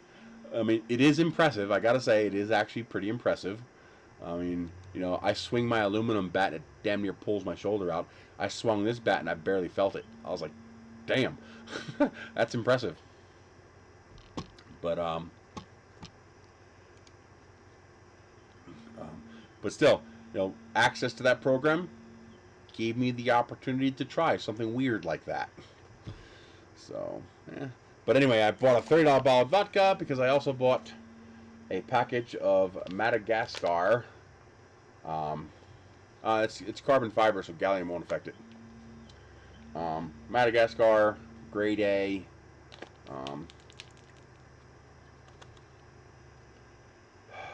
Vanilla beans. So I'm going to try my hand at making some vanilla extract. It's a 2-year gamble because once you put that in it, you're not going to drink it anymore. And you have to let it sit in a cool, dark place for the next 2 years. Yeah, the aluminum one would die. Absolutely. Mercury will also do that to aluminum. In fact, I think that's what you meant. I think you meant mercury.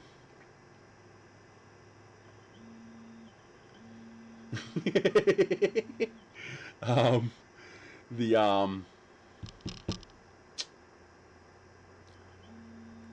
so I'm going to try making some vanilla extract, and then I'm going to bottle it up, in little bottles, little 4-ounce bottles, because you can sell them. Well-aged homemade vanilla extract can sell for, $12, $13 each. So I got 1.75 liters, which I believe is half a gallon.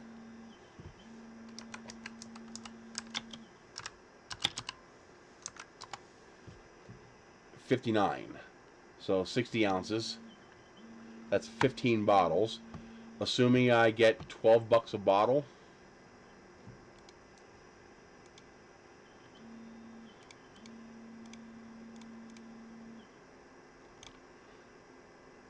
Well, that's not as much as I thought. That's $180. So I'd make 120. That's not as much as I thought. I've seen vanilla sell higher. Homemade vanilla, I've seen it sell for as high as, $25, $30 for a 4-ounce bottle. But bismuth is beautiful. Man, if you can get a hold of a nice, large bismuth crystal, they are beautiful.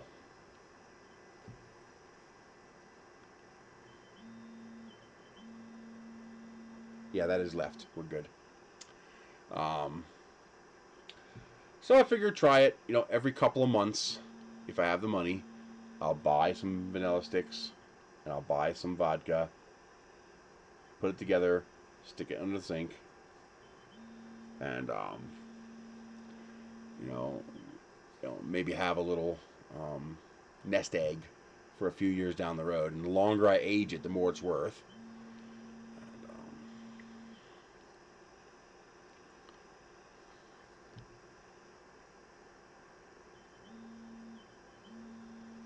Oh, that's annoying.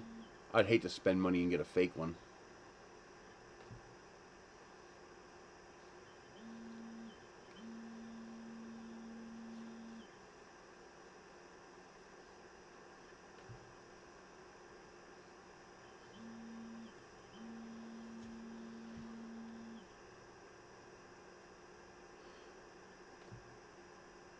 Yep. We're gonna have candied sweet potatoes, mashed potatoes, green beans, cranberry sauce, and turkey.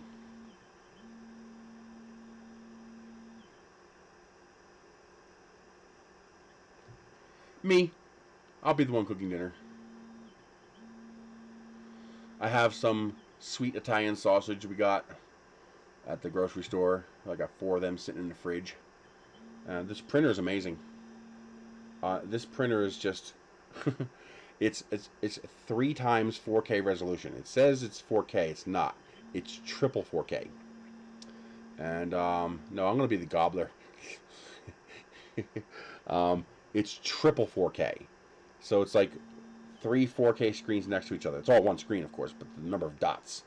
So it's a 6840 by 3860, so it's triple the resolution of 4K. It's a basically a 24 megapixel screen. It's 3/4 of the way to 8K. And there's a link in the description, and there's a coupon code. You can get it for $450. I don't make anything off that link. There's no commission there. But they sent me the printer for free, so I'm okay with that. Turkey STL. There was a couple of decent ones I've seen. Yeah, the link is in the description, and there is a coupon code there. Copy that coupon code, and you'll get it for $450. which for a nearly 8K printer is pretty goddamn good. I already broke it, of course, but this little tiny dragon I printed.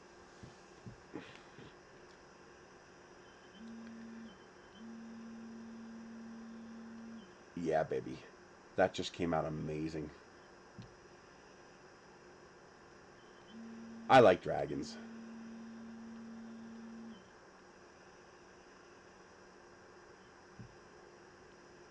And then here's a print I made today. And this is printed at low resolution, 0.1 millimeter. So not even high res. Let me give you a bigger picture. Let me show you something with more detail too. The head, the nose, the schnoz.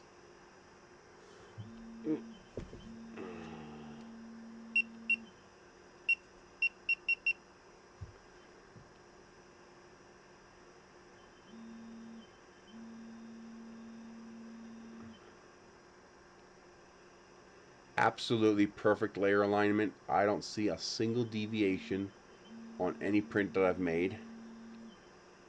Here's one of the links. Here's the body. I just printed this today. It's not fully rinsed off yet, but you can see just how perfect those layers are.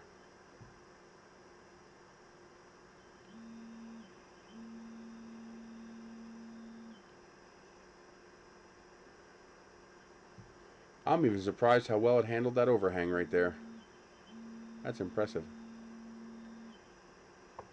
Well, the problem is it gets very expensive when you want to go big, and it also gets very expensive when you want to go durable. PLA is substantially more durable than any conventional resin is. But the monochrome screens do eliminate the speed issue. These things are fast. This printed in 2 hours.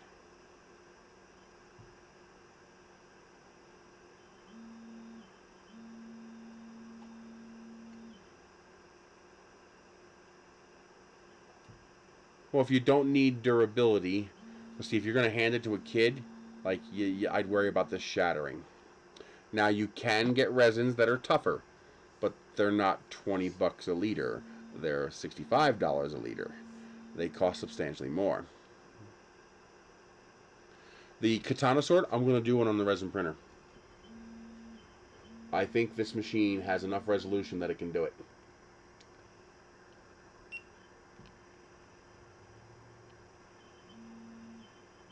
Meaning, I think I can pull off a katana sword on this machine. The trick is the first layer. The trick is not overburning the first layer and the parts fuse together. If you can avoid the first layer overburn, it should work.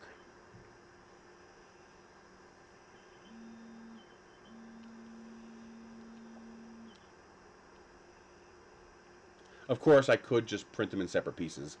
That's totally possible too.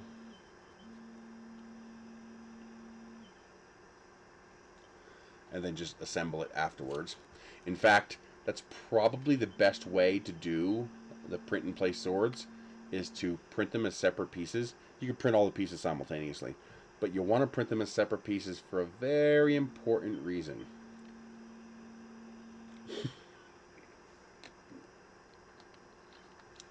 You almost made me spray my damn tea. I would have flown back home and kicked your ass if I'd have done that.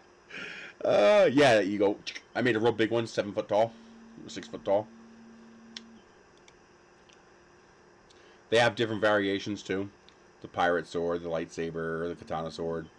But the reason you want to print it in separate pieces on a resin printer is because you can't cure the overlap. The way those swords work is you have one piece a little bit bigger than another piece, such that it can't slide out. So it slides in, and then when you flick it, the sword comes out, and because it's wider at this end, it gets jammed in there like that. Well, the problem is, there's a portion of the sword where the two pieces overlap. You can't cure it. It'll always be sticky, because you can't get UV light inside there. Either it's all the way up inside the sword, or it's sitting directly on top of another piece, which is going to block the light from getting to it. Maybe a transparent one. You might be able to cure a transparent one using sunlight, but curing a non-transparent one would be almost impossible. And so you'd want to print it as separate pieces so that you can fully rinse it and so that you can fully cure it, and then you just assemble it. Now, the way you make those things in multiple pieces is you cut the top off the sword, which will you don't need to do that to separate it in multiple pieces. You can just separate it into separate connected parts and print them separately. But you need some way of getting the sword pieces in the sword, and the way you do that is you cut the top off, the hilt of the sword. There's a gap there. You can cut that top off as a separate piece. And oh, did my Wi-Fi just die? At least the TV lost the Wi-Fi. Says the internet's good. And then you can take all the pieces, stick them inside the sword, and then glue the hilt back on. The pommel, not the hilt, the pommel. That's how I did the big one. And I printed each piece separately, and then just dropped them all in there, and then I still have to print the pommel and glue it on. And but that's the way I would do a resin print, not because the resin printer can't do it, but because you can't properly clean and cure it. There's just no way for you to properly clean and cure the part, because you can't get access to the entire thing. You can't expose the whole thing to UV light. So you can never properly cure one of those. Unless it was clear, then maybe you could.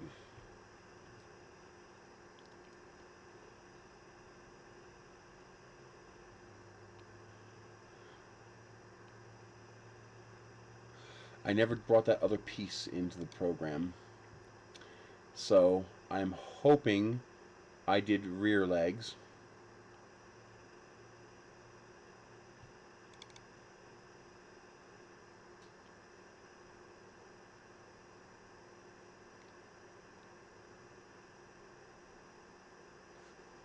So let's find out. Here's the left leg.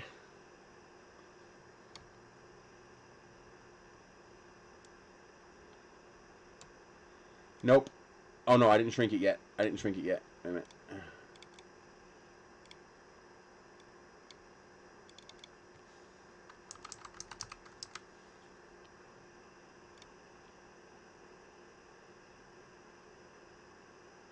That's front.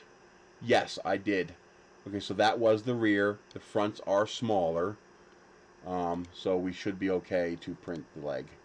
The front will fit all the way on the bed with almost no overhang. There's a itty bitty tiny bit, but it's in an area that doesn't matter. So we're good. So far she's okay. You know, obviously I'm worried about it, but you know, she says there's no new pains, there's no new problems. I am worried about how much she's sleeping, but she says nothing's hurting more. But I look forward to her next doctor's appointment where they can check up on her, because we should have another appointment soon since she's almost done with the blood thinners. So they're going to have to do another ultrasound kind of deal and see if there's any blockages left, any clots left. And she can go further without the oxygen. You know, like she can come out here and go back and not need the oxygen, but if we go to the grocery store, she still needs it. And so I get her the electric cart, you know, little electric cart drive around in, so she doesn't have to bring the oxygen with her.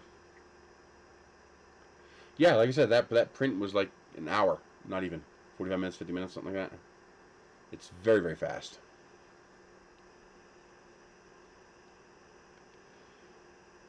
I don't know. I worry about it, especially going into winter, where we won't be doing things outdoors very much because it's colder. And, you know, I don't want atrophy and bed sores to become a problem, because otherwise you'll just cascade from one medical problem to another medical problem. So, I don't know.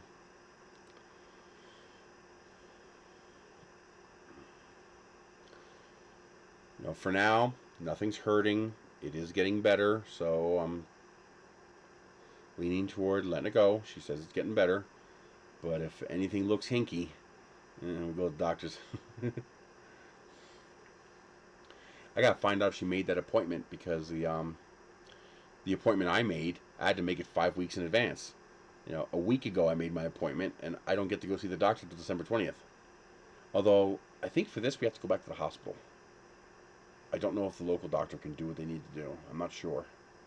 I don't know, because they have to do a follow-up to make sure the clots are gone.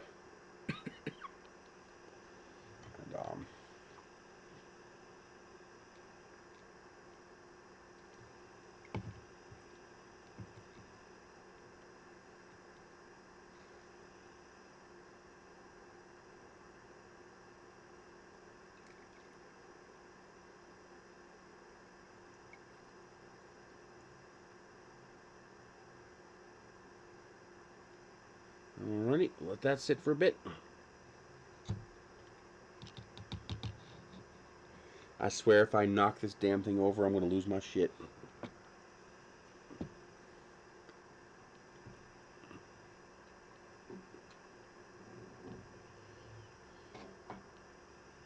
Of course it drizzled out. At least most of it's on the napkin.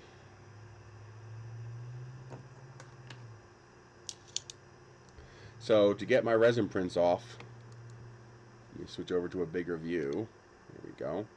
So to get my resin prints off, I just stick something sharp underneath the edge here and just pry, and you'll feel it and see it.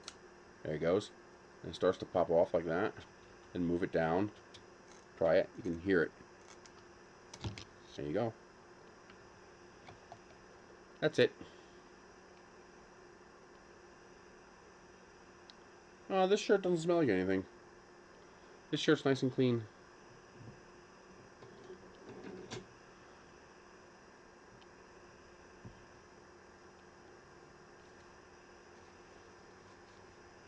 Ew. Stuck my finger in my own snot. Ugh.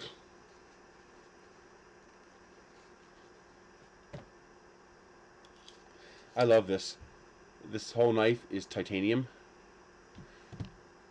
Yeah, lose your shit, not shirt. Oh, you did say shit. I thought you said shirt. I don't know why I read that as shirt.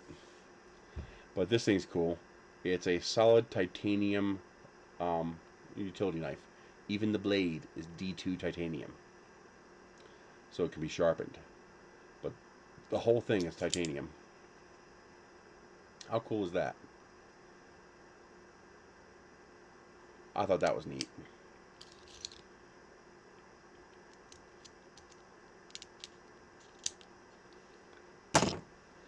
Okay, let's seal this up.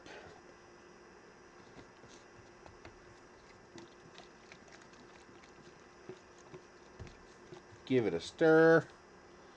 Okay. Now this one's probably going to have the same issues with support.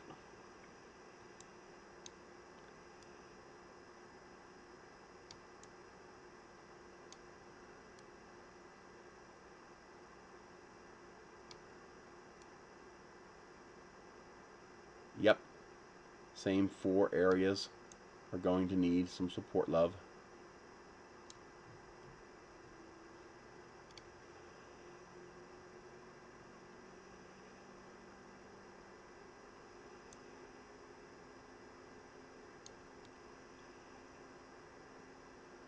Huh, it's not giving me the color gradients.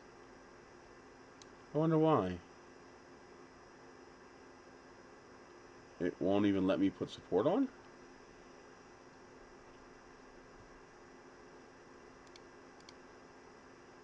Why won't it let me add support? Oh, I didn't hollow it yet. Duh.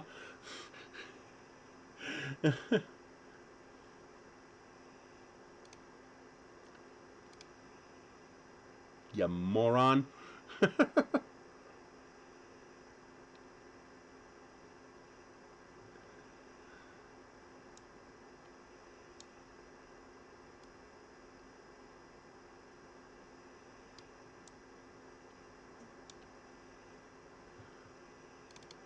guys might as well see what I'm doing.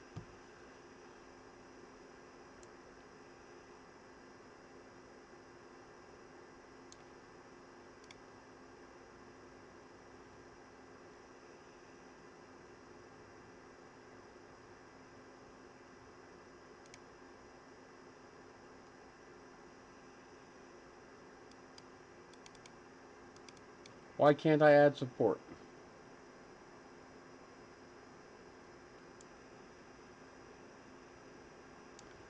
Is it adding it and I'm just not seeing it?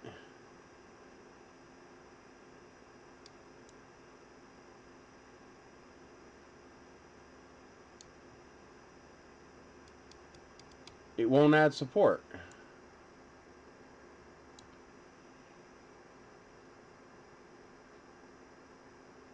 Like, anywhere.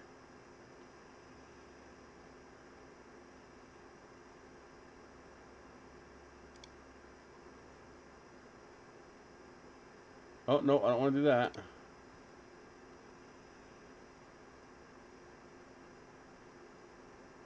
I'm not sure why it's not letting me add support. Like, it's not showing up like it's going to let me do it.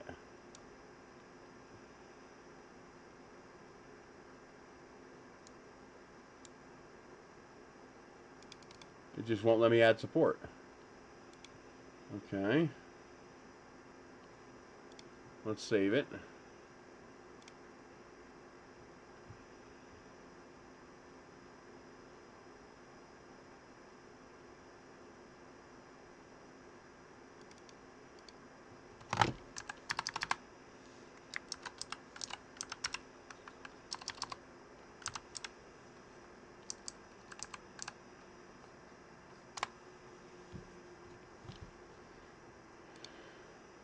Let's close it. Reopen it.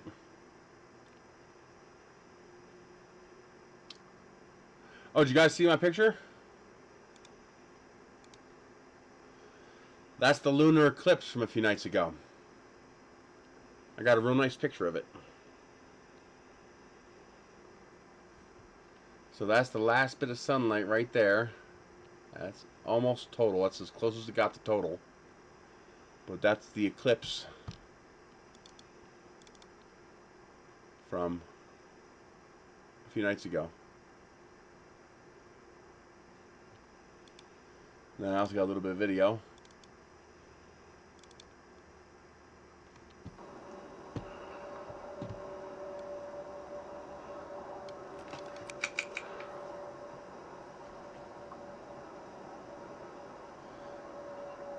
That's with my 7200 lens through a doubler. So that's about 400 millimeters.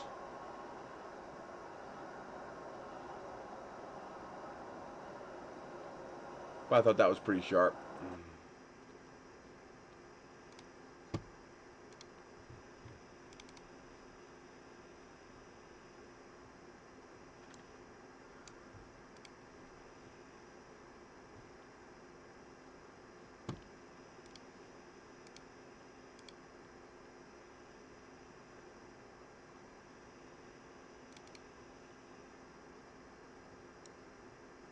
Oh, it was adding something.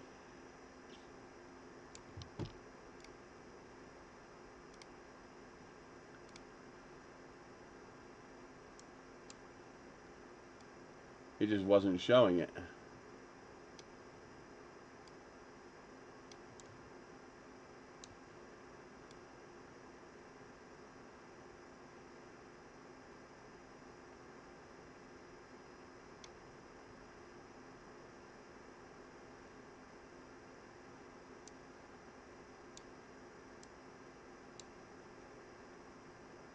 Oh, I think it's working now.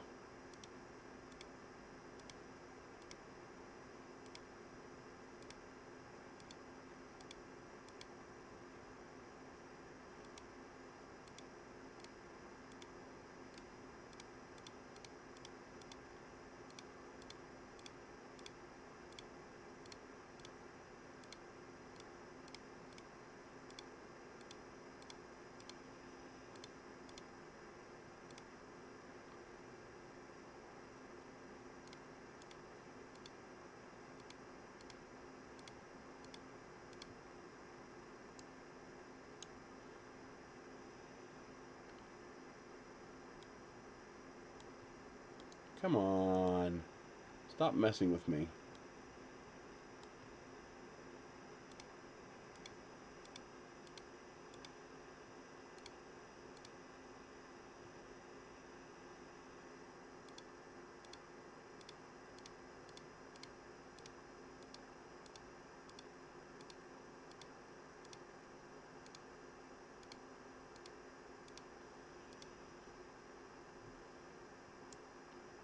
There we go.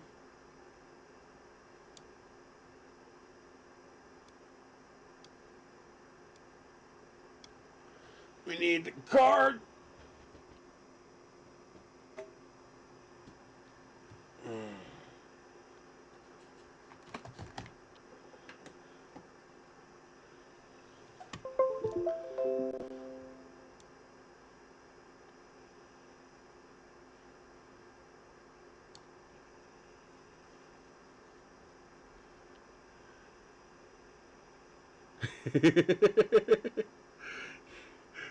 That's funny. You have a great night, Pie Girl. I'm going to get out of here. I want to get one of these printing, and I'm going to go make something for dinner. Because I know she's got to be hungry, too. Okay. Looks good. Oh, I almost forgot to dig the holes. Got to have the holes.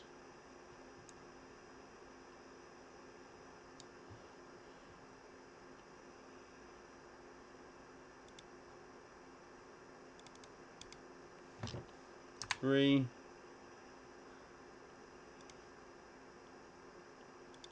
One there. One there. And then change this to 1.5.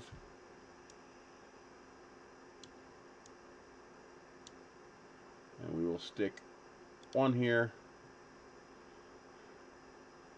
One here. And one here.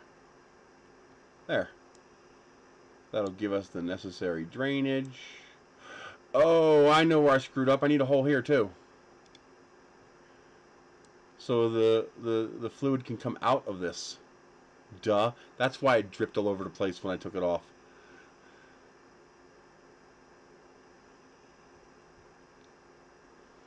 Okay. So this is front left.